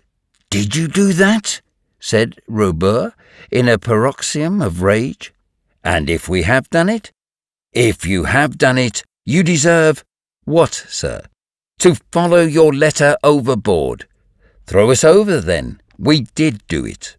Robur stepped towards them, At a gesture from him, Tom Turner and some of the crew ran up.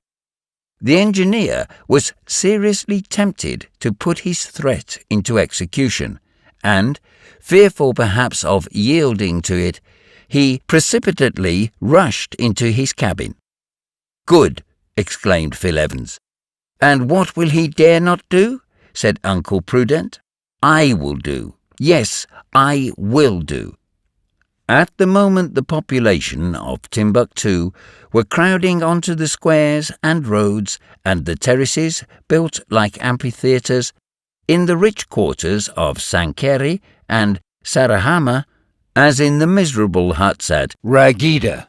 The priests from the minarets were thundering their loudest maledictions against the aerial monster. These were more harmless than the rifle bullets, though, assuredly, if the Aeronef had come to earth, she would have certainly been torn to pieces. For some miles, noisy flocks of storks, francolins, and ibises escorted the albatross and tried to race her, but in her rapid flight she soon distanced them. The evening came. The air was troubled by the roarings of the numerous herds of elephants and buffaloes which wander over this land, whose fertility is simply marvellous. For 48 hours the whole of the region between the prime meridian and the second degree in the bend of the Niger was viewed from the albatross. If a geographer had only such an apparatus at his command, with what facility could he map the country, note the elevations, fix the courses of the rivers and their affluents, and determine the positions of the towns and villages? There would then be no huge blanks on the map of Africa, no dotted lines, no vague designations which are the despair of cartographers.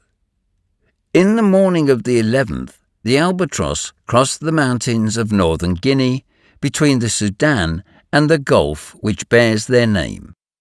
On the horizon was the confused outline of the Kong Mountains in the kingdom of Dahomey.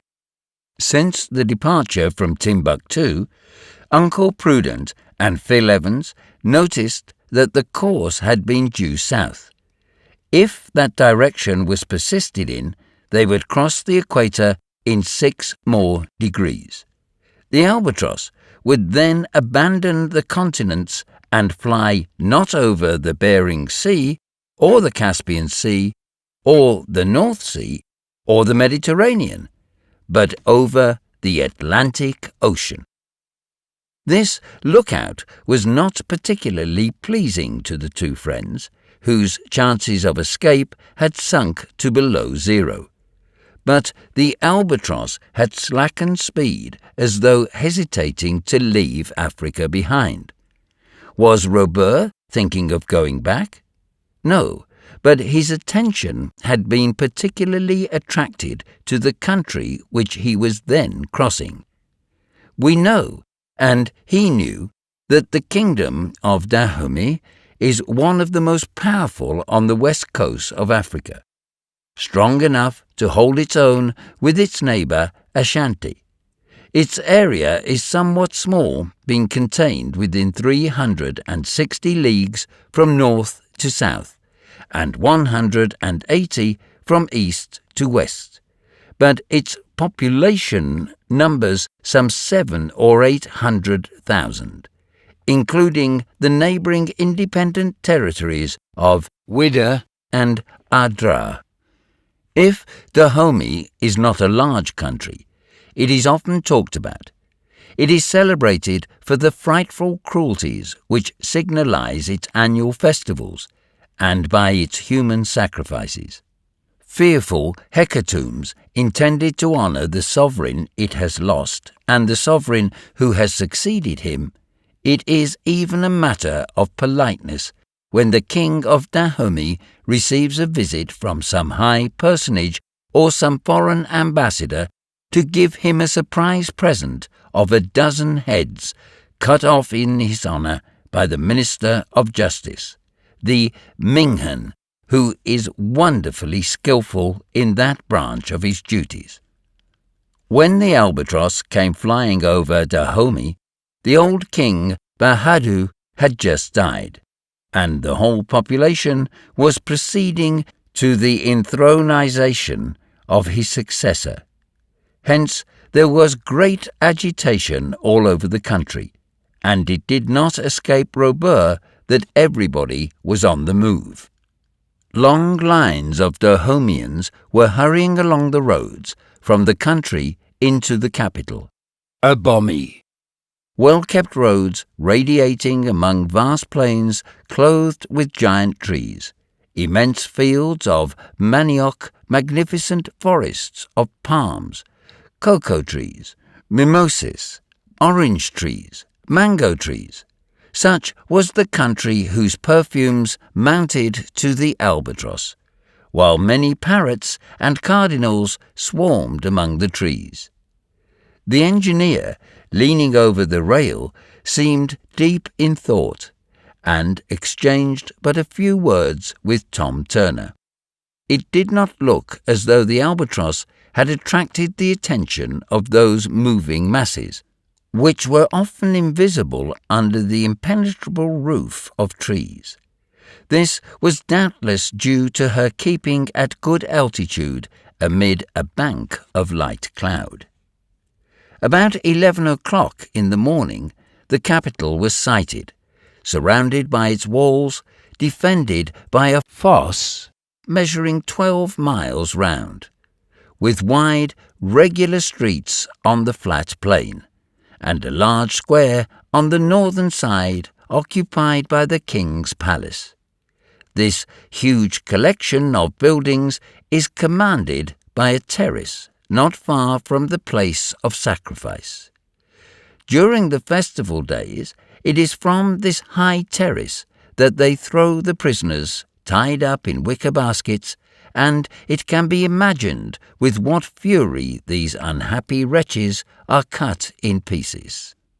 In one of the courtyards which divide the king's palace, there were drawn up 4,000 warriors, one of the contingents of the royal army, and not the least courageous one. If it is doubtful if there are any Amazons and the river of that name, there is no doubt of there being Amazons at Dahomey. Some have a blue shirt with a blue or red scarf, with white and blue striped trousers, and a white cap.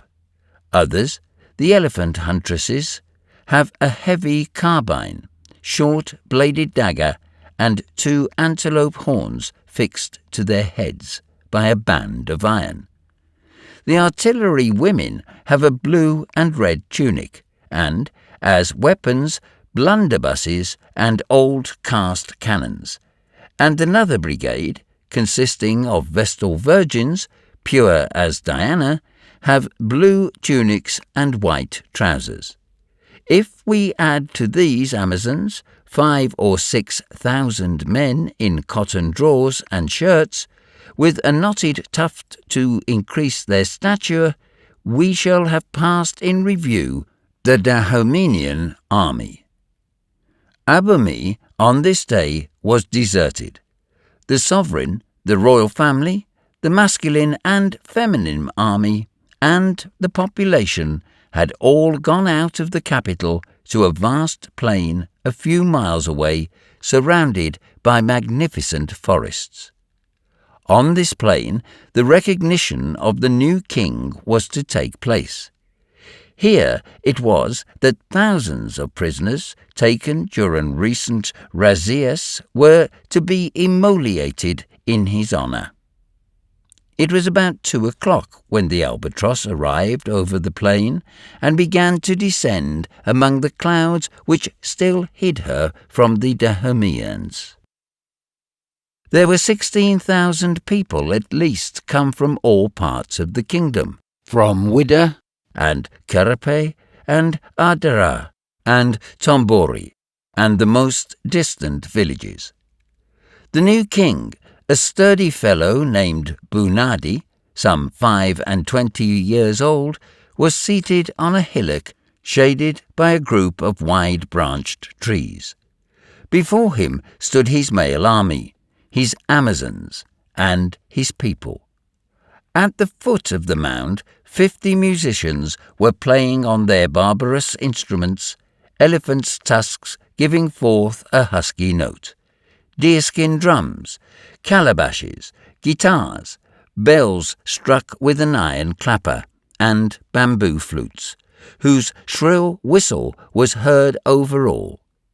Every other second came discharges of guns and blunderbusses, discharges of cannons, with the carriages jumping so as to imperil the lives of the artillery women, and a general uproar so intense that even the thunder would be unheard amidst it.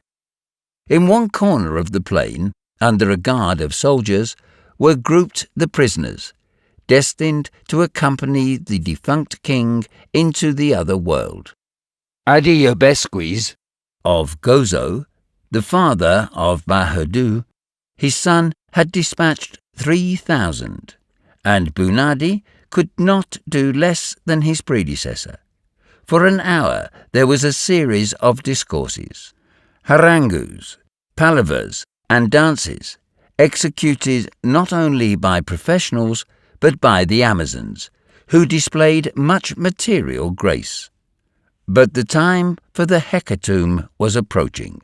Robur, who knew the customs of Dahomey, did not lose sight of the men, women, and children reserved for butchery.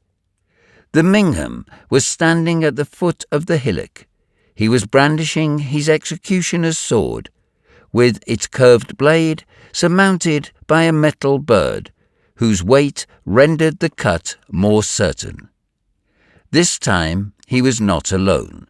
He could not have performed the task.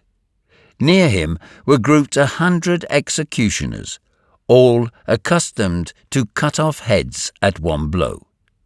The albatross came slowly down in an oblique direction. Soon she emerged from the bed of clouds which hid her till she was within 300 feet of the ground, and for the first time she was visible from below. Contrary to what had hitherto happened, the savages saw in her a celestial being come to render homage to King Bahudu. The enthusiasm was indescribable. The shouts were interminable. The prayers were terrific. Prayers addressed to this supernatural hippogriff, which had doubtless come to take the king's body to the higher regions of the Dahomean heaven. And now the first head fell under the Mingham's sword, and the prisoners were led up in hundreds before the horrible executioners. Suddenly a gun was fired from the albatross. The Minister of Justice fell dead on his face. "Well aimed, Tom," said Robur. His comrades, armed as he was, stood ready to fire when the order was given. But a change came over the crowd below. They had understood. The winged monster was not a friendly spirit. It was a hostile spirit. And after the fall of the Mingham, loud shouts for revenge arose on all sides. Almost immediately, a fusillade resounded over the plain. These menaces did not prevent the albatross from descending boldly to within 150 feet of the ground. Uncle Prudent and Phil Evans, whatever were their feelings towards Robur, could not help joining him in such a work of humanity. "Let us free the prisoners," they shouted. "That is what I'm going to do," said the engineer. And the magazine rifles of the albatross, in the hands of the colleagues as in the hands of the crew, began to rain down the bullets, of which not one was lost in the masses below, and the little gun shot forth its shrapnel, which really did marvels.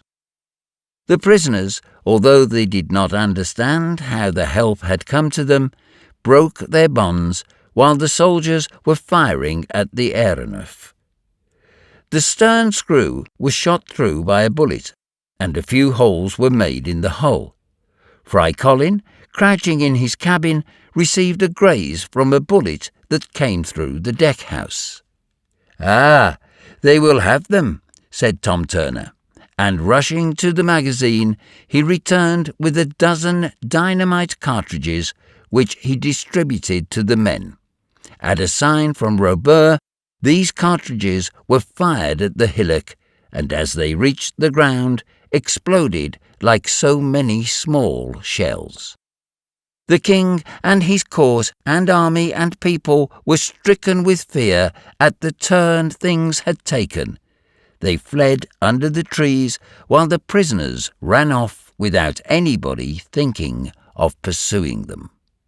In this way was the festival interfered with, and in this way did Uncle Prudent and Phil Evans recognize the power of the aeronef and the service it could render to humanity. Soon the albatross rose again to a moderate height, and passing over Widder, lost to view this savage coast which the southwest wind hems round with an inaccessible surf. And she flew out over the Atlantic.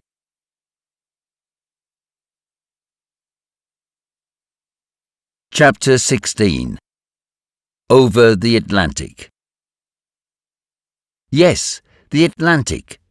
The fears of the two colleagues were realized, but it did not seem as though Robur had the least anxiety about venturing over this vast ocean.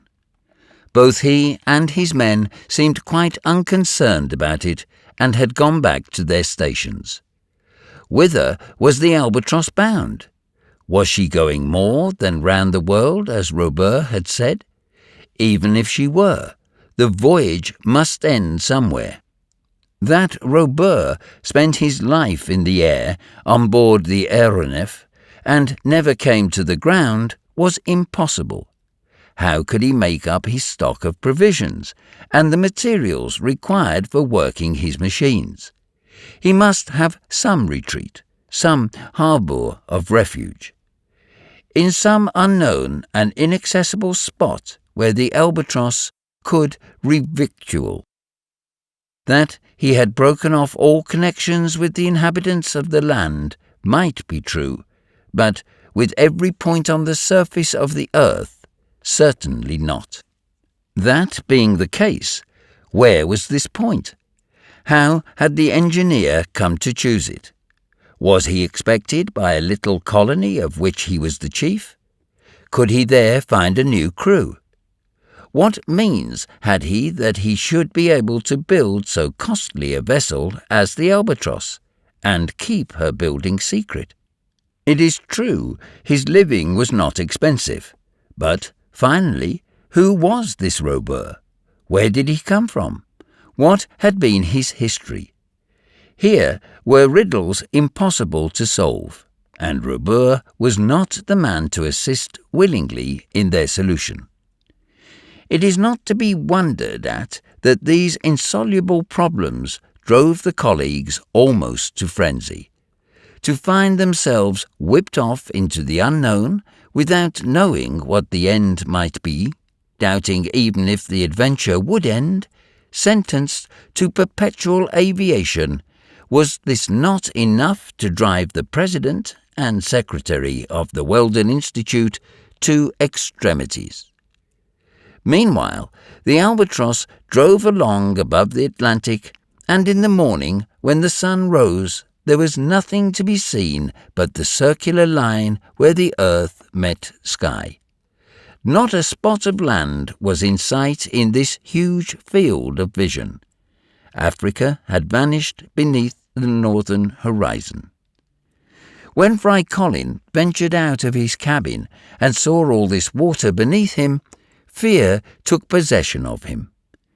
Of the 145 million square miles of which the area of the world's waters consists, the Atlantic claims about a quarter, and it seemed as though the engineer was in no hurry to cross it. There was now no going at full speed, none of the 120 miles an hour at which the Albatross had flown over Europe. Here, where the southwest winds prevail, the wind was ahead of them, and though it was not very strong, it would not do to defy it, and the Albatross was sent along at a moderate speed which, however, easily outstripped that of the fastest mailboat. On the 13th of July, she crossed the line, and the fact was duly announced to the crew. It was then that Uncle Prudent and Phil Evans ascertained that they were bound for the southern hemisphere. The crossing of the line took place without any of the Neptunian ceremonies that still linger on certain ships. Tapage was the only one to mark the event, and he did so by pouring a pint of water down Fry Collins' neck.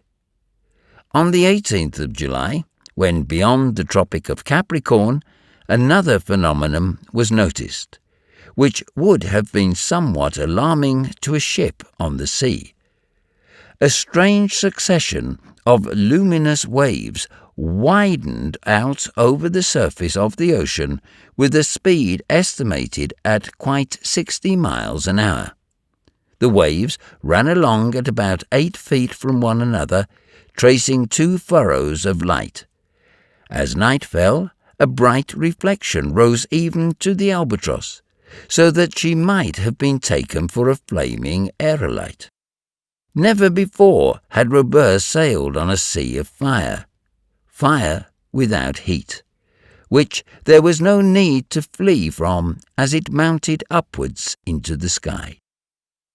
The cause of this light must have been electricity. It could not be attributed to a bank of fish-spawn, nor to a crowd of those animalculae that give phosphorescence to the sea, and this showed that the electrical tension of the atmosphere was considerable.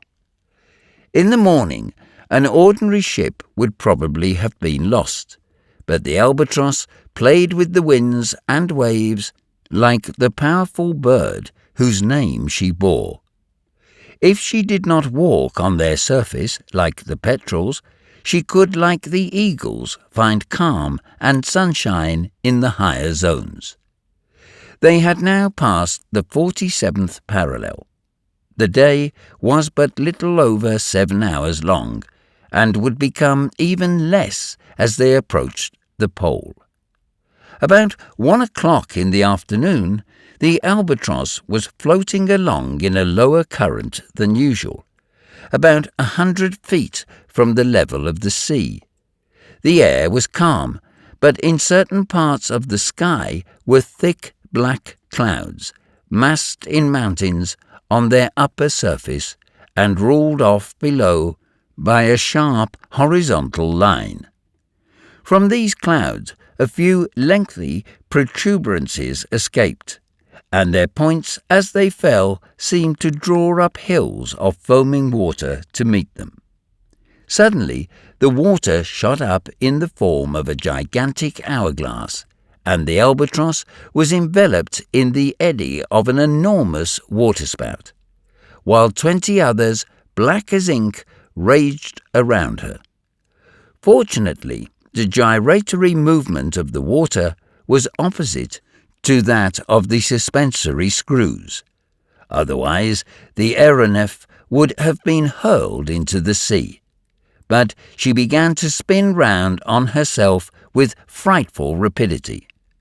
The danger was immense, and perhaps impossible to escape, for the engineer could not get through the spout, which sucked him back in defiance of his propellers. The men, thrown to the ends of the deck by centrifugal force, were grasping the rail to save themselves from being shot off. "Keep cool," shouted Robur. They wanted all their coolness and their patience too. Uncle Prudent and Phil Evans, who had just come out of their cabin, were hurled back at the risk of flying overboard. As she spun, the albatross was carried along by the spout, which pirouetted along the waves with a speed enough to make the helices jealous. And if she escaped from the spout, she might be caught by another and jerked to pieces with the shock. "Get the gun ready," said Robur. The order was given to Tom Turner, who was crouching behind the swivel amidships where the effect of the centrifugal force was least felt. He understood. In a moment he had opened the breech and slipped a cartridge from the ammunition box at hand. The gun went off, and the waterspouts collapsed, and with them vanished the platform of cloud they seemed to bear above them. "Nothing broken on board?" asked Robur. "No," answered Tom Turner, "but we don't want to have another game of humming top like that." For 10 minutes or so the albatross had been in extreme peril. Had it not been for her extraordinary strength of build, she would have been lost. During this passage of the Atlantic, many were the hours whose monotony was unbroken by any phenomenon whatever. The days grew shorter and shorter, and the cold became keen. Uncle Prudent and Phil Evans saw little of Robur. Seated in his cabin, the engineer was busy laying out his course and marking it on his maps, taking his observations whenever he could, recording the readings of his barometers, thermometers, and chronometers, and making full entries in his logbook. The colleagues wrapped themselves well up and eagerly watched for the sight of land to the southward. At Uncle Prudent's request, Fry Colin tried to pump the cook as to whither the engineer was bound, but what reliance could be placed on the information given by this Gascon? Sometimes Robur was an ex-minister of the Argentine Republic, sometimes a Lord of the Admiralty, sometimes an ex-president of the United States, sometimes a Spanish general temporarily retired, sometimes a viceroy of the Indies who had sought a more elevated position in the air. Sometimes he possessed millions, thanks to successful razzias in the aeronef, and he had been proclaimed for privacy. Sometimes he had been ruined by making the aeronef and had been forced to fly aloft to escape from his creditors. As to knowing if he were going to stop anywhere, no. But if he thought of going to the moon and found there a convenient anchorage, he would anchor there. Fry, my boy, that would just suit you to see what was going on up there.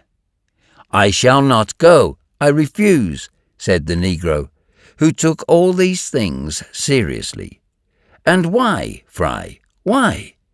You might get married to some pretty bouncing lunarian." Fry Colin reported this conversation to his master, who saw it was evident that nothing was to be learnt about Robur, and so he thought still more of how he could have his revenge on him. "Phil," said he one day, "is it quite certain that escape is impossible?" "Impossible. Be it so. But a man is always his own property, and if necessary, by sacrificing his life—" "If we are to make that sacrifice," said Phil Evans, "the sooner the better. It is almost time to end this. Where is the albatross going? Here we are, flying obliquely over the Atlantic, and if we keep on, we shall get to the coast of Patagonia or Tierra del Fuego. And what are we to do then? Get into the Pacific or go to the continent of the South Pole? Everything is possible with this Robur. We shall be lost in the end. It is thus a case of legitimate self-defence, and if we must perish—" "Which we shall not do," answered Uncle Prudent, "without being avenged. without annihilating this machine and all she carries. The colleagues had reached a stage of impotent fury, and were prepared to sacrifice themselves if they could only destroy the inventor and his secret. A few months only would then be the life of this prodigious aeronef, of whose superiority in aerial locomotion they had such convincing proofs.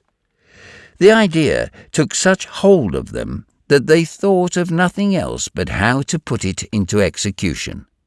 And how? By seizing on some of the explosives on board and simply blowing her up? But could they get at the magazines? Fortunately for them, Fry Colin had no suspicion of their scheme. At the thought of the albatross exploding in mid-air, he would not have shrunk from betraying his master. It was on the 23rd of July that the land reappeared in the southwest near Cape Virgins at the entrance of the Straits of Magellan. Under the 52nd parallel, at this time of the year, the night was 18 hours long, and the temperature was 6 below freezing. At first, the albatross, instead of keeping on to the south, followed the windings of the coast as if to enter the Pacific. After passing Lomas Bay, leaving Mount Gregory to the north and the Brecknocks to the west, they sighted Puerto Arena, a small Chilean village. At the moment, the church bells were in full swing, and a few hours later they were over the old settlement at Port Famine. If the Patagonians, whose fires could be seen occasionally, were really above the average in stature, the passengers in the aeronef were unable to say, for to them they seemed to be dwarfs. But what a magnificent landscape opened around during these short hours of the southern day. Rugged mountains, peaks eternally capped with snow, with thick forests rising on their flanks, inland seas, bays deep set amid the peninsulas, and islands of the archipelago, Clarence Island, Dawson Island, and the land of desolation, straits and channels, capes and promontories, all in inextricable confusion and bound by the ice in one solid mass from Cape Forward, the most southerly point of the American continent, to Cape Horn, the most southerly point of the New World. When she reached Fort Famine, the albatross resumed her course to the south, passing between Mount Tam on the Brunswick Peninsula and Mount Graves. She steered for Mount Sarmiento, an enormous peak wrapped in snow which commands the Straits of Magellan. Rising 6,400 feet from the sea, and now they were over the land of the Fuegians, Tierra del Fuego, the land of fire. 6 months later, in the height of summer, with days from 15 to 16 hours long, how beautiful and fertile would most of this country be, particularly in the northern portion. Then all around would be seen valleys and pasturages that could form the feeding grounds of thousands of animals. Then would appear virgin forests, gigantic trees, birches, beeches, ash trees, cypresses, tree ferns, and broad plains overrun by herds of guanacos, vicunias, and ostriches. Now there were armies of penguins and myriads of birds, and, when the albatross turned on her electric lamps, the guillemots, ducks and geese came crowding on board enough to fill Tapage's larder 100 times and more. Here was work for the cook, who knew how to bring out the flavour of the game and keep down its peculiar oiliness. And here was work for Fry Colin, in plucking dozen after dozen of such interesting feathered friends. That day, as the sun was setting about 3 o'clock in the afternoon, there appeared in sight a large lake, framed in a border of superb forest. The lake was completely frozen over, and a few natives with long snowshoes on their feet were swiftly gliding over it.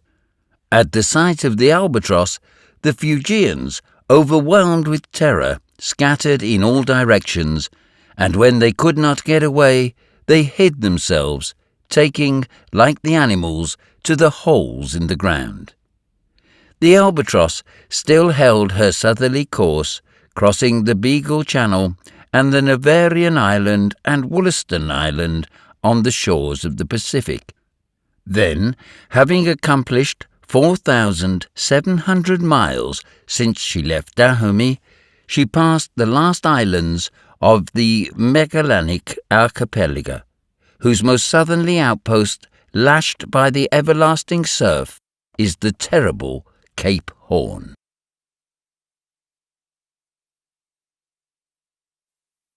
Chapter 17. The Shipwrecked Crew. The next day was the 24th of July, and the 24th of July in the southern hemisphere corresponds to the 24th of January in the northern. The 56th degree of latitude had been left behind.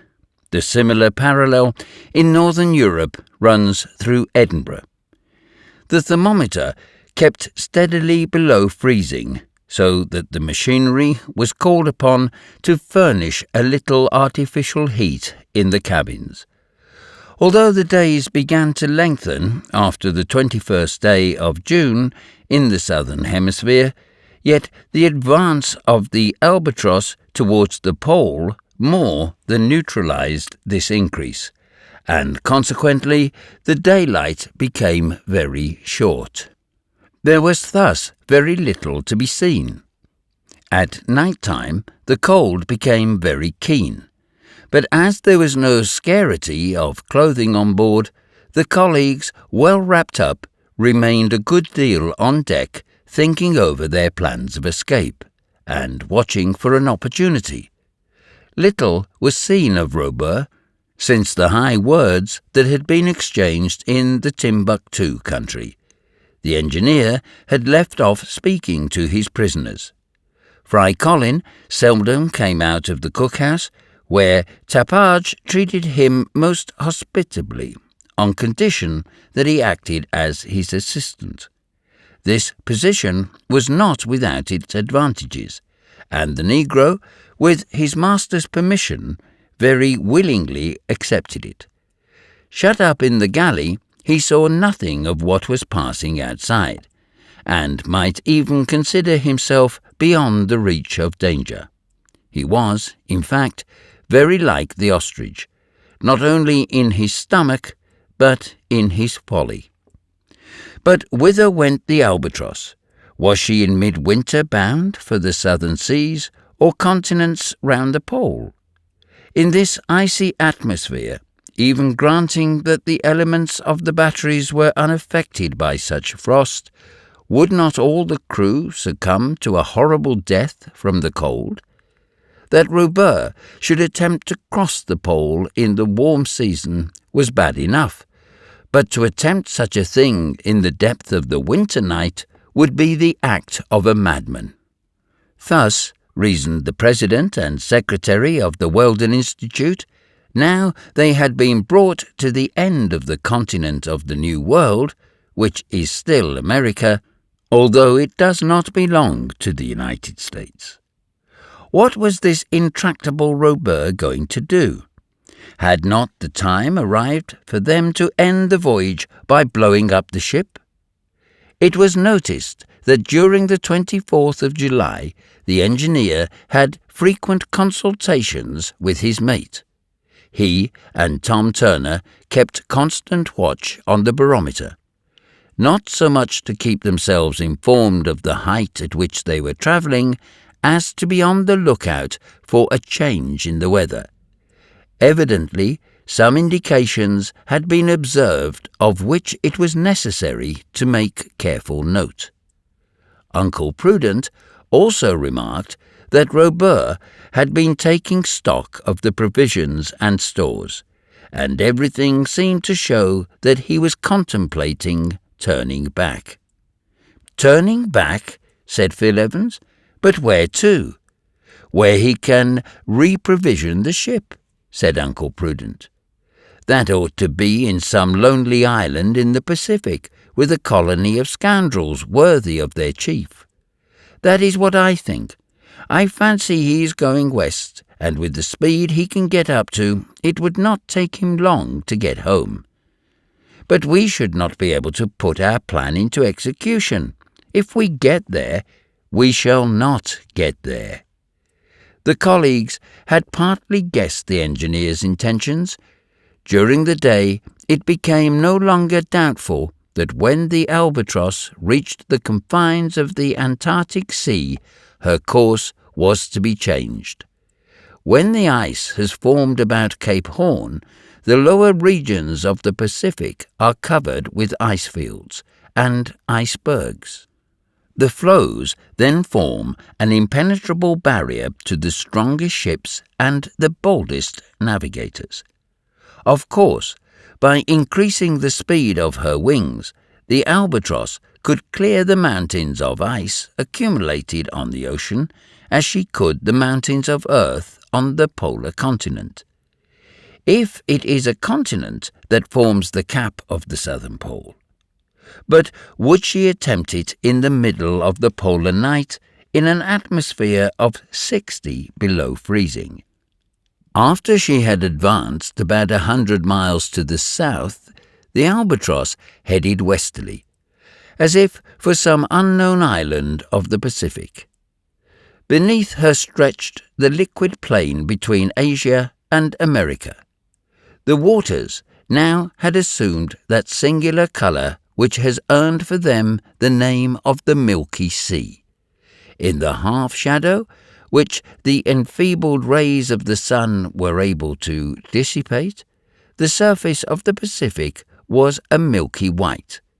It seemed like a vast snowfield, whose undulations were imperceptible at such a height.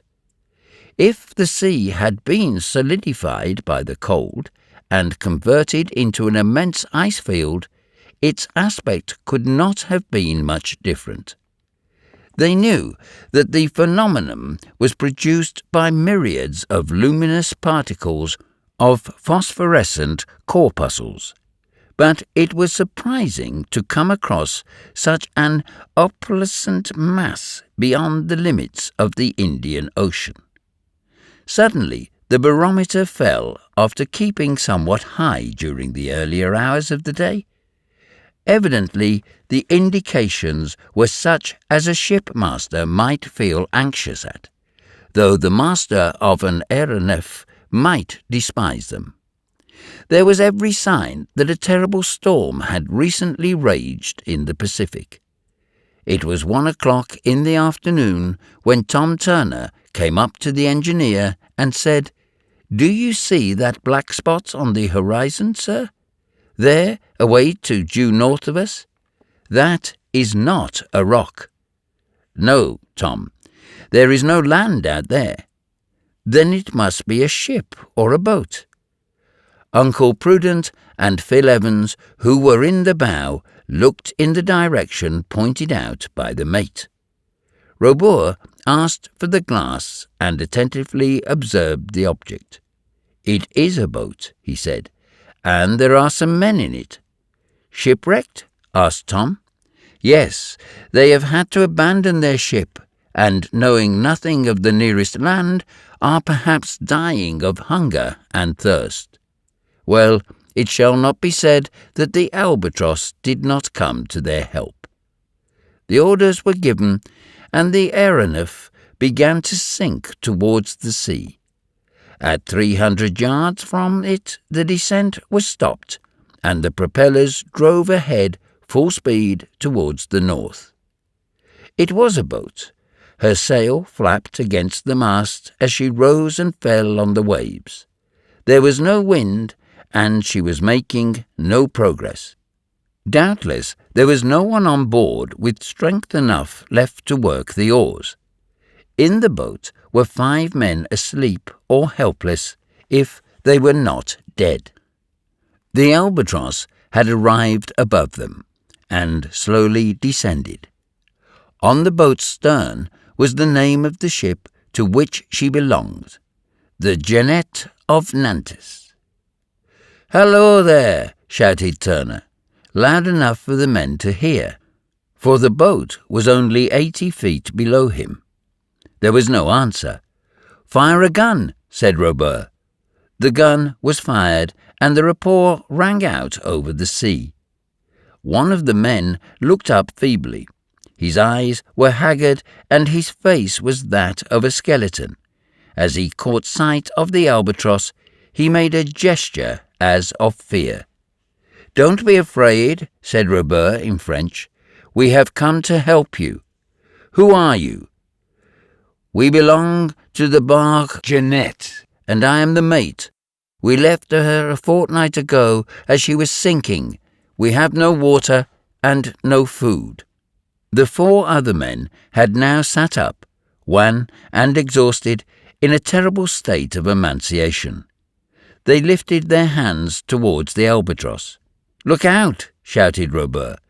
A line was let down, and a pail of fresh water was lowered into the boat. The men snatched at it and drank it with an eagerness awful to see. "Bread! Bread!" they exclaimed. Immediately a basket with some food and 5 pints of coffee descended towards them. The mate, with difficulty, restrained them in their ravenousness. "Where are we?" asked the mate at last. 50 miles from the Chile coast and the Chonos archipelago," answered Robur. "Thanks, but we are becalmed and—" "We are going to tow you." "Who are you?" "People who are glad to be of assistance to you," said Robur. The mate understood that the incognito was to be respected, but had the flying machine sufficient power to tow them through the water? Yes, and the boat, attached to 100 feet of rope, began to move off towards the east. At 10 o'clock at night, the land was sighted, or rather they could see the lights which indicated its position. This rescue from the sky had come just in time for the survivors of the Jeannette, and they had good reason to believe it miraculous. When they had been taken to the mouth of the channel leading among the Chonos Islands, Robur shouted to them to cast off the tow line. This, with many a blessing to those who had saved them, they did, and the albatross headed out to the offing. Certainly there was some good in this aeronef, which could thus help those who were lost at sea. What balloon, perfect as it might be, would be able to perform such a service?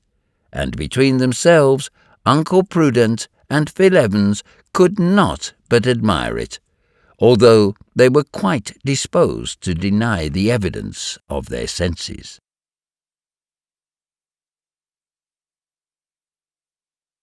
Chapter 18.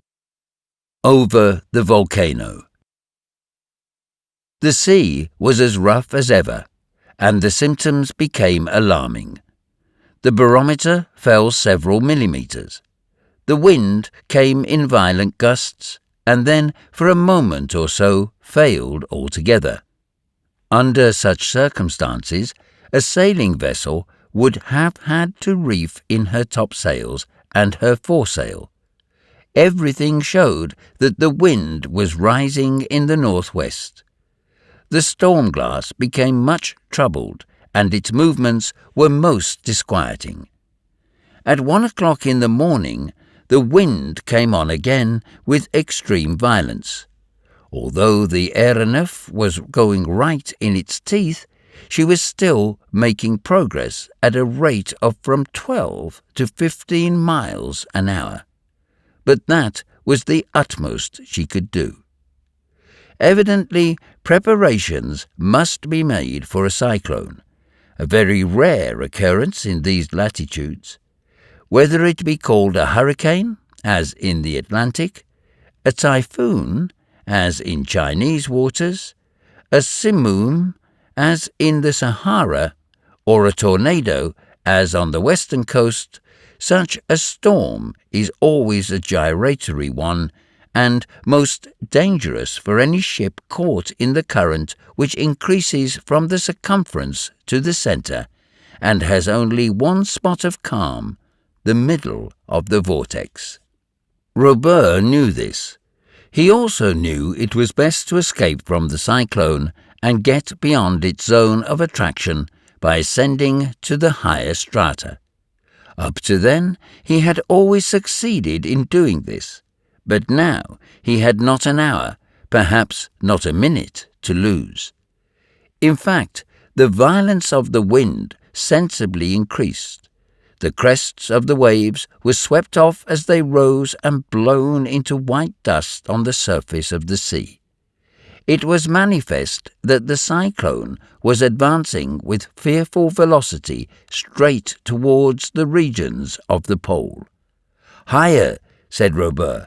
"Higher it is," said Tom Turner. An extreme ascensional power was communicated to the aeronef, and she shot up slantingly as if she was travelling on a plane sloping downwards from the southwest. Suddenly, the barometer fell more than a dozen millimetres, and the albatross paused in her ascent. What was the cause of the stoppage? Evidently, she was pulled back by the air. Some formidable current had diminished the resistance to the screws. When a steamer travels upstream, more work is got out of her screw than when the water is running between the blades. The recoil is then considerable, and may perhaps be as great as the current. It was thus with the albatross at this moment. But Robur was not the man to give in. His 74 screws, working perfectly together, were driven at their maximum speed. But the aeronef could not escape. The attraction of the cyclone was irresistible. During the few moments of calm, she began to ascend, but the heavy pull soon drew her back, and she sunk like a ship as she founders. Evidently, if the violence of the cyclone went on increasing, the albatross would be put as a straw caught in one of those whirlwinds that root up the trees, carry off roofs, and blow down walls. Robur and Tom could only speak by signs. Uncle Prudent and Phil Evans clung to the rail and wondered if the cyclone was not playing their game in destroying the aeronef, and with her the inventor, and with the inventor the secret of his invention. But if the albatross could not get out of the cyclone vertically, could she not do something else? Could she not gain the centre, where it was comparatively calm, and where they would have more control over her? Quite so, but to do this she would have to break through the circular currents which were sweeping her round with them. Had she sufficient mechanical power to escape through them? Suddenly, the upper part of the cloud fell in. The vapour condensed in torrents of rain. It was 2 o'clock in the morning. The barometer, oscillating over a range of 12 millimetres, had now fallen to 27.91, and from this something should be taken on account of the height of the aeronef above the level of the sea. Strange to say, the cyclone was out of the zone to which such storms are generally restricted, such zone being bounded by the 30th parallel of north latitude and the 26th parallel of south latitude. This may perhaps explain why the eddying storm suddenly turned into a straight one. But what a hurricane! The tempest in Connecticut on the 22nd of March 1882 could only have been compared to it, and the speed of that was more than 300 miles an hour. The albatross had thus to fly before the wind, or rather she had to be left to be driven by the current, from which she could neither mount nor escape.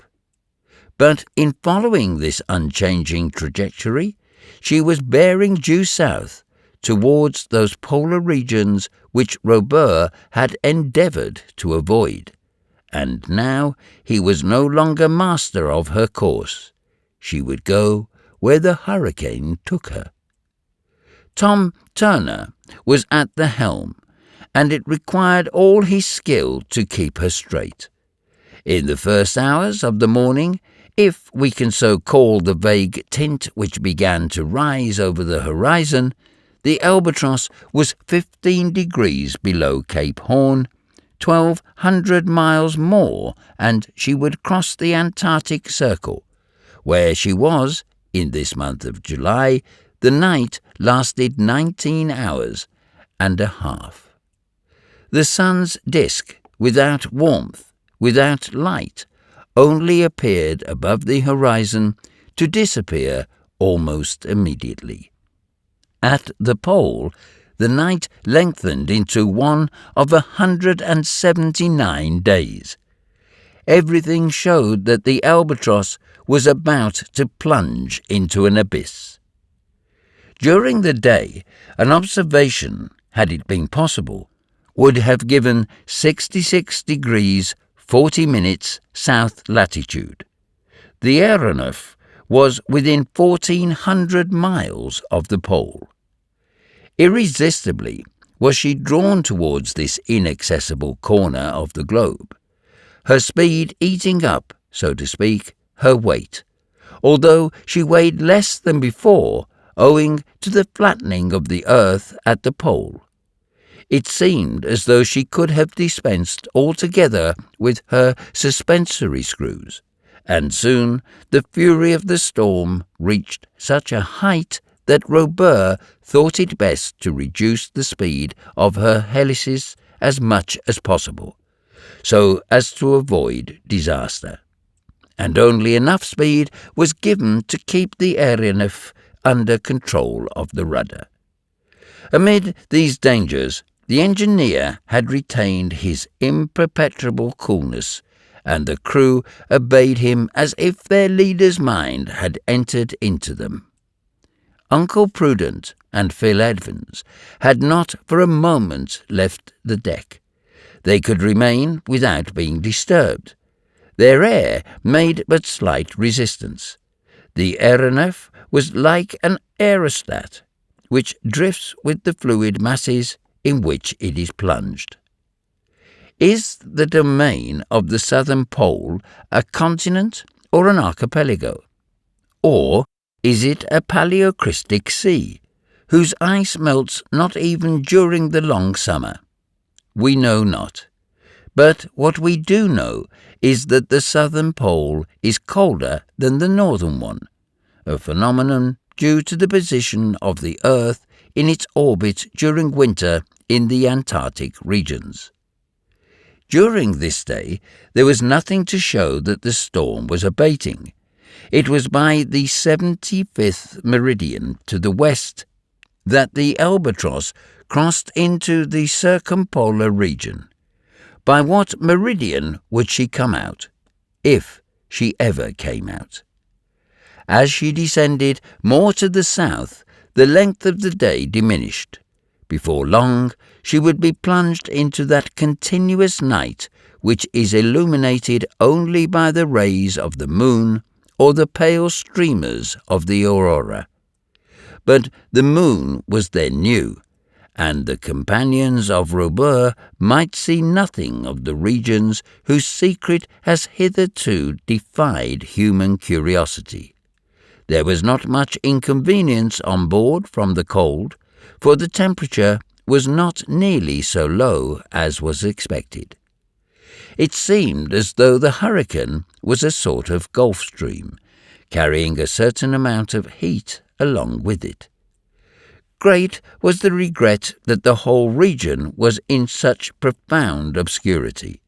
Even if the moon had been in full glory, but few observations could have been made. At this season of the year, an immense curtain of snow, an icy carapace, covers up the polar surface. There was none of that ice blink to be seen, that whitish tint of which the reflection is absent from dark horizons. Under such circumstances, how could they distinguish the shape of the ground, the extent of the seas, the position of the islands? How could they recognize the hydrographic network of the country, or the orographic configuration, and distinguish the hills and mountains from the icebergs and floes? A little after midnight, an aurora illuminated the darkness. With its silver fringes and spangles radiating over space, it seemed like a huge fan open over half the sky. Its farthest electric effluences were lost in the Southern Cross, whose 4 bright stars were gleaming overhead. The phenomenon was one of incomparable magnificence, and the light showed the face of the country as a confused mass of white. It need not be said that they had approached so near to the pole that the compass was constantly affected, and gave no precise indication of the course pursued. Its inclination was such that at one time Robur felt certain they were passing over the magnetic pole discovered by Sir James Ross, and an hour later, in calculating the angle the needle made with the vertical, he exclaimed, "The South Pole is beneath us." A white cap appeared, but nothing could be seen of what it bid under its ice. A few minutes afterwards, the aurora died away, and the point where all the world's meridians cross is still to be discovered. If Uncle Prudent and Phil Evans wished to bury in the most mysterious solitudes the aeronef and all she bore, the moment was propitious. If they did not do so, it was doubtless because the explosive they required was still denied to them. The hurricane still raged and swept along with such rapidity that, had a mountain been met with the aeronef, would have been dashed to pieces, like a ship on a lee shore. Not only had the power gone to steer her horizontally, but the control of her elevation had also vanished. And it was not unlikely that mountains did exist in these Antarctic lands. Any instant a shock might happen which would destroy the albatross. Such a catastrophe became more probable as the wind shifted more to the east after they passed the prime meridian. 2 luminous points then showed themselves ahead of the albatross. There were the 2 volcanoes of the Ross Mountains, Erebus and Terror. Was the albatross to be shriveled up in their flames like a gigantic butterfly? An hour of intense excitement followed. One of the volcanoes, Erebus, seemed to be rushing at the aeronef, which could not move from the bed of the hurricane. The cloud of flame grew as they neared it. A network of fire barred their road. A brilliant light shone round over all. The figures on board stood out in the bright light, as if come from another world. Motionless, without a sound or a gesture, they waited for the terrible moment when the furnace would wrap them in its fires. But the storm that bore the albatross saved them from such a fearful fate. The flames of Erebus were blown down by the hurricane as it passed, and the albatross flew over unhurt. She swept through a hail of ejected material, which was fortunately kept at bay by the centrifugal action of the suspensory screws, and she harmlessly passed over the crater while it was in full eruption. An hour afterwards, the horizon hid from their view the two colossus torches which light the confines of the world during the long polar night. At 2 o'clock in the morning, Bellany Island was sighted on the coast of Discovery Land, though it could not be recognized owing to its being bound to the mainland by a cement of ice. And the albatross emerged from the polar circle on the 175th meridian. The hurricane had carried her over the icebergs and ice floes against which she was in danger of being dashed 100 times or more. She was not in the hands of the helmsman, but in the hand of God, and God is a good pilot. The aeronef sped along to the north, and at the 60th parallel the storm showed signs of dying away. Its violence sensibly diminished.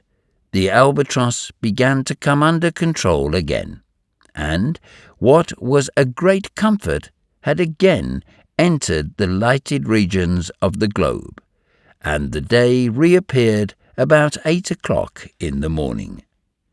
Robur had been carried by the storm into the Pacific over the polar region, accomplishing 4,350 miles in 19 hours, or about 3 miles a minute, a speed almost double that which the albatross was equal to with her propellers under ordinary circumstances. But he did not know where he then was owing to the disturbance of the needle in the neighbourhood of the magnetic pole, and he would have to wait till the sun shone out under convenient conditions for observation. Unfortunately, heavy clouds covered the sky all that day, and the sun did not appear. This was a disappointment, more keenly felt as both propelling screws had sustained damage during the tempest. Robur, much disconcerted at this accident, could only advance at a moderate speed during this day, and when he passed over the antipodes of Paris was only going about 18 miles an hour. It was necessary not to aggravate the damage to the screws, for if the propellers were rendered useless, the situation of the aeronef above the vast seas of the Pacific would be a very awkward one, and the engineer began to consider if he could not effect his repairs on the spot, so as to make sure of continuing his voyage. In the morning of the 27th of July, about 7 o'clock, land was sighted to the north. It was soon seen to be an island, but which island was it of the thousands that dot the Pacific? However, Robur decided to stop at it without landing. He thought that he could repair damages during the day and start in the evening. The wind had died away completely, and this was a favourable circumstance for the manoeuvre he desired to execute. At least, if she did not remain stationary, the albatross would be carried he knew not where. A cable 150 feet long, with an anchor at the end, was dropped overboard. When the aeronef reached the shore of the island, the anchor dragged up the first few rocks and then got firmly fixed between two large blocks. The cable then stretched to full length under the influence of the suspensory screws, and the albatross remained motionless, riding like a ship in a roadstead. It was the first time she had been fastened to the earth since she left Philadelphia.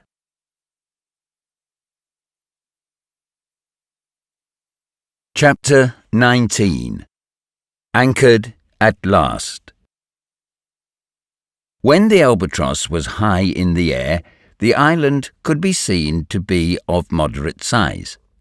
But on what parallel was it situated? What meridian ran through it? Was it an island in the Pacific, in Australasia, or in the Indian Ocean? When the sun appeared, and Robur had taken his observations, they would know. But although they could not trust to the indications of the compass, there was reason to think they were in the Pacific. At this height, 150 feet, the island, which measured about 15 miles round, was like a three-pointed star in the sea. Off the southwest point was an islet and a range of rocks.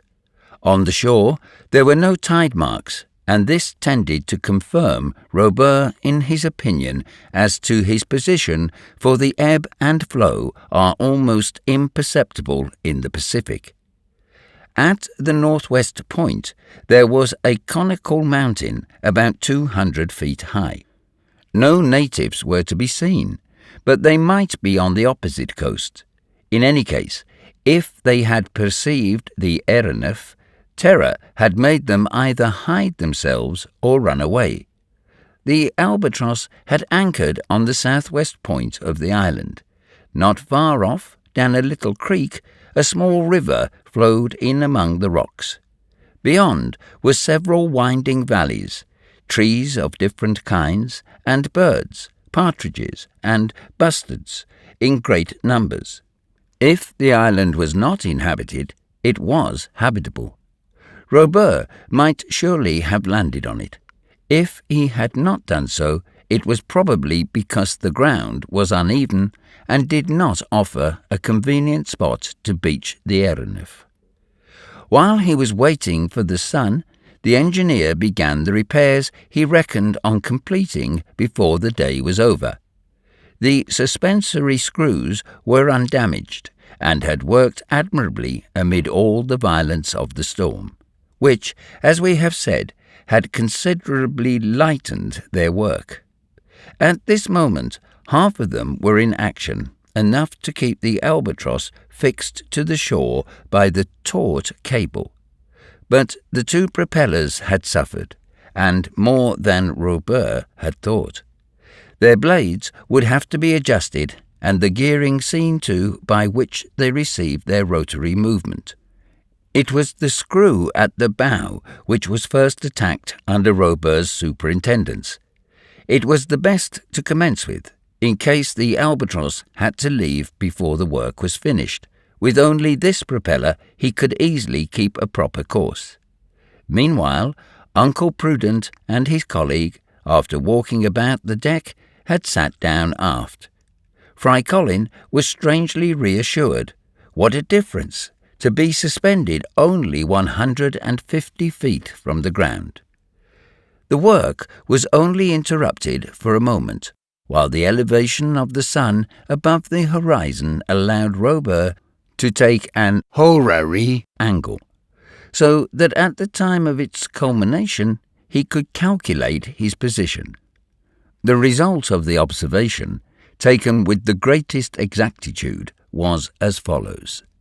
Longitude 176 degrees 10 minutes west. Latitude 44 degrees 25 minutes south.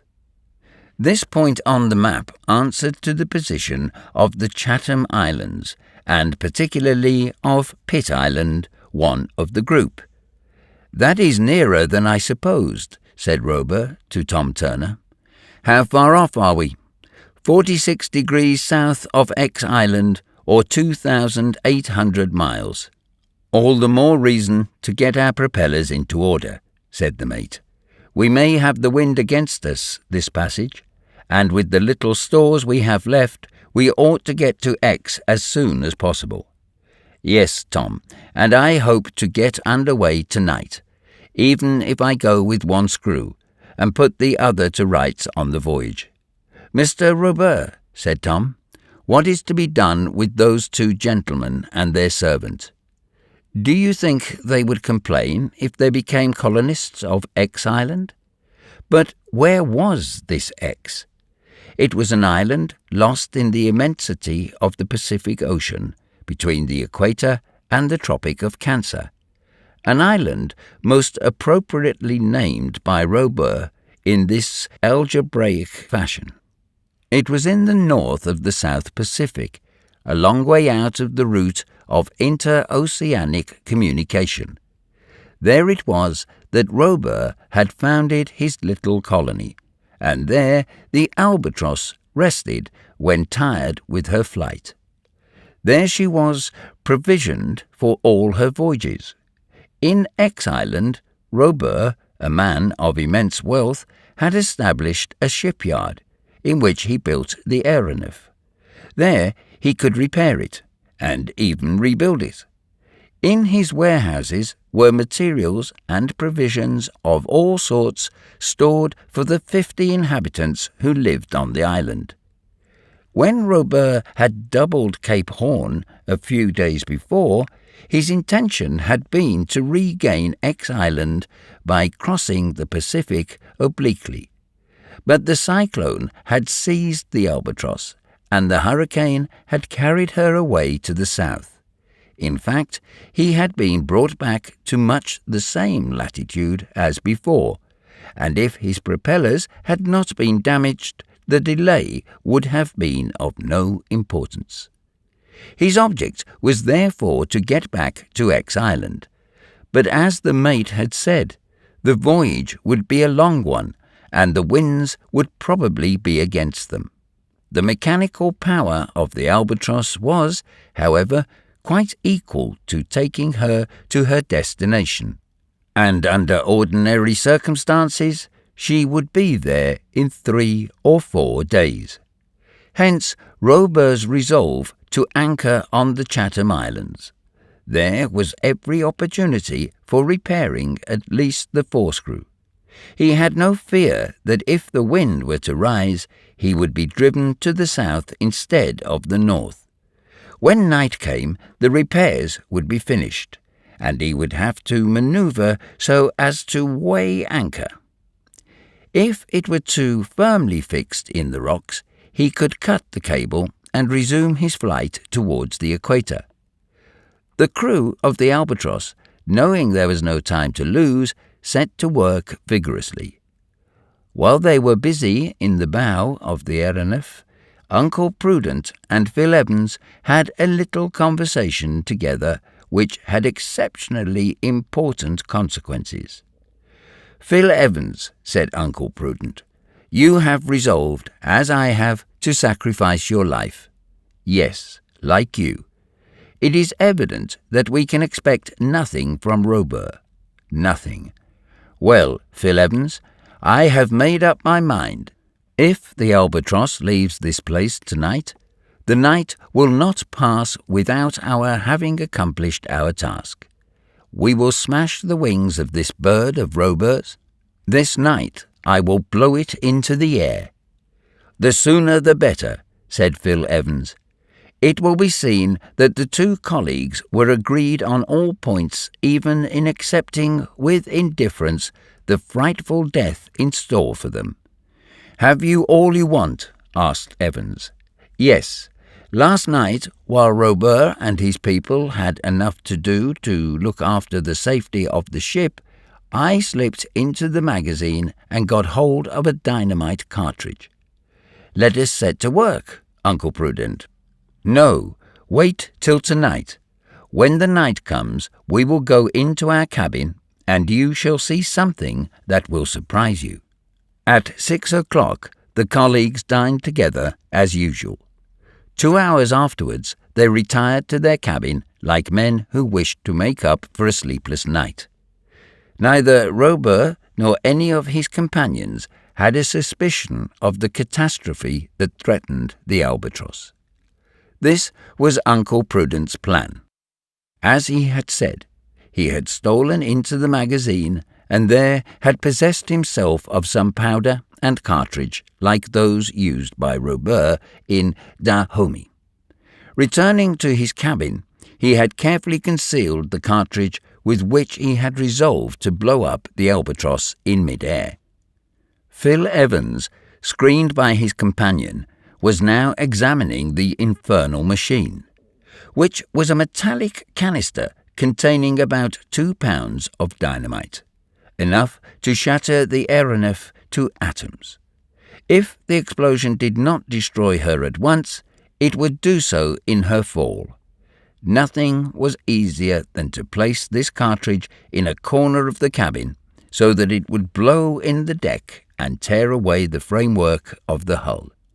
But to obtain the explosion, it was necessary to adjust the fulminating cap with which the cartridge was fitted. This was the most delicate part of the operation, for the explosion would have to be carefully timed so as not to occur too soon or too late.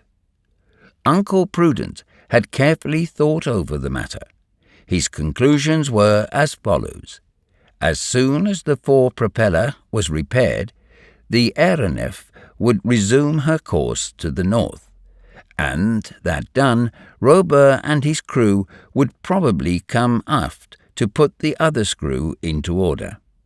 The presence of these people about the cabin might interfere with his plans, and so he had resolved to make a slow match do duty as a time fuse. "When I got the cartridge," said he to Phil Evans, "I took some gunpowder as well. With the powder I will make a fuse that will take some time to burn, and which will lead into the fulminate. My idea is to light it about midnight, so that the explosion will take place about 3 or 4 o'clock in the morning." "Well planned," said Phil Evans. The colleagues, as we see, had arrived at such a stage as to look with the greatest nonchalance on the awful destruction in which they were about to perish. Their hatred against Robur and his people had so increased that they would sacrifice their own lives to destroy the albatross, and all she bore. The act that was that of madmen, it was horrible. But at such a pitch had they arrived after 5 weeks of anger that could not vent itself, of rage that could not be gratified. "And Fry Colin?" asked Phil Evans. "Have we the right to dispose of his life?"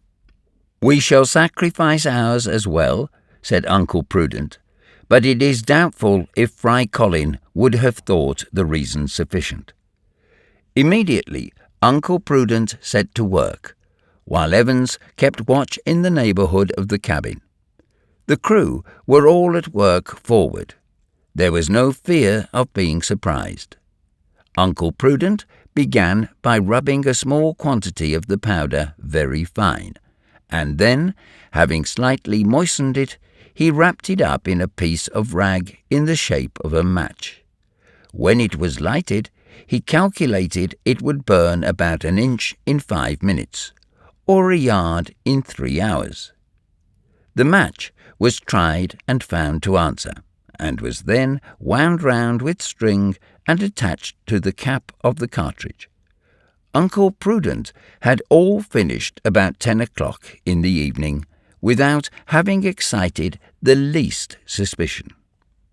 During the day, the work on the forescrew had been actively carried on, but it had had to be taken on board to adjust the twisted blades.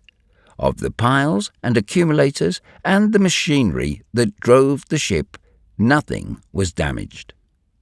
When night fell, Robur and his men knocked off work. The fore-propeller had been got into place, and to finish it would take another 3 hours.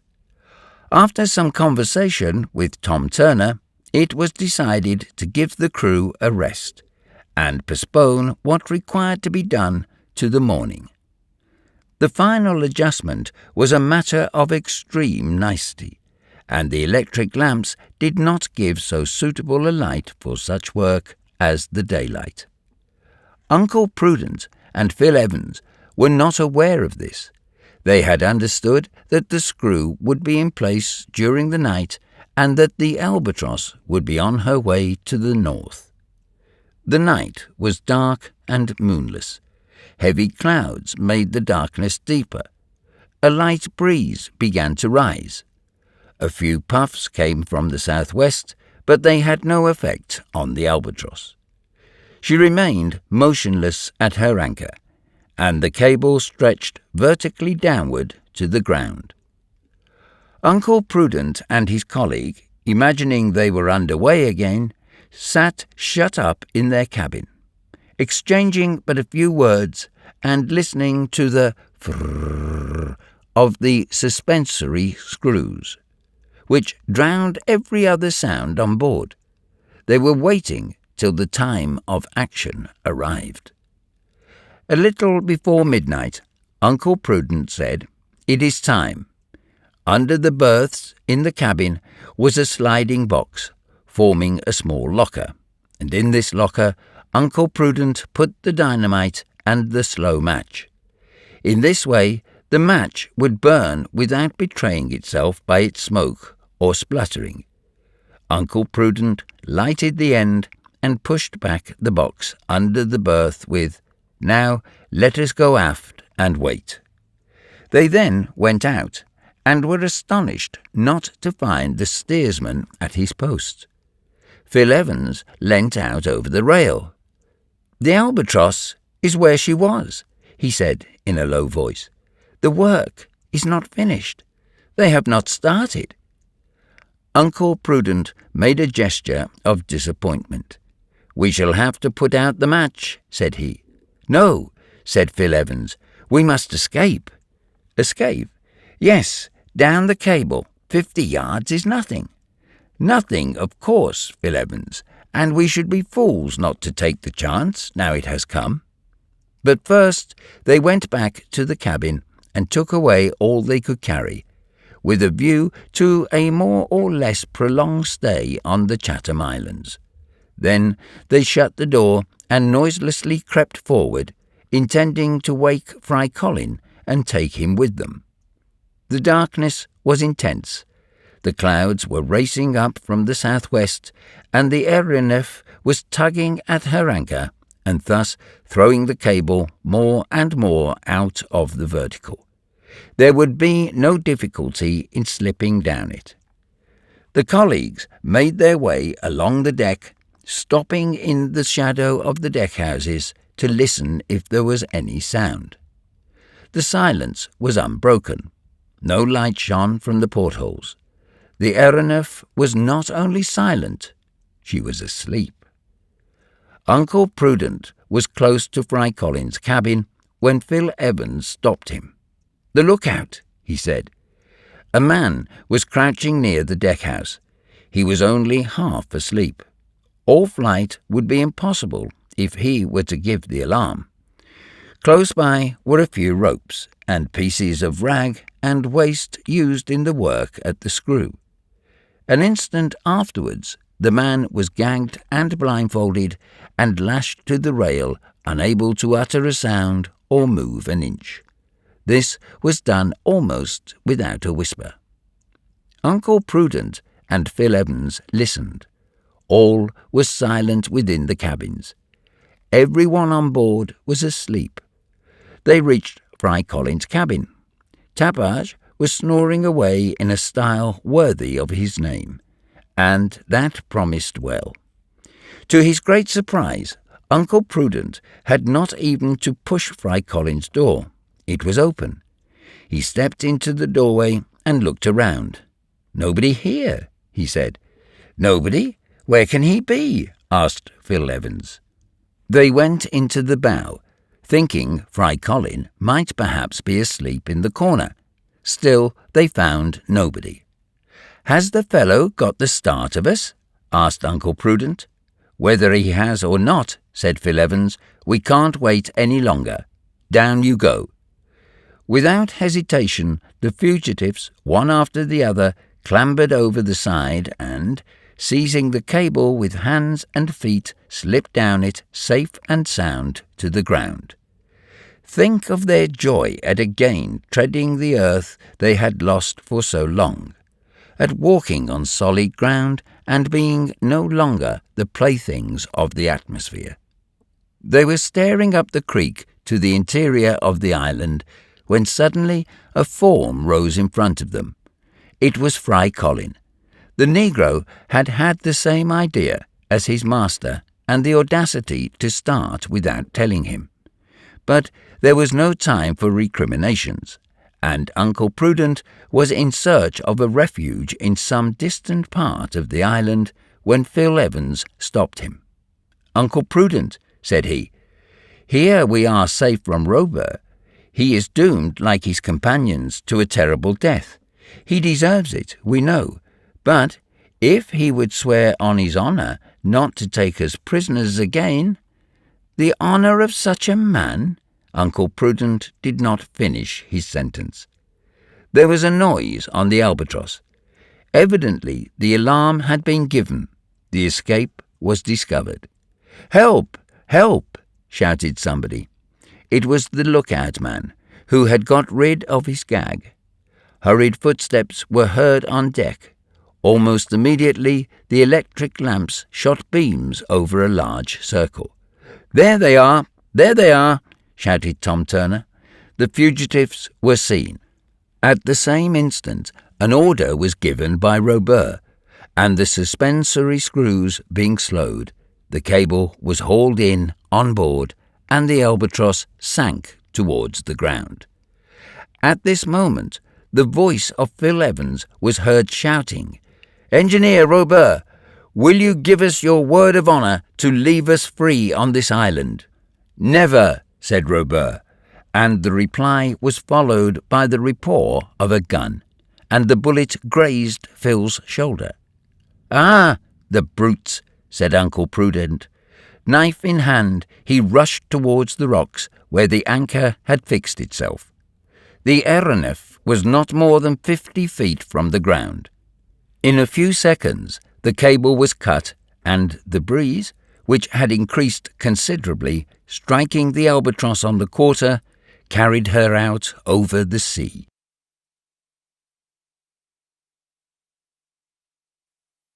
Chapter 20. The Wreck of the Albatross. It was then 20 minutes after midnight. 5 or 6 shots had been fired from the aeronef. Uncle Prudent and Fry Colin, supporting Phil Evans, had taken shelter among the rocks. They had not been hit. For the moment there was nothing to fear. As the Albatross drifted off from Pitt Island, she rose obliquely to nearly 3,000 feet.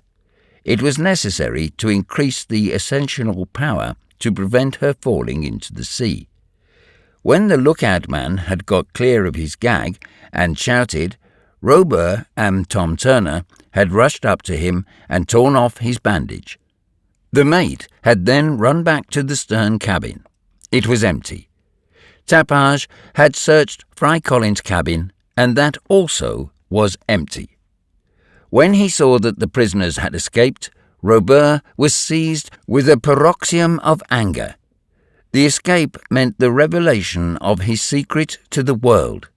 He had not been much concerned at the document thrown overboard while they were crossing Europe, for there were so many chances that it would be lost in its fall.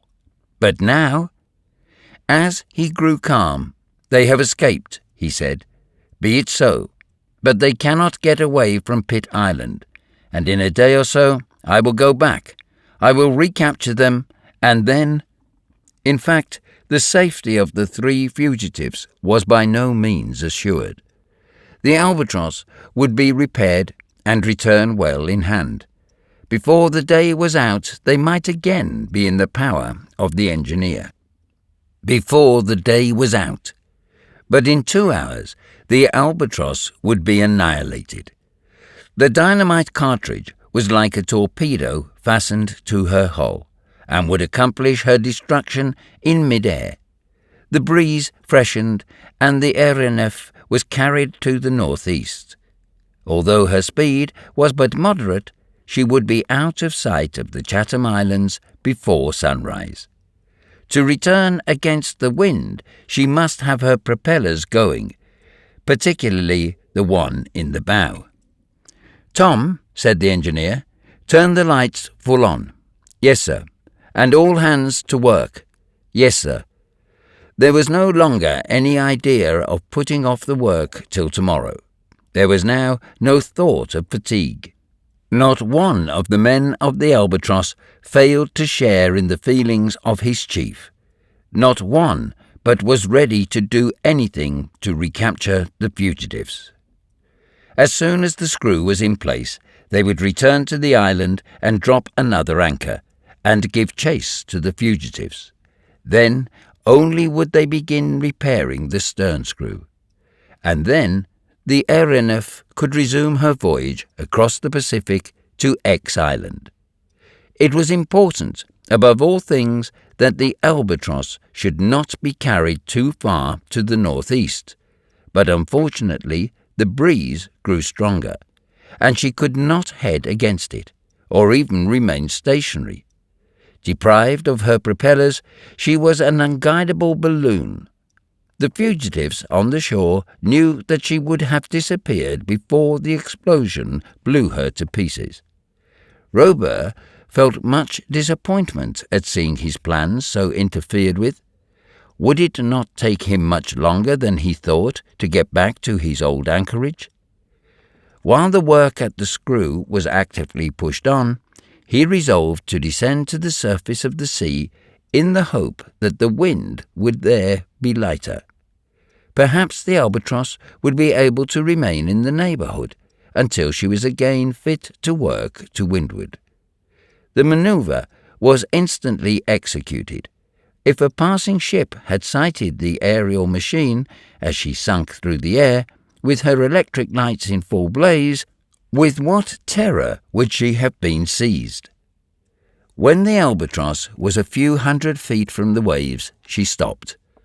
Unfortunately, Robur found that the breeze was stronger here than above, and the Aeronef drifted off more rapidly. He risked being blown along, way off to the northeast, and that would delay his return to Pitt Island.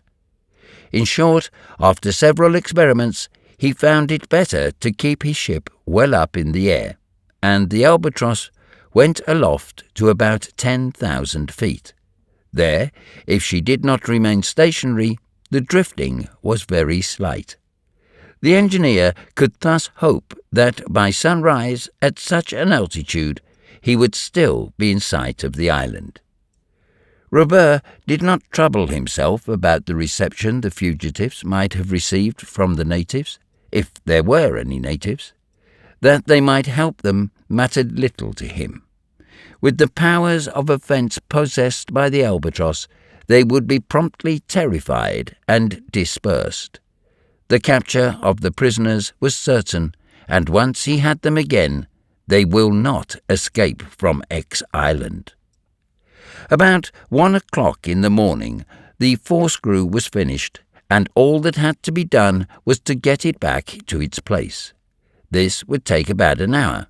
That done, the Albatross would be headed southward, and the stern screw could be taken in hand. And how about the match that was burning in the deserted cabin?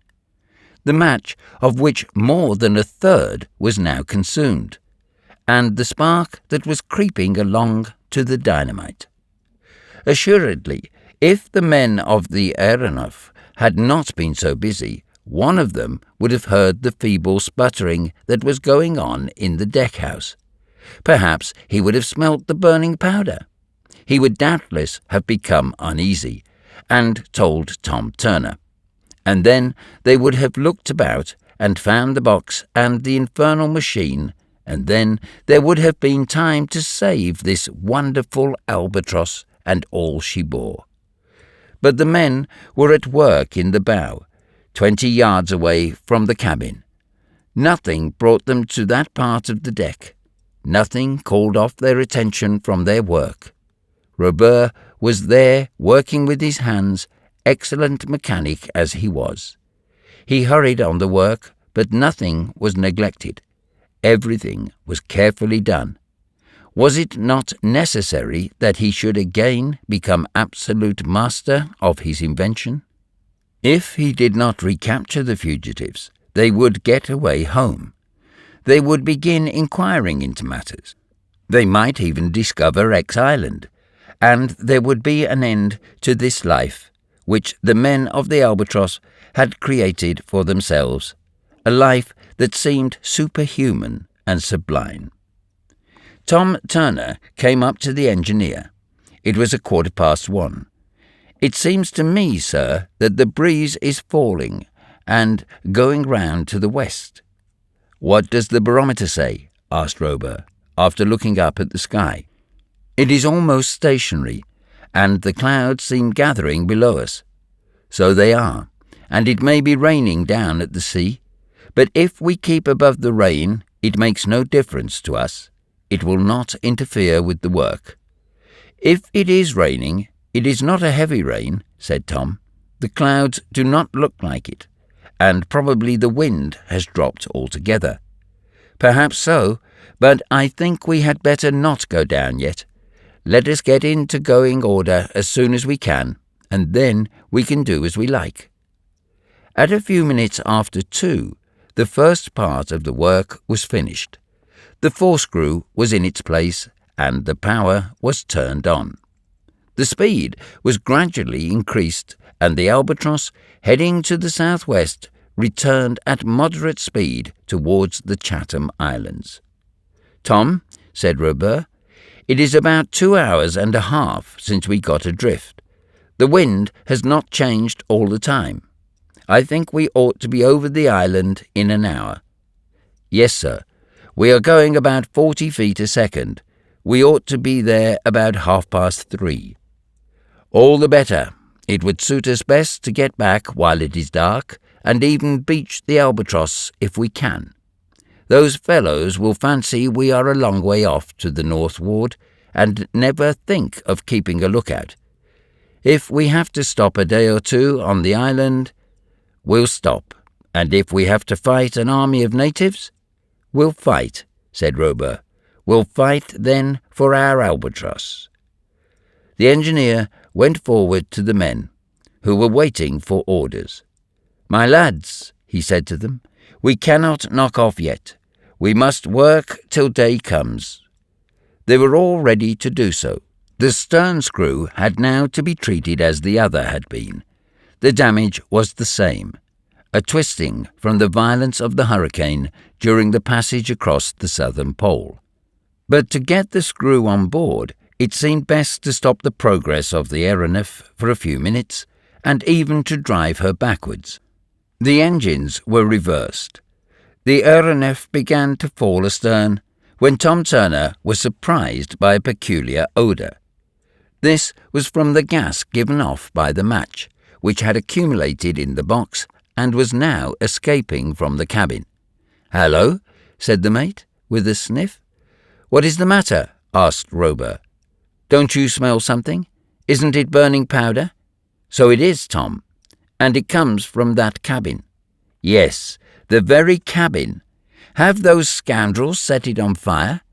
"Suppose it is something else," exclaimed Robur. "Force the door, Tom. Drive in the door." But the mate had not made one step towards it when a fearful explosion shook the Albatross. The cabins flew into splinters. The lamps went out. The electric current suddenly failed. The darkness was complete. Most of the suspensory screws were twisted or broken, but a few in the bow still revolved. At the same instant, the hull of the aeronef opened just behind the first deckhouse, where the engines for the forescrew were placed, and the after part of the deck collapsed in space. Immediately, the last suspensory screw stopped spinning, and the Albatross dropped into the abyss. It was a fall of 10,000 feet for the 8 men who were clinging to the wreck, and the fall was even faster than it might have been, for the fore-propeller was vertical in the air and still working. It was then that Robur, with extraordinary coolness, climbed up to the broken deckhouse and, seizing the lever, reversed the rotation so that the propeller became a suspender. The fall continued, but it was checked, and the wreck did not fall with the accelerating swiftness of bodies influenced solely by gravitation. And if it was death to the survivors of the Albatross from their being hurled into the sea, it was not death by asphyxia, a mid-air which the rapidity of descent rendered unbreathable. 80 seconds after the explosion, all that remained of the Albatross plunged into the waves.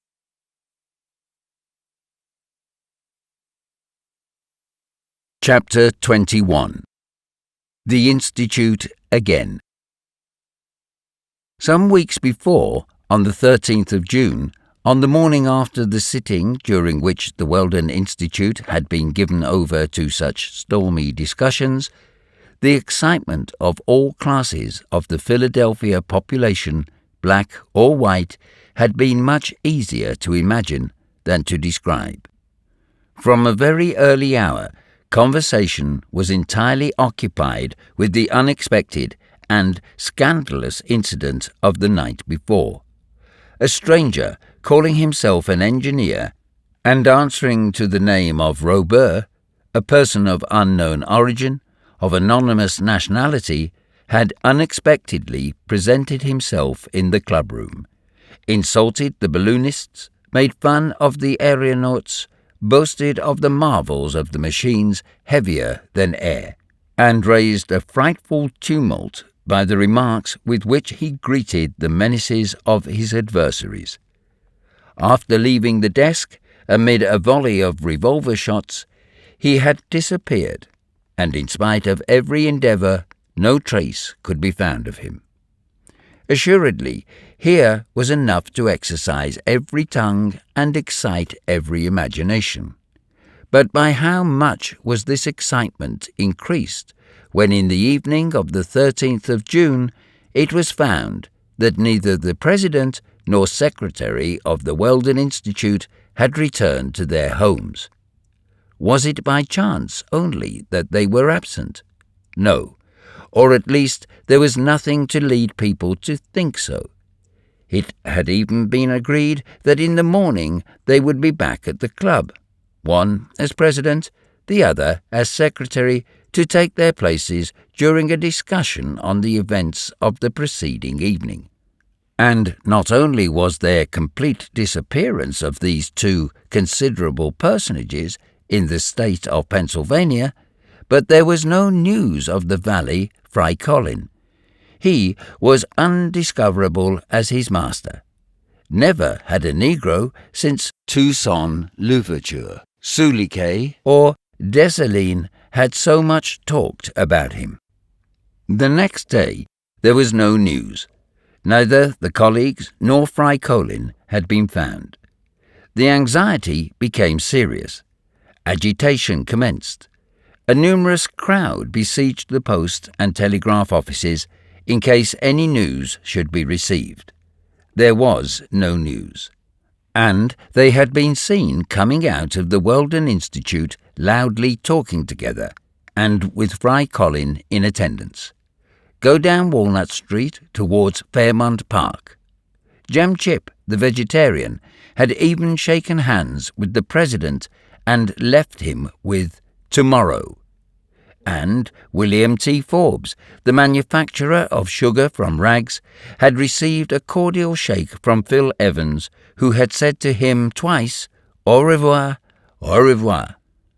Miss Doll and Miss Matt Forbes, so attached to Uncle Prudent by the bonds of purest friendship, could not get over the disappearance, and, in order to obtain news of the absent, talked even more than they were accustomed to. 3, 4, 5, 6 days passed, then a week, then 2 weeks, and there was nothing to give a clue to the missing 3. The most minute search had been made in every quarter. Nothing. In the park, even under the trees and brushwood, nothing. Always nothing. Although here it was noticed that the grass looked to be pressed down in a way that seemed suspicious and certainly was inexplicable, and at the edge of the clearing there were traces of a recent struggle. Perhaps a band of scoundrels had attacked the colleagues here in the deserted park in the middle of the night. It was possible. The police proceeded with their inquiries in all due form and with all lawful slowness. They dragged the Schuylkill River and cut into the thick bushes that fringe its banks. And if this was useless, it was not quite a waste, for the Schuylkill is in great want of a good weeding, and it got it on this occasion. Practical people are the authorities of Philadelphia.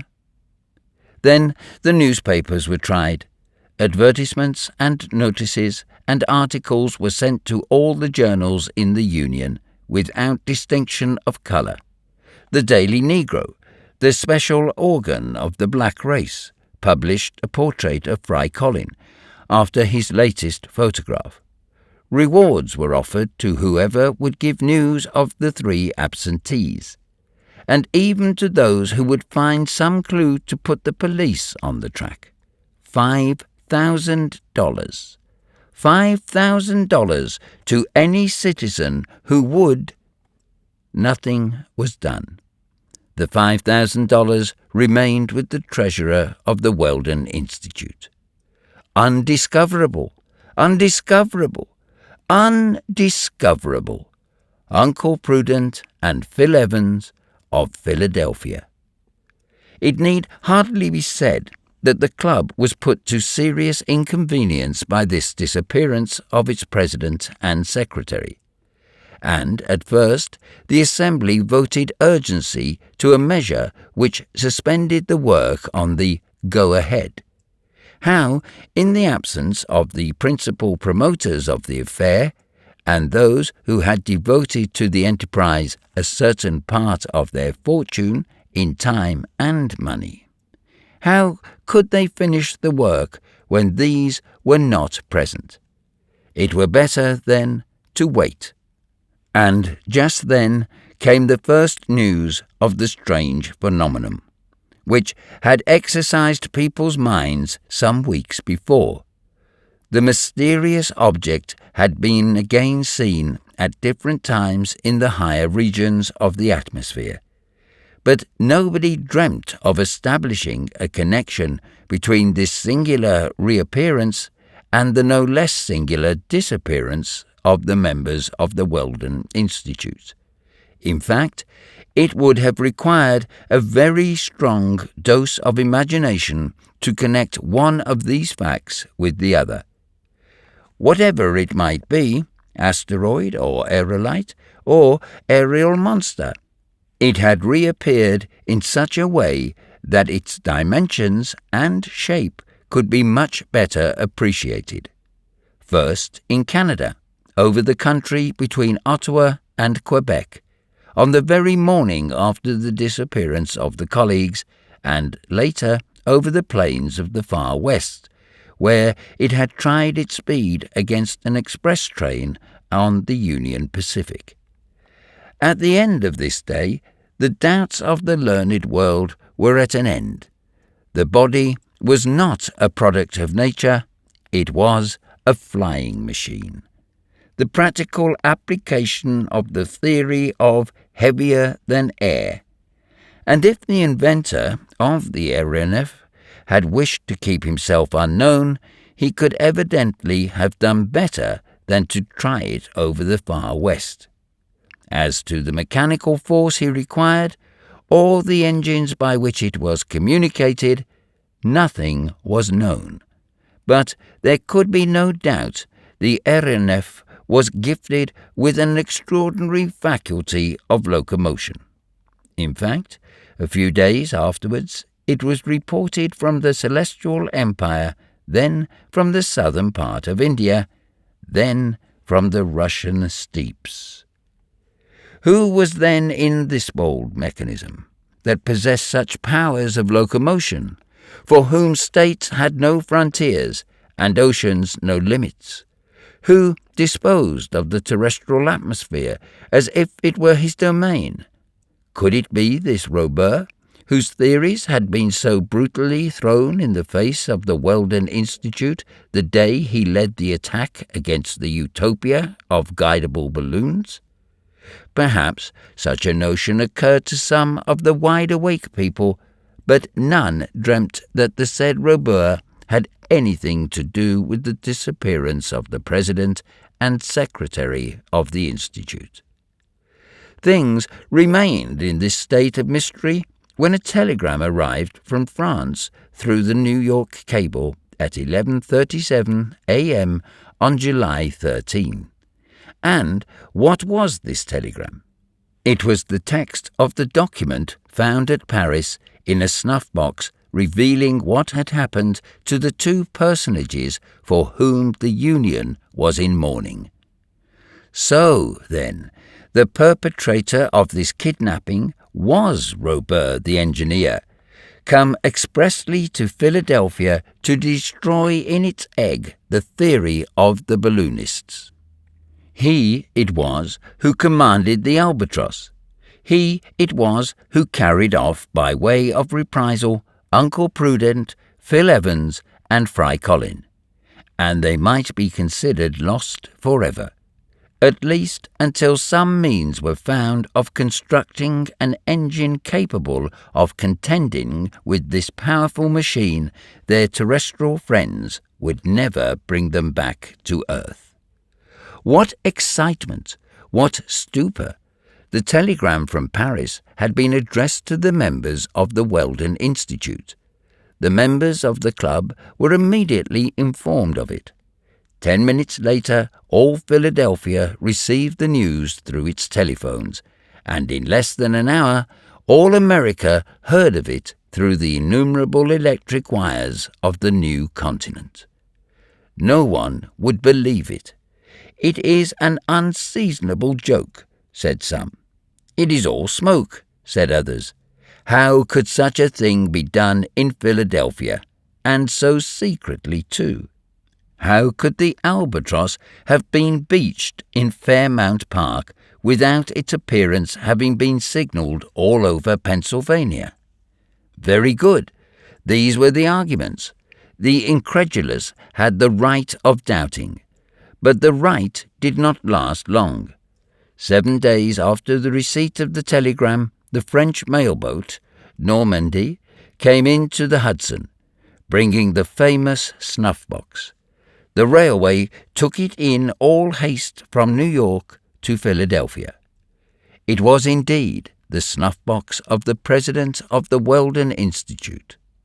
Jem Chip would have done on that day to take some more substantial nourishment, for he fell into a swoon when he recognized it. How many a time had he taken from it the pinch of friendship? And Miss Doll and Miss Matt also recognized it, and so did William T. Forbes, Truck Milner, Bat T. Finn, and many other members. And not only was it the president's snuff-box, it was the president's writing.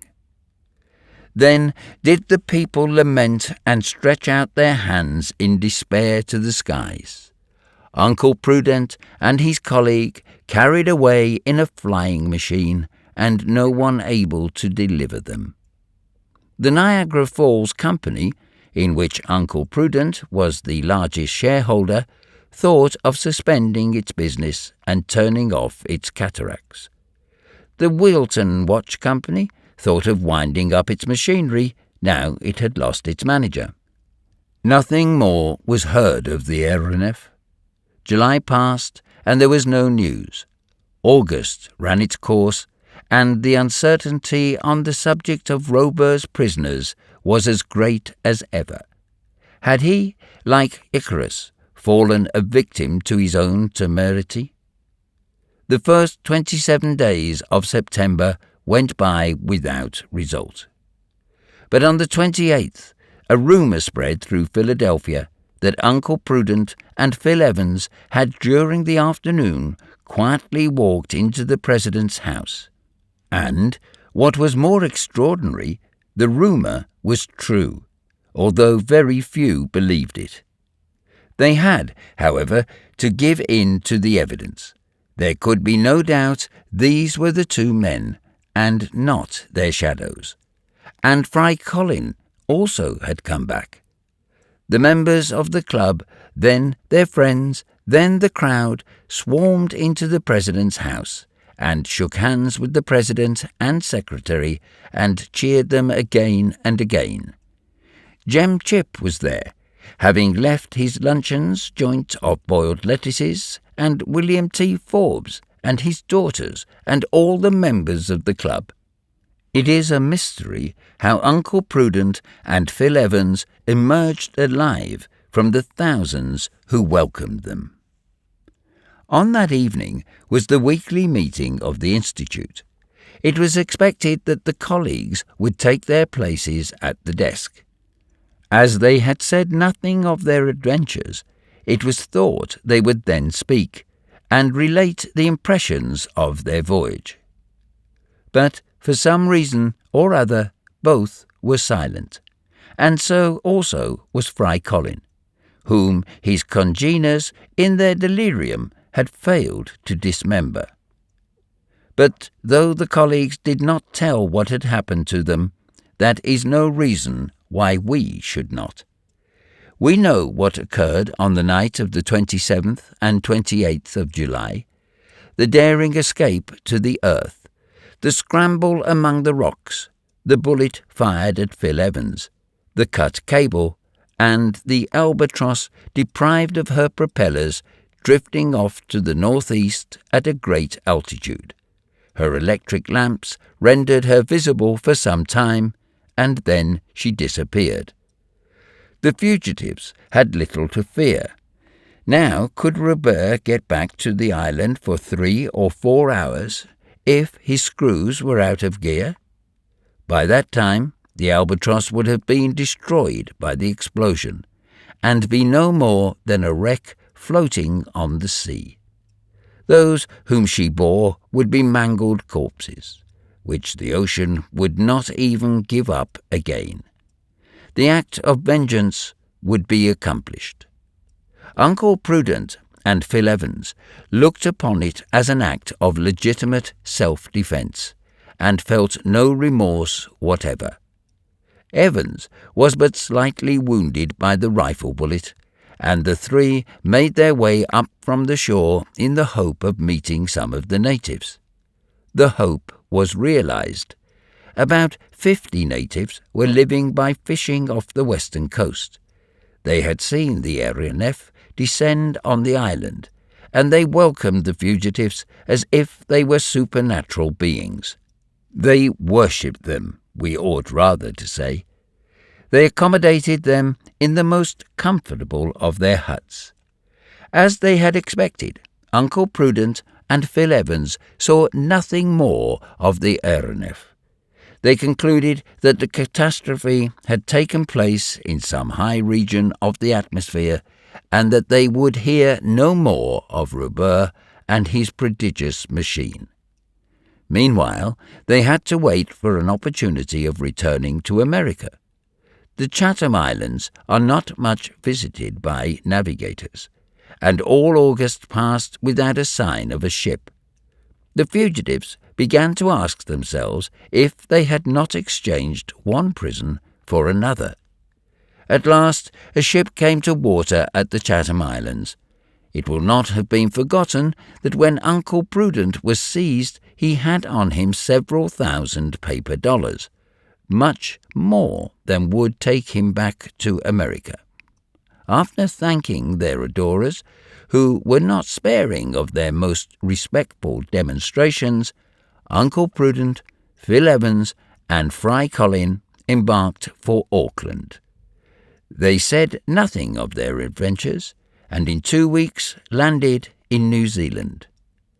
At Auckland, a mail boat took them on board as passengers, and after a splendid passage, the survivors of the Albatross stepped ashore at San Francisco. They said nothing as to who they were or whence they had come, but as they had paid full price for their berths, no American captain would trouble them further. At San Francisco, they took the first train out on the Pacific Railway, and on the 27th of September they arrived at Philadelphia. That is the compendious history of what had occurred since the escape of the fugitives, and that is why this very evening the President and Secretary of the Weldon Institute took their seats amid a most extraordinary attendance.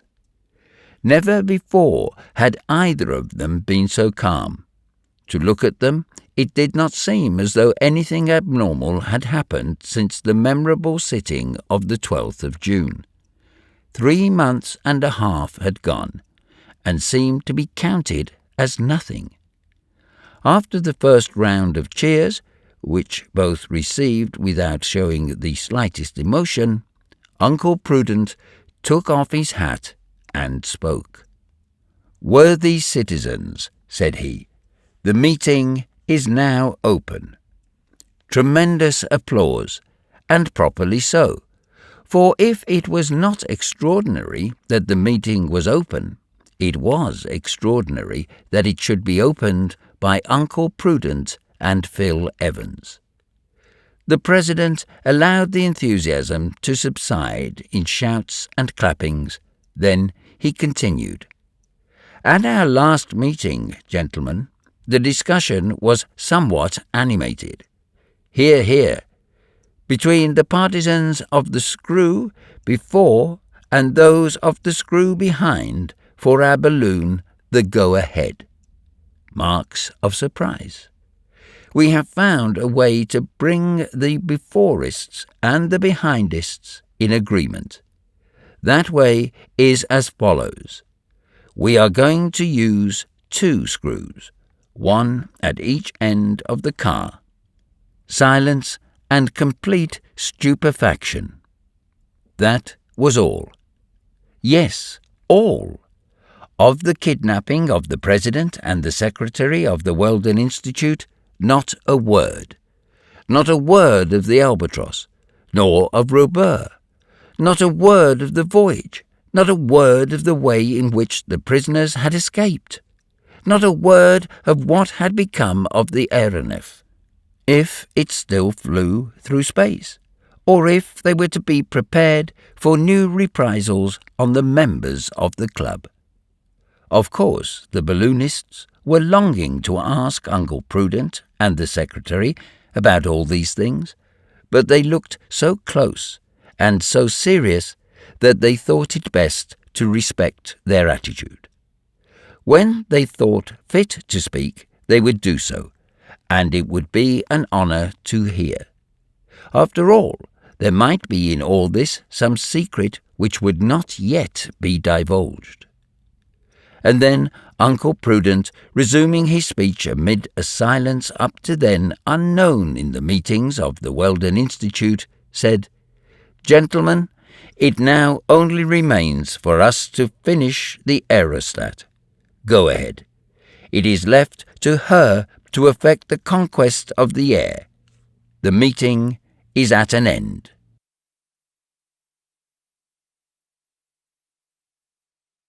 Chapter 22. The go-ahead is launched.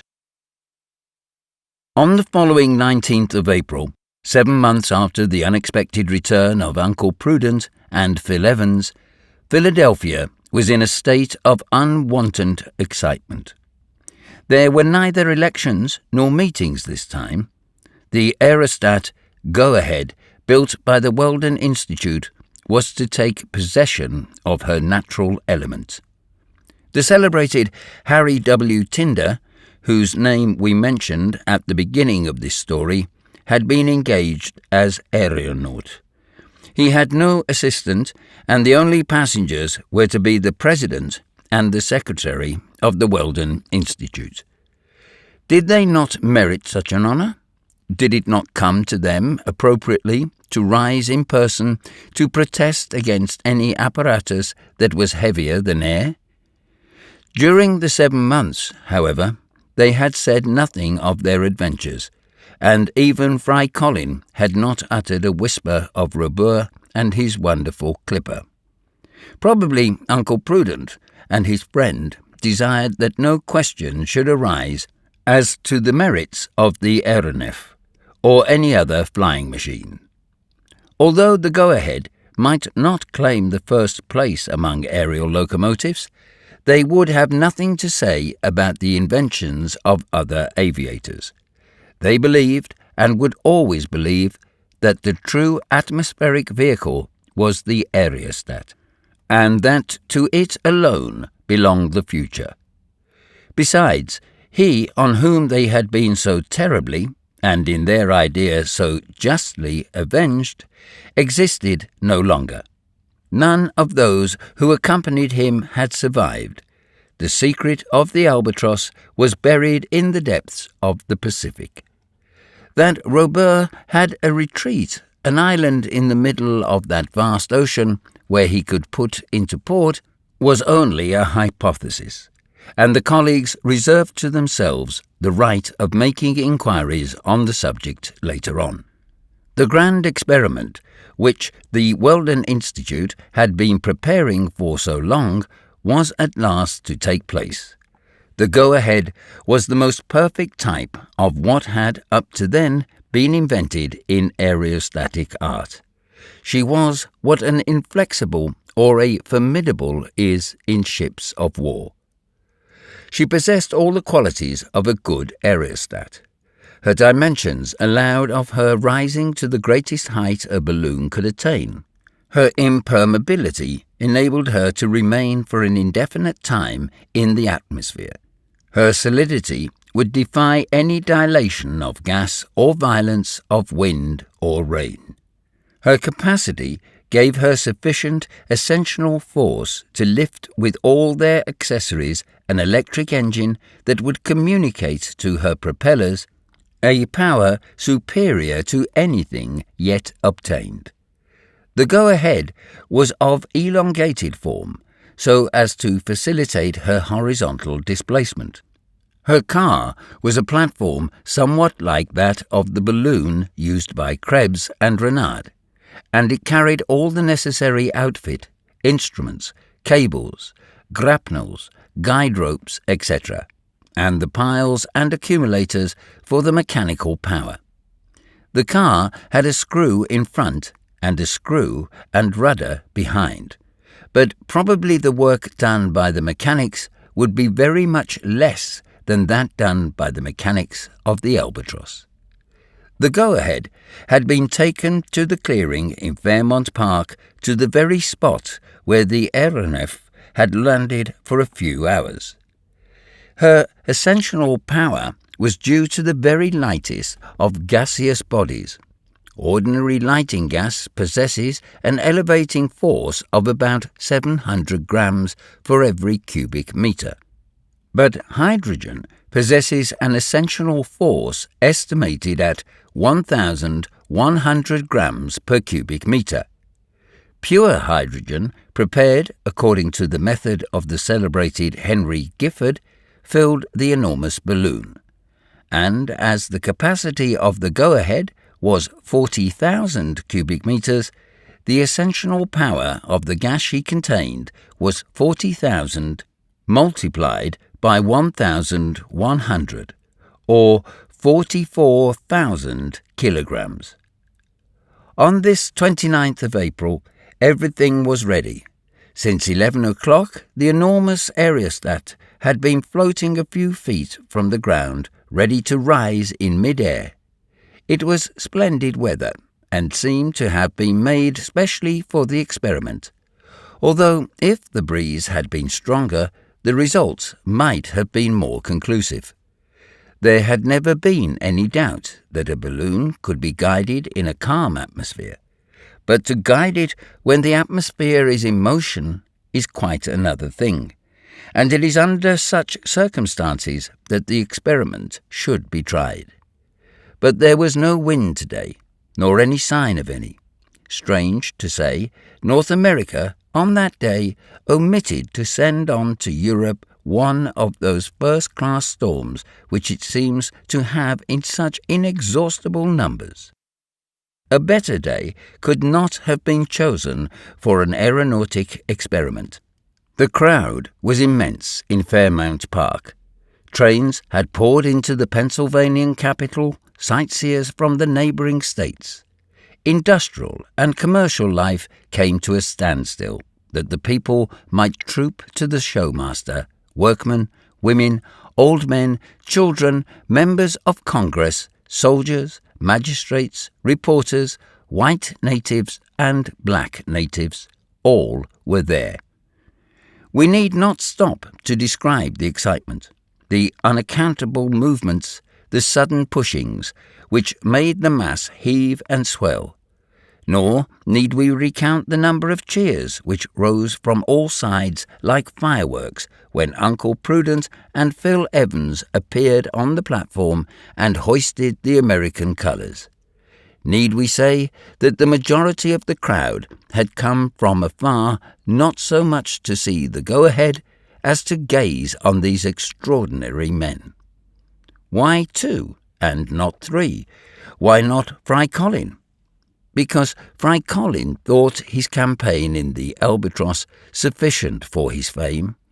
He had declined the honour of accompanying his master, and he took no part in the frenzied declamations that greeted the President and Secretary of the Weldon Institute.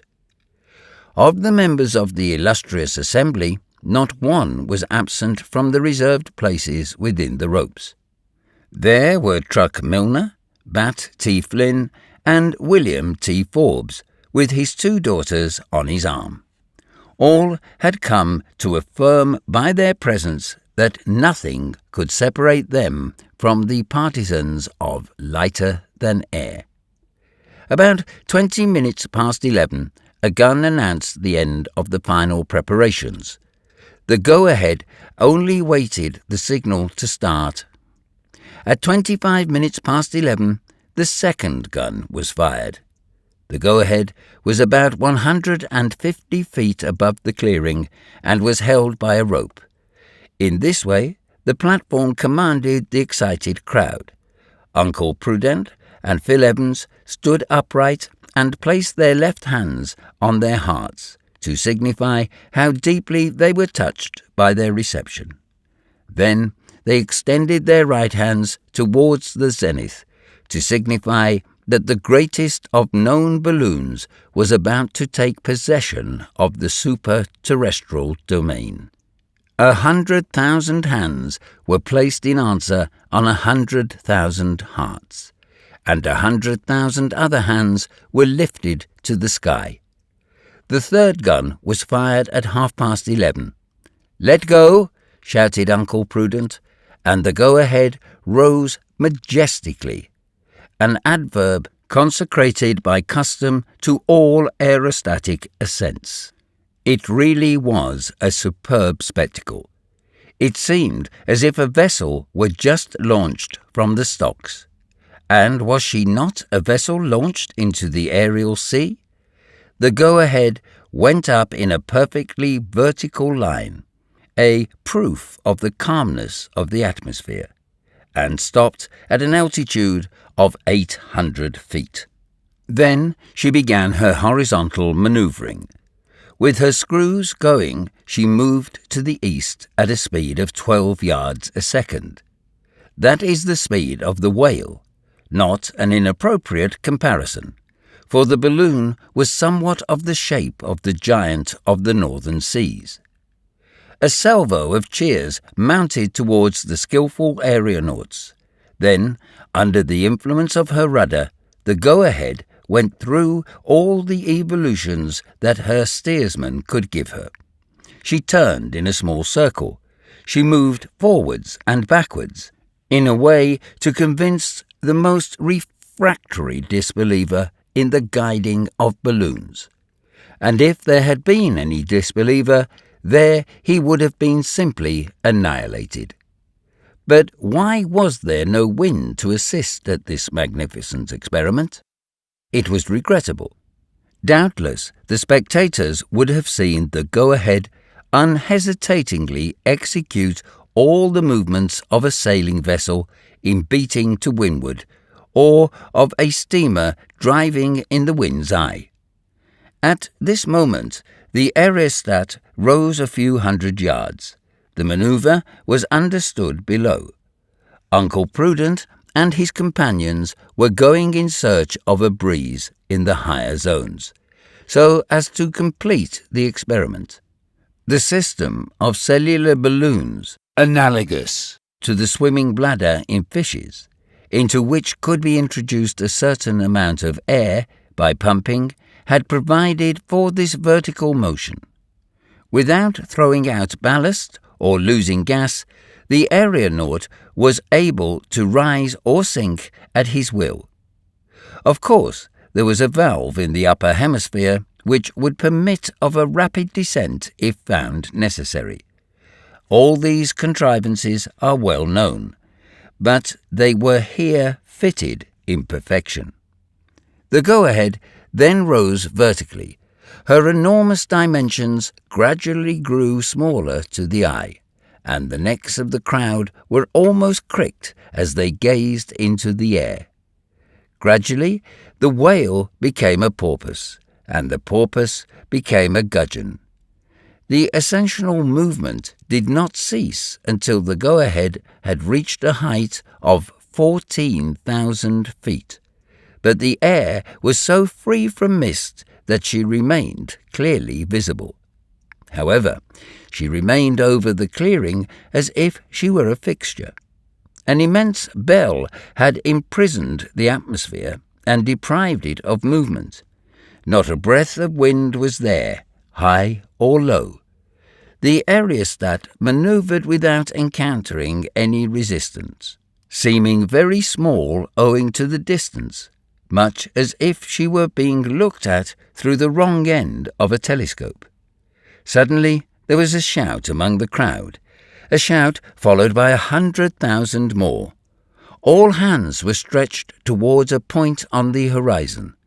That point was the northwest. There, in the deep azure, appeared a moving body, which was approaching and growing larger. Was it a bird beating with its wings the higher zones of space? Was it an aerolite shooting obliquely through the atmosphere? In any case, its speed was terrific, and it would soon be above the crowd. A suspicion communicated itself electrically to the brains of all on the clearing. But it seemed as though the Go-Ahead had sighted this strange object. Assuredly, it seemed as though she feared some danger, for her speed was increased, and she was going east as far as she could. Yes, the crowd saw what it meant. A name uttered by one of the members of the Weldon Institute was repeated by 100,000 mouths. The albatross! The albatross!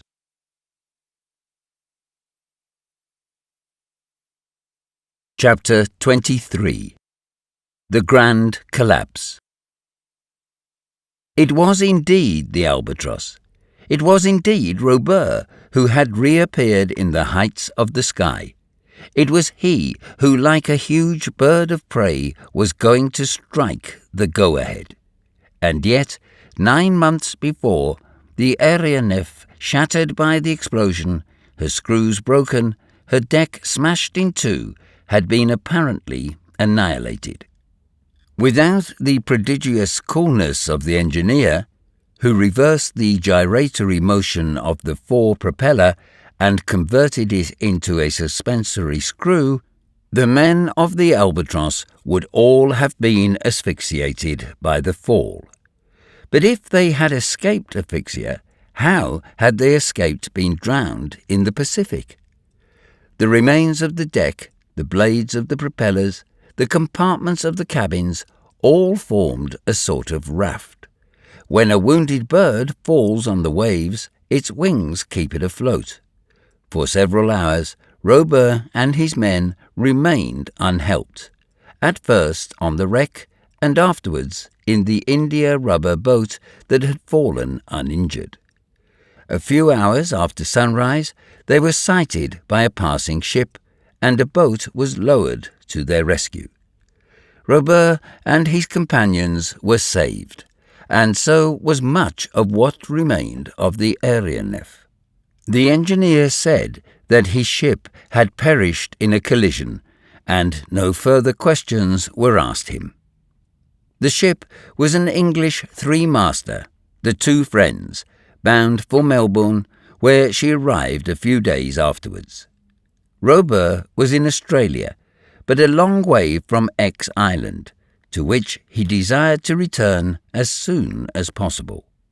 In the ruins of the aftermost cabin, he had found a considerable sum of money, quite enough to provide for himself and companions without applying to anyone for help. A short time after he arrived in Melbourne, he became the owner of a small brigantine of about 100 tons, and in her he sailed for X Island. There he had but one idea: to be avenged.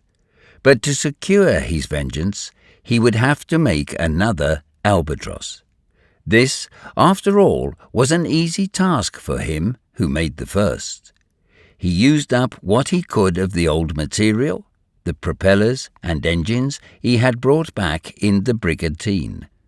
The mechanism was fitted with new piles and new accumulators, and, in short, in less than 8 months the work was finished, and a new albatross, identical with the one destroyed by the explosion, was ready to take flight. And he had the same crew. The albatross left X Island in the first week of April. During this aerial passage, Robur did not want to be seen from the earth, and he came along almost always above the clouds. When he arrived over North America, he descended in a desolate spot in the far west. There, the engineer, keeping a profound incognito, learnt with considerable pleasure that the Weldon Institute was about to begin its experiments, and that the go-ahead with Uncle Prudent and Phil Evans was going to start from Philadelphia on the 29th of April. Here was a chance for Robur and his crew to gratify their longing for revenge. Here was a chance for inflicting on their foes a terrible vengeance, which, in the go-ahead, they could not escape. A public vengeance, which would at the same time prove the superiority of the aeronef to all aerostats and contrivances of that nature. And that is why, on this very day, like a vulture from the clouds, the aeronef appeared over Fairmount Park. Yes, it was the albatross, easily recognizable by all those who had never before seen her. The go-ahead was in full flight, but it soon appeared that she could not escape horizontally, and so she sought her safety in a vertical direction, not dropping to the ground, for the aeronef would have cut her off, but rising to a zone where she could not perhaps be reached. This was very daring, and at the same time very logical. But the albatross began to rise after her. Although she was smaller than the go-ahead, it was a case of the swordfish and the whale. This could easily be seen from below, and with what anxiety! In a few moments, the aerostat had attained a height of 16,000 feet. The albatross followed her as she rose. She flew around her flanks, and manoeuvred round her in a circle with a constantly diminishing radius. She could have annihilated her at a stroke, and Uncle Prudent and his companions would have been dashed to atoms in a frightful fall. The people, mute with horror, gazed breathlessly. They were seized with that sort of fear which presses on the chest and grips the legs when we see anyone fall from a height. An aerial combat was beginning, in which there were none of the chances of safety as in a sea fight. It was the first of its kind, but it would not be the last, for progress is one of the laws of this world, and if the go-ahead was flying the American colours, did not the Albatross display the stars and golden sun of Robur the Conqueror? The go-ahead tried to distance her enemy by rising still higher. She threw away the ballast she had in reserve. She made a new leap of 3,000 feet. She was now but a dot in space. The Albatross, which followed her round and round at top speed, was now invisible. Suddenly, a shout of terror rose from the crowd. The go-ahead increased rapidly in size, and the aeronef appeared dropping with her. This time it was a fall. The gas had dilated in the higher zones of the atmosphere and had burst the balloon, which, half inflated still, was falling rapidly. But the aeronef, slowing her suspensory screws, came down just as fast. She ran alongside the go-ahead when she was not more than 4,000 feet from the ground. Would Robur destroy her? No, he was going to save her crew, and so cleverly did he handle his vessel that the aeronaut jumped on board. Would Uncle Prudent and Phil Evans refuse to be saved by him? They were quite capable of doing so, but the crew threw themselves on them and dragged them by force from the go-ahead to the Albatross. Then the aeronef glided off and remained stationary, while the balloon, quite empty of gas, fell on the trees of the clearing and hung there like a gigantic rag. An appalling silence reigned on the ground. It seemed as though life was suspended in each of the crowd, and many eyes had been closed so as not to behold the final catastrophe. Uncle Prudent and Phil Evans had again become the prisoners of the redoubtable Robur. Now he had recaptured them. Would he carry them off into space, where it was impossible to follow him? It seemed so. However, instead of mounting into the sky, the Albatross stopped 6 feet from the ground. Then, amid profound silence, the engineer's voice was heard. "Citizens of the United States," he said, "the President and Secretary of the Weldon Institute are again in my power. In keeping them, I am only within my right. But from the passion kindled in them by the success of the Albatross, I see that their minds are not prepared for that important revolution which the conquest of the air will one day bring. Uncle Prudent and Phil Evans, you are free." The President, the Secretary, and the aeronaut had only to jump down.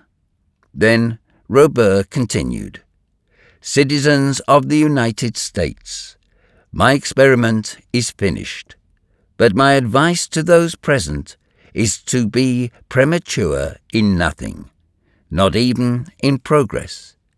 It is evolution and not revolution that we should seek. In a word, we must not be before our time. I have come too soon today to withstand such contradictory and divided interests as yours. Nations are not yet fit for union. I go, then, and I take my secret with me. But it will not be lost to humanity. It will belong to you the day you are educated enough to profit by it, and wise enough not to abuse it. Citizens of the United States, goodbye." and the albatross, beating the air with her 74 screws and driven by her propellers, shot off towards the east amid a tempest of cheers. The two colleagues, profoundly humiliated, and through them the whole Weldon Institute, did the only thing they could. They went home.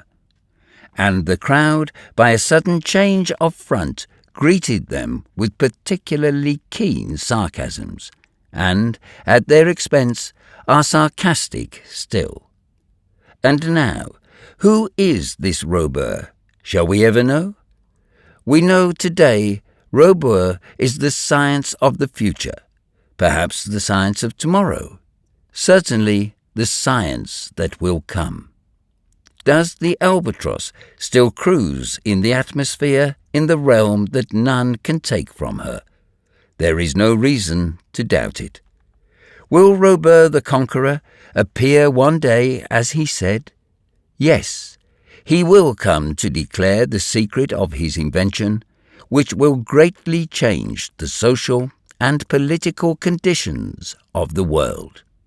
As for the future of aerial locomotion, it belongs to the aeronef, and not the aerostat. It is to the albatross that the conquest of the air will assuredly fall.